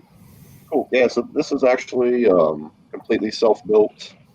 All I did was order some parts from Prusa, ordered a couple parts that were clone pieces. I went to AliExpress and hit the Blue Rolls store and ordered the frame. It's not very much. I haven't figured out a total cost, but I went to Printed Solid and ordered some LDO stepper motors. They're like $19 a pop, right? So Pop those guys on. I've got a mosquito clone on this guy. So the hot end was like $40 on AliExpress or whatever. The Minda probe's like 13 or 14 bucks. The rods are like 18 bucks. The Prusa clone screens, I actually have one in a box laying around here. I've got one of the clones. This is an actual LDO one. My first screen from Prusa that I actually bought from those guys actually crapped out on me. The button, the switch, and the potentiometer died. So they sent me another one, and I ended up repairing the potentiometer, replaced the potentiometer in the button, right, the clicker. So I replaced that and started using the old screen that was broken previously. So I don't have very much money in it, to be honest with you guys. Maybe $50 for the motherboard, maybe like 20 some bucks for the screen, maybe $70 in motors. Wow. The beds are about $40, I think, but altogether, I only got a couple $100 in this, and I don't have to wait 9 months to get it from Prusa. So this is my third Mini that I've built so far. First Mini, I pretty much just bought all Prusa parts. Then second Mini, I parted out, and this is the third Mini where this is pretty much all clone minus the heat bed, which I didn't really want to screw with buying cloned heat beds and fire hazards. Did you build it off the top of your head, or did you get on Thingiverse where somebody had the plans and kind of based it off that? No, I just hopped on and looked on Prusa's website. At the pictures. Yeah, just looked at some pictures and, downloaded the STLs, printed them out. Made sure I had all the right screws and the right pulleys. 16T GT2 belts. But yeah, it's not very expensive. Everybody's like, Prusa so expensive, blah blah blah. I mean, you can build this. It'll work just as good as a regular, Prusa. It is pretty Spring much is Prusa. asking if you have it working now. Is it printing real well, or you're still working on it? Well, this one I actually just finished building and just powered on, and I'm just going through checking, running the temperature, running the bed up to 100. Ouch. And then running the mosquito up to 285 so I can lock in the nozzle into it nicely. And I'm just making sure it doesn't catch on fire right now at the moment. That's a good thing to check on. That's always a good start. It's a good thing to check. RiseDam, the resin printer, the build plate has a screw on the top. You loosen up the bolt, put a piece of paper on the screen, you bring it down, flush, level on the LCD, hold it there, then tighten up the nut, and then you're good to go, leveled, and you don't ever have to re-level it again. I've never had to re-level mine in over a year, if that helps. If you get violent with it trying to scrape a print, I'm sure you could probably do something to maybe have to re-level again. But I don't have resin, so I don't know for sure if that's true. But I can imagine lock off. I can imagine someone being a bit aggressive with trying to scrape the build volume might have a tendency to maybe push that in or out just a little bit. So every now and then, it probably doesn't hurt to slide the paper in there and give her a little push. It's like a locking ball joint. Once it's tight, if you have it tight, it won't move. If you don't torque it, I mean, I down things tight. So if somebody gets tightened, yes, they might tweak it and knock it out of place. Jim Sellers, out of those printers that you built, how many of them are working great? All your others are working printing fine? Yeah. Let me go over to my this guy right here. He's got a little bit of stream. That's just because I'm running the temp super hot. Not super hot, but a little bit hot for this filament. Do you have are you on Twitter or YouTube? Red Light's asking. No, not really. I've been doing this for many years, and I just kind of been an old school guy. I never really got on the internet, but just kind of hopped on with Dan one day, started chit chatting with him. Yeah, for some reason, I have that effect on people. People want to follow you. If you're ever on Twitter or YouTube or anything, let us know, and we'll be more than happy to share your information. Yeah, definitely. I'm actually on Twitter, Jim Sellers. I'm on LinkedIn, Jim Sellers. Live in Ohio. Not trying to give up too much information. Okay. All right. Well, look him up, guys. He's in Ohio. Yeah, Prusa is probably my favorite machine, but this is one of my project machines that one of my original MK3Ss that I built. It's just been heavily modified. It's all all the near rails now everywhere, minus the Z axis. Jared is asking, are all the STLs for their printers on the Prusa website for all the different parts? Yeah, they are. They're all out there, so you can just go out, print them out, get some LMU 8 bearings. Or if you guys order from Blue Rolls, they sell that set that comes with the frame and the rods all pre-cut to the correct size. You just I'm going to build me a Prusa clone. I'm going to build a Prusa clone. It will be orange. It will look just like it. I want to do the same thing. Yeah, that frame I was just showing you a minute ago, that's actually the Blue Rolls orange, but to me it looks more copper. I don't know how well you guys can see it. But the frame's more of a copper color. Your full screen. Yeah, so the frame's pretty much orange. I've got a Bondtech extruder on it. I just set my E-steps in G-code. Jim, are you running into good luck with those rods that you're ordering? Are they straight and true? Honestly, I haven't had any issues yet with them. I've got a set from Prusa, and I got a couple different sets of the mini rods laying around, but everything so far has been pretty legit. From Blue Rolls, it's been pretty good. Hello, Brandon. I didn't say hi earlier. My son's watching in chat. Possibly my grandkids. I don't know. Well, then in that case, hi, Brandon and the possible grandkids. I'm this guy right here that said that. The annoying one that everybody loves. Dan, the man up top. Nobody can see you, Dan. You're in camouflage, man. I know. That's the whole point, Llama. I wanted to fuck with your head all night. There he is. All the other stuff. I just wanted to mess with your head, Llama. I had to wear the camo so this way you couldn't see me because you're a llama and I'm wearing camo. Put up. There's Tom Llama. There's David Petzel. There's Non-Pam. Yeah, there's Non-Pam. There's Matt Matt Nichols. fat people lounging back with our hands on our guts. There's Jerry Knapp. And here's Jim Sellers' printer. Yep. And half a Jim Sellers. Oh man, we are definitely a band of misfits. Not asking, actually just pointing out the easy way to get the files. But yeah, everything's Not like asking, just pointing out the easy way. Okay. Yeah, you can go right over to Prusa and just snag them right off the website. All of this stuff's right on their thing. I mean, of course. Yeah. They allow personal cloning. Yeah, Jared has an MK3 and a Prusa Mini. Yeah, if you order from Prusa in the past too, you can just hop on there and order spare parts, motors and everything. Yeah, you can do motors, that kind of stuff. Like I said, I just use LDO and Dave Randolph's a good dude. He'll hook you up. He can get a lot of that stuff. What's the statue behind Matt? One right here. Let me figure out where he is. He's right there. See? Yeah. That would be a custom piece. It's a studio scale model of the skate pod from A New Hope. If you poke your nose around on Colts 3D for my Les Anglais Curie site, I actually have that Star Destroyer inverted base set up for a light box for this, and then the escape pod itself you can in front of the map, he said. This is a piece I think I picked up on My Mini Factory here a couple years ago, and finally got around to painting them up. My son Brandon that asked the question, he collects Spawn statues, Spawn everything. All kinds of Spawn characters.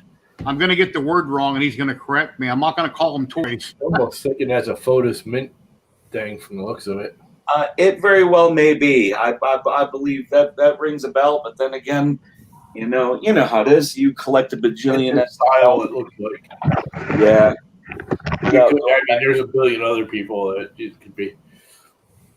And Photos does such wonderful work. Yeah, he has a full-scale C3PO, Brandon, that he's done. He has a lot of cool stuff.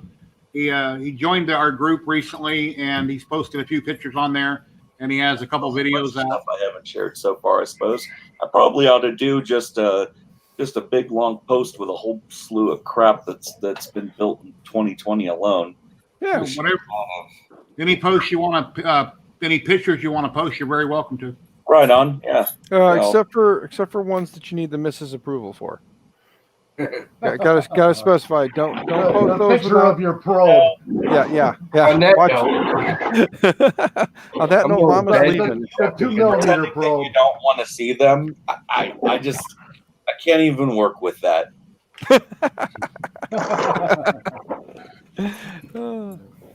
I'm out, guys. See you. I'm going to bed. Later, Yeah. Lama. Tom, thanks for coming by. Bye. Have a great night. Later, folks. It's been fun. It's been real. Dude, I really want to try your bed. Seriously. Llama, why don't you friend me and I'll What I'll are see you if I on can send where? you something. What are Lama, you on he'll where? talk to you. D Petzel. Jester, how you doing? Jester, Twitter. hey, you know what? Now that I think I Jester's actually here, have you on Twitter. I gotta Jester, yell at you, Jester. Here's the link for you if you'd like to pop in. Yeah, Jester, I have to yell at you. You should pop in so I can Yeah, yell at I'm you. It'll out. be more fun. See you Later, Llama. Llama. Take care. Yeah, I gotta slide over here. I gotta get myself in frame because Jester's gonna get an earful here because he's a jerk. You know, Jester, you come on, you ask us all some questions about some stuff, and you were like, "Hey, if one wanted to do something like this, how would one do that?" And I said, "You'd go to Google, sign up for Google's little apps for business thing, maybe register a domain while you're there, and get going. Like go ahead and get yourself started that way with like having an account that's set up, and then you'd have a domain, and you'd have an official email type of thing going on." Well, because of that conversation we had, db3dmedia.com exists now, and I have an email address. So damn you and giving you advice. I followed my own damn advice I gave you and did the same damn thing. Yes, thank you. So the advice I gave you, I followed that same night and turned around and registered the domain name and set it up. And now I have an email address because I'm a dumbass and took my own advice when I probably shouldn't have, but I did. So now you know that I wasn't kidding because I did it too.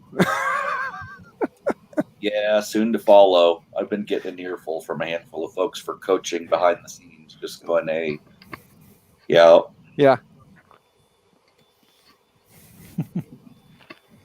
There's a big kiss for you. Mwah. Or muwaha. Need some Mr. Burns action going on in there. Mm-hmm. All righty, gentlemen. I'm out for the night. Thank you Well, very thank much. you. Thank you, Matt, for coming in and being my first guest. I really appreciate it. Yeah. Genuinely, thanks for having me. It's a real pleasure, and I appreciate the support. Maybe in the near future, I can have you on a weekly live stream, and we can get together for an hour and hang out. I'd like that very much. You know, like I said, for anybody who hasn't built models or doesn't know a whole lot of techniques for post-processing models, keep your eyes open on my channel. A lot of long-winded videos will be coming with that kind of information. So don't watch unless you're actually interested in learning. Matt joined 3D printing and painting about a week ago, I guess it was. So you can find him there also on Facebook. Yeah. Facebook. There's a pretty good chance that most of us you'll find over on the Facebook group. So if you see us here, you like us here, and you want to talk to us more, you can probably go over there and find us. We may not all be active, like constantly posting, but you'll see us liking things and whatnot. So yeah, and we don't bite. Mm-hmm. I mean, yeah. And then we just nibble. Yeah, just enough to get the point. I've been streaming for 4 hours and 3 minutes. That's insane. Last week it was 3 hours. Hey, Jerry, past the evening and bounce the ball around a little bit. Mm-hmm. I did tell you, Jerry, that this is why I would find myself streaming for. In some cases, there was the 6 to 8 hour streams where you're like, "Holy shit! I just killed like a work day. I gotta go be a participant in this family now. Bye, guys." And it's like I gotta go. That's why we were talking. Like I said, this is not territory I'm going to delve into too quickly out because I just don't have the time. It's enough to shoot the videos while I'm working in the shop, but Yeah. Yeah. The occasional one of these nowadays, every now and then isn't so bad. Like that's why I'll join another stream here and there. But I like myself, I've tried to cut back because the many streams for days in a row was like, ugh. And then my wife's like, when you're home, you're not home. I'm like, when I'm home, I'm not home. I don't get it. And then I was like, oh shit. And you go back and look at since like March to now, there's like 100 and I don't remember 100 and some odd video, like stream videos on my one channel, and I'm like, son of a bitch, has there been 100 and some days that I was able to do that? Hey, Dan, around 2 months ago, maybe 3 months ago, you were gonna maybe do a video on some speakers. How's that video coming? Oh, it's coming along just swimmingly. As you see his head go like this, and you hear the typewriter. No, I'm like I'm sitting there looking at half of like a completed speaker that blew some parts out. I really got to dial it in because I don't have it dialed in all that well for printing the cones and stuff. So I really got to work on it a little bit more, and I'll be okay. Profiles. David, where are you located? You're saying good morning because where I'm at is 9:20 at night. He's on the other side of the pond. Okay.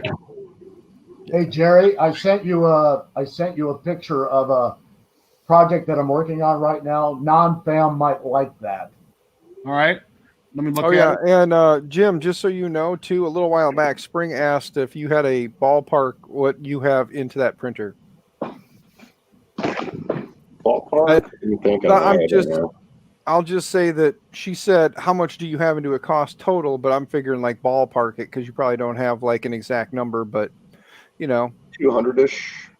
200-ish? 250-ish. I mean, yeah, printed solid. It's got the LDO motors. They're just the regular normal Prusa motors, the 1 amp, 42 ounce. Those are like $20 a pop. So you figure you got your X, Y, Z, and E, right? So there's 80. Then you got 50 in the clone board. You got 20 something, maybe $20 in the screen. That's slick. And maybe $25 for rails. Just a piece of stainless steel. Yeah, if you hop on eBay, you guys can pick up the Meanwell power supplies for like 40 some bucks. And they're legit. I've actually got like 3 or 4 of them. I bought one yesterday for $20. It's a 12-volt Meanwell, $20 free shipping Prime. I got it in one day. Well, Prime is actually free. You pay $120 a year, but yeah, this one's actually a little bit different. Just like a laptop power supply. Yeah. So it's like a power block for a PC or a laptop. Yeah, your Meanwell brick, yeah. Yeah, it's 24 volt, 6.7 amp, I believe. let me pull up a picture real quick that David wanted to show. Yeah, and Raymond, you've been here for 4 hours, and Jester, if you're still here, you should come join us even for a few minutes. Non-fam might like that one. That's my Hornady reloader. Oh, nice. Automatic case feeder. Nice. That's slick. Mm-hmm. It works well. It's just incredible. Wow. Nice. If I was into reloads, that'd be nice. It's something I should probably look into. Yeah, Dan. There's that's a big money saver for shooting, man. Yeah. That's the relay for the ABL. What size relay is that? The inductive. This is a 12 volt. Okay. It is 12 volt. I've got some 5 volt as well that will run off USB. Mm-hmm. And they're high and low setup for depending on what type of probe you're running on them. Yeah, I keep a whole bunch of those little 3 volt dual high and low units in the shop. I use those for lighting. Oh, crazy. Yeah, they're crazy. Yeah. All right, gentlemen. I hope you have a good night. It was nice chatting. Okay, Thank you, Matt. Take care. Man. Have a good one, Matt. Have a good one. Happy Extruder. Thank you for coming by. I appreciate it. Yes, happy.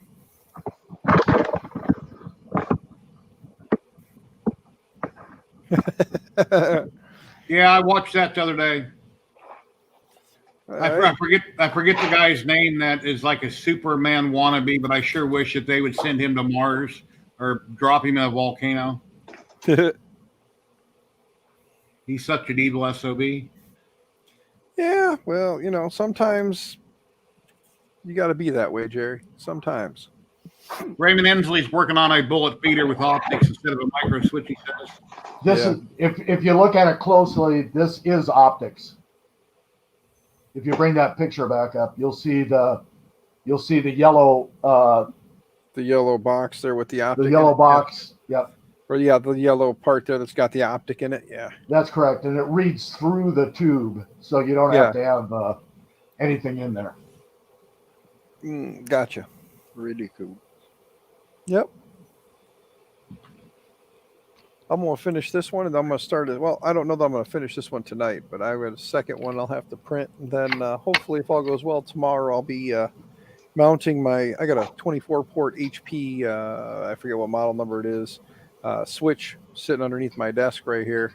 And it's just been sitting on top of the computer. I've been wanting to mount it up. And the other night, we were talking on a stream, and Monkey, good old Mad Monkey there, I told him what I was looking for. I gave him some basic dimensions, and he whipped me out a switch bracket in like no time. I was like, this looks like it'll work. So I printed a basic part just to make sure it would fit around the switch, and it does. So now I'm just going to go ahead and print the first one. I should have did this like 2 days ago when I got the damn file, but as usual, procrastination is king, and it won.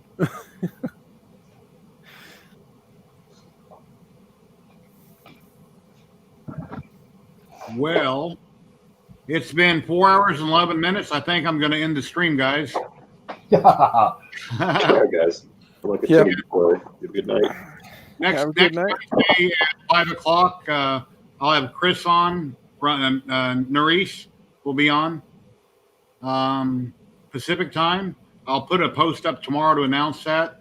And Jim, whenever hopefully you get that worked out with the firmware and you can send that to me, that'd be awesome. But you're having issues, I understand. Yeah, it was giving me some Python errors earlier. So yeah, I'll keep playing with it. I'll let you know ASAP. Oh, we got somebody popping in. Anon, how you doing? Your mic's turned off. Not sure who Anon is, but Anon is anonymous. Anon, we don't have a picture or a microphone. Expect us. Yes. See here. Whoa. Yep. I think. Non-fam, how you doing? Are you still with us? Yep. Still here. Non-fam's just waiting to say goodnight. Because here is 12:30 already. Where are you located, non-fam? In Quebec. Quebec. I enjoy how it's Quebec up there, but we say Quebec. I say Quebec, yeah. Yeah, Quebec. it probably pisses you off when you hear that too, non-fam, doesn't it? No, it's the French way and the English way. So okay, well, it's like some of my heritage is Italian, but like my wife and my daughters will say Italian, and I'm like, my ancestors. I say Italian. Yeah, it's like my ancestors lived in Italy, not Italy. They came from Italy, not Italy. They're not Italians, they're Italians. It was just the way I was brought up as a kid. I mean, whenever somebody would say Italian, my family was quick to correct them. My father's side of the family, they were quick to correct people and let them know that it was Italy, that the family came from Italy, not Italy, and we eat Italian food, not Italian food, and we don't put Italian dressing on our salad. We put Italian dressing. So, Anon, do you have a camera or a microphone? We can't see or hear you. Hey, Dan. Yeah. So we have the same problem in my family, except when you say, "Are you Italian?" they say, "No, I'm Sicilian." Oh yes. Oh yeah. Yeah. That whole the whole like Italy Sicily thing. Yeah. Yeah. There was that whole like the Italy Sicily thing. Like my grandmother, there was always the rumor that my grandmother had a little bit of Sicilian in the family, in the bloodline. but that was never claimed. Apparently, it was always nope. We're from Italy. Yep, everybody's from Italian from Italy. Nobody's no Sicilian, nothing. So my grandmother never claimed it, but yet the family always talked about it. They said that explained her temper and her attitude. Was that it was a little bit of a Sicilian thing. Well, back to what I was saying a bit ago. It's been 4 hours, 15 minutes. I'm going to end the stream. Jerry, go to bed.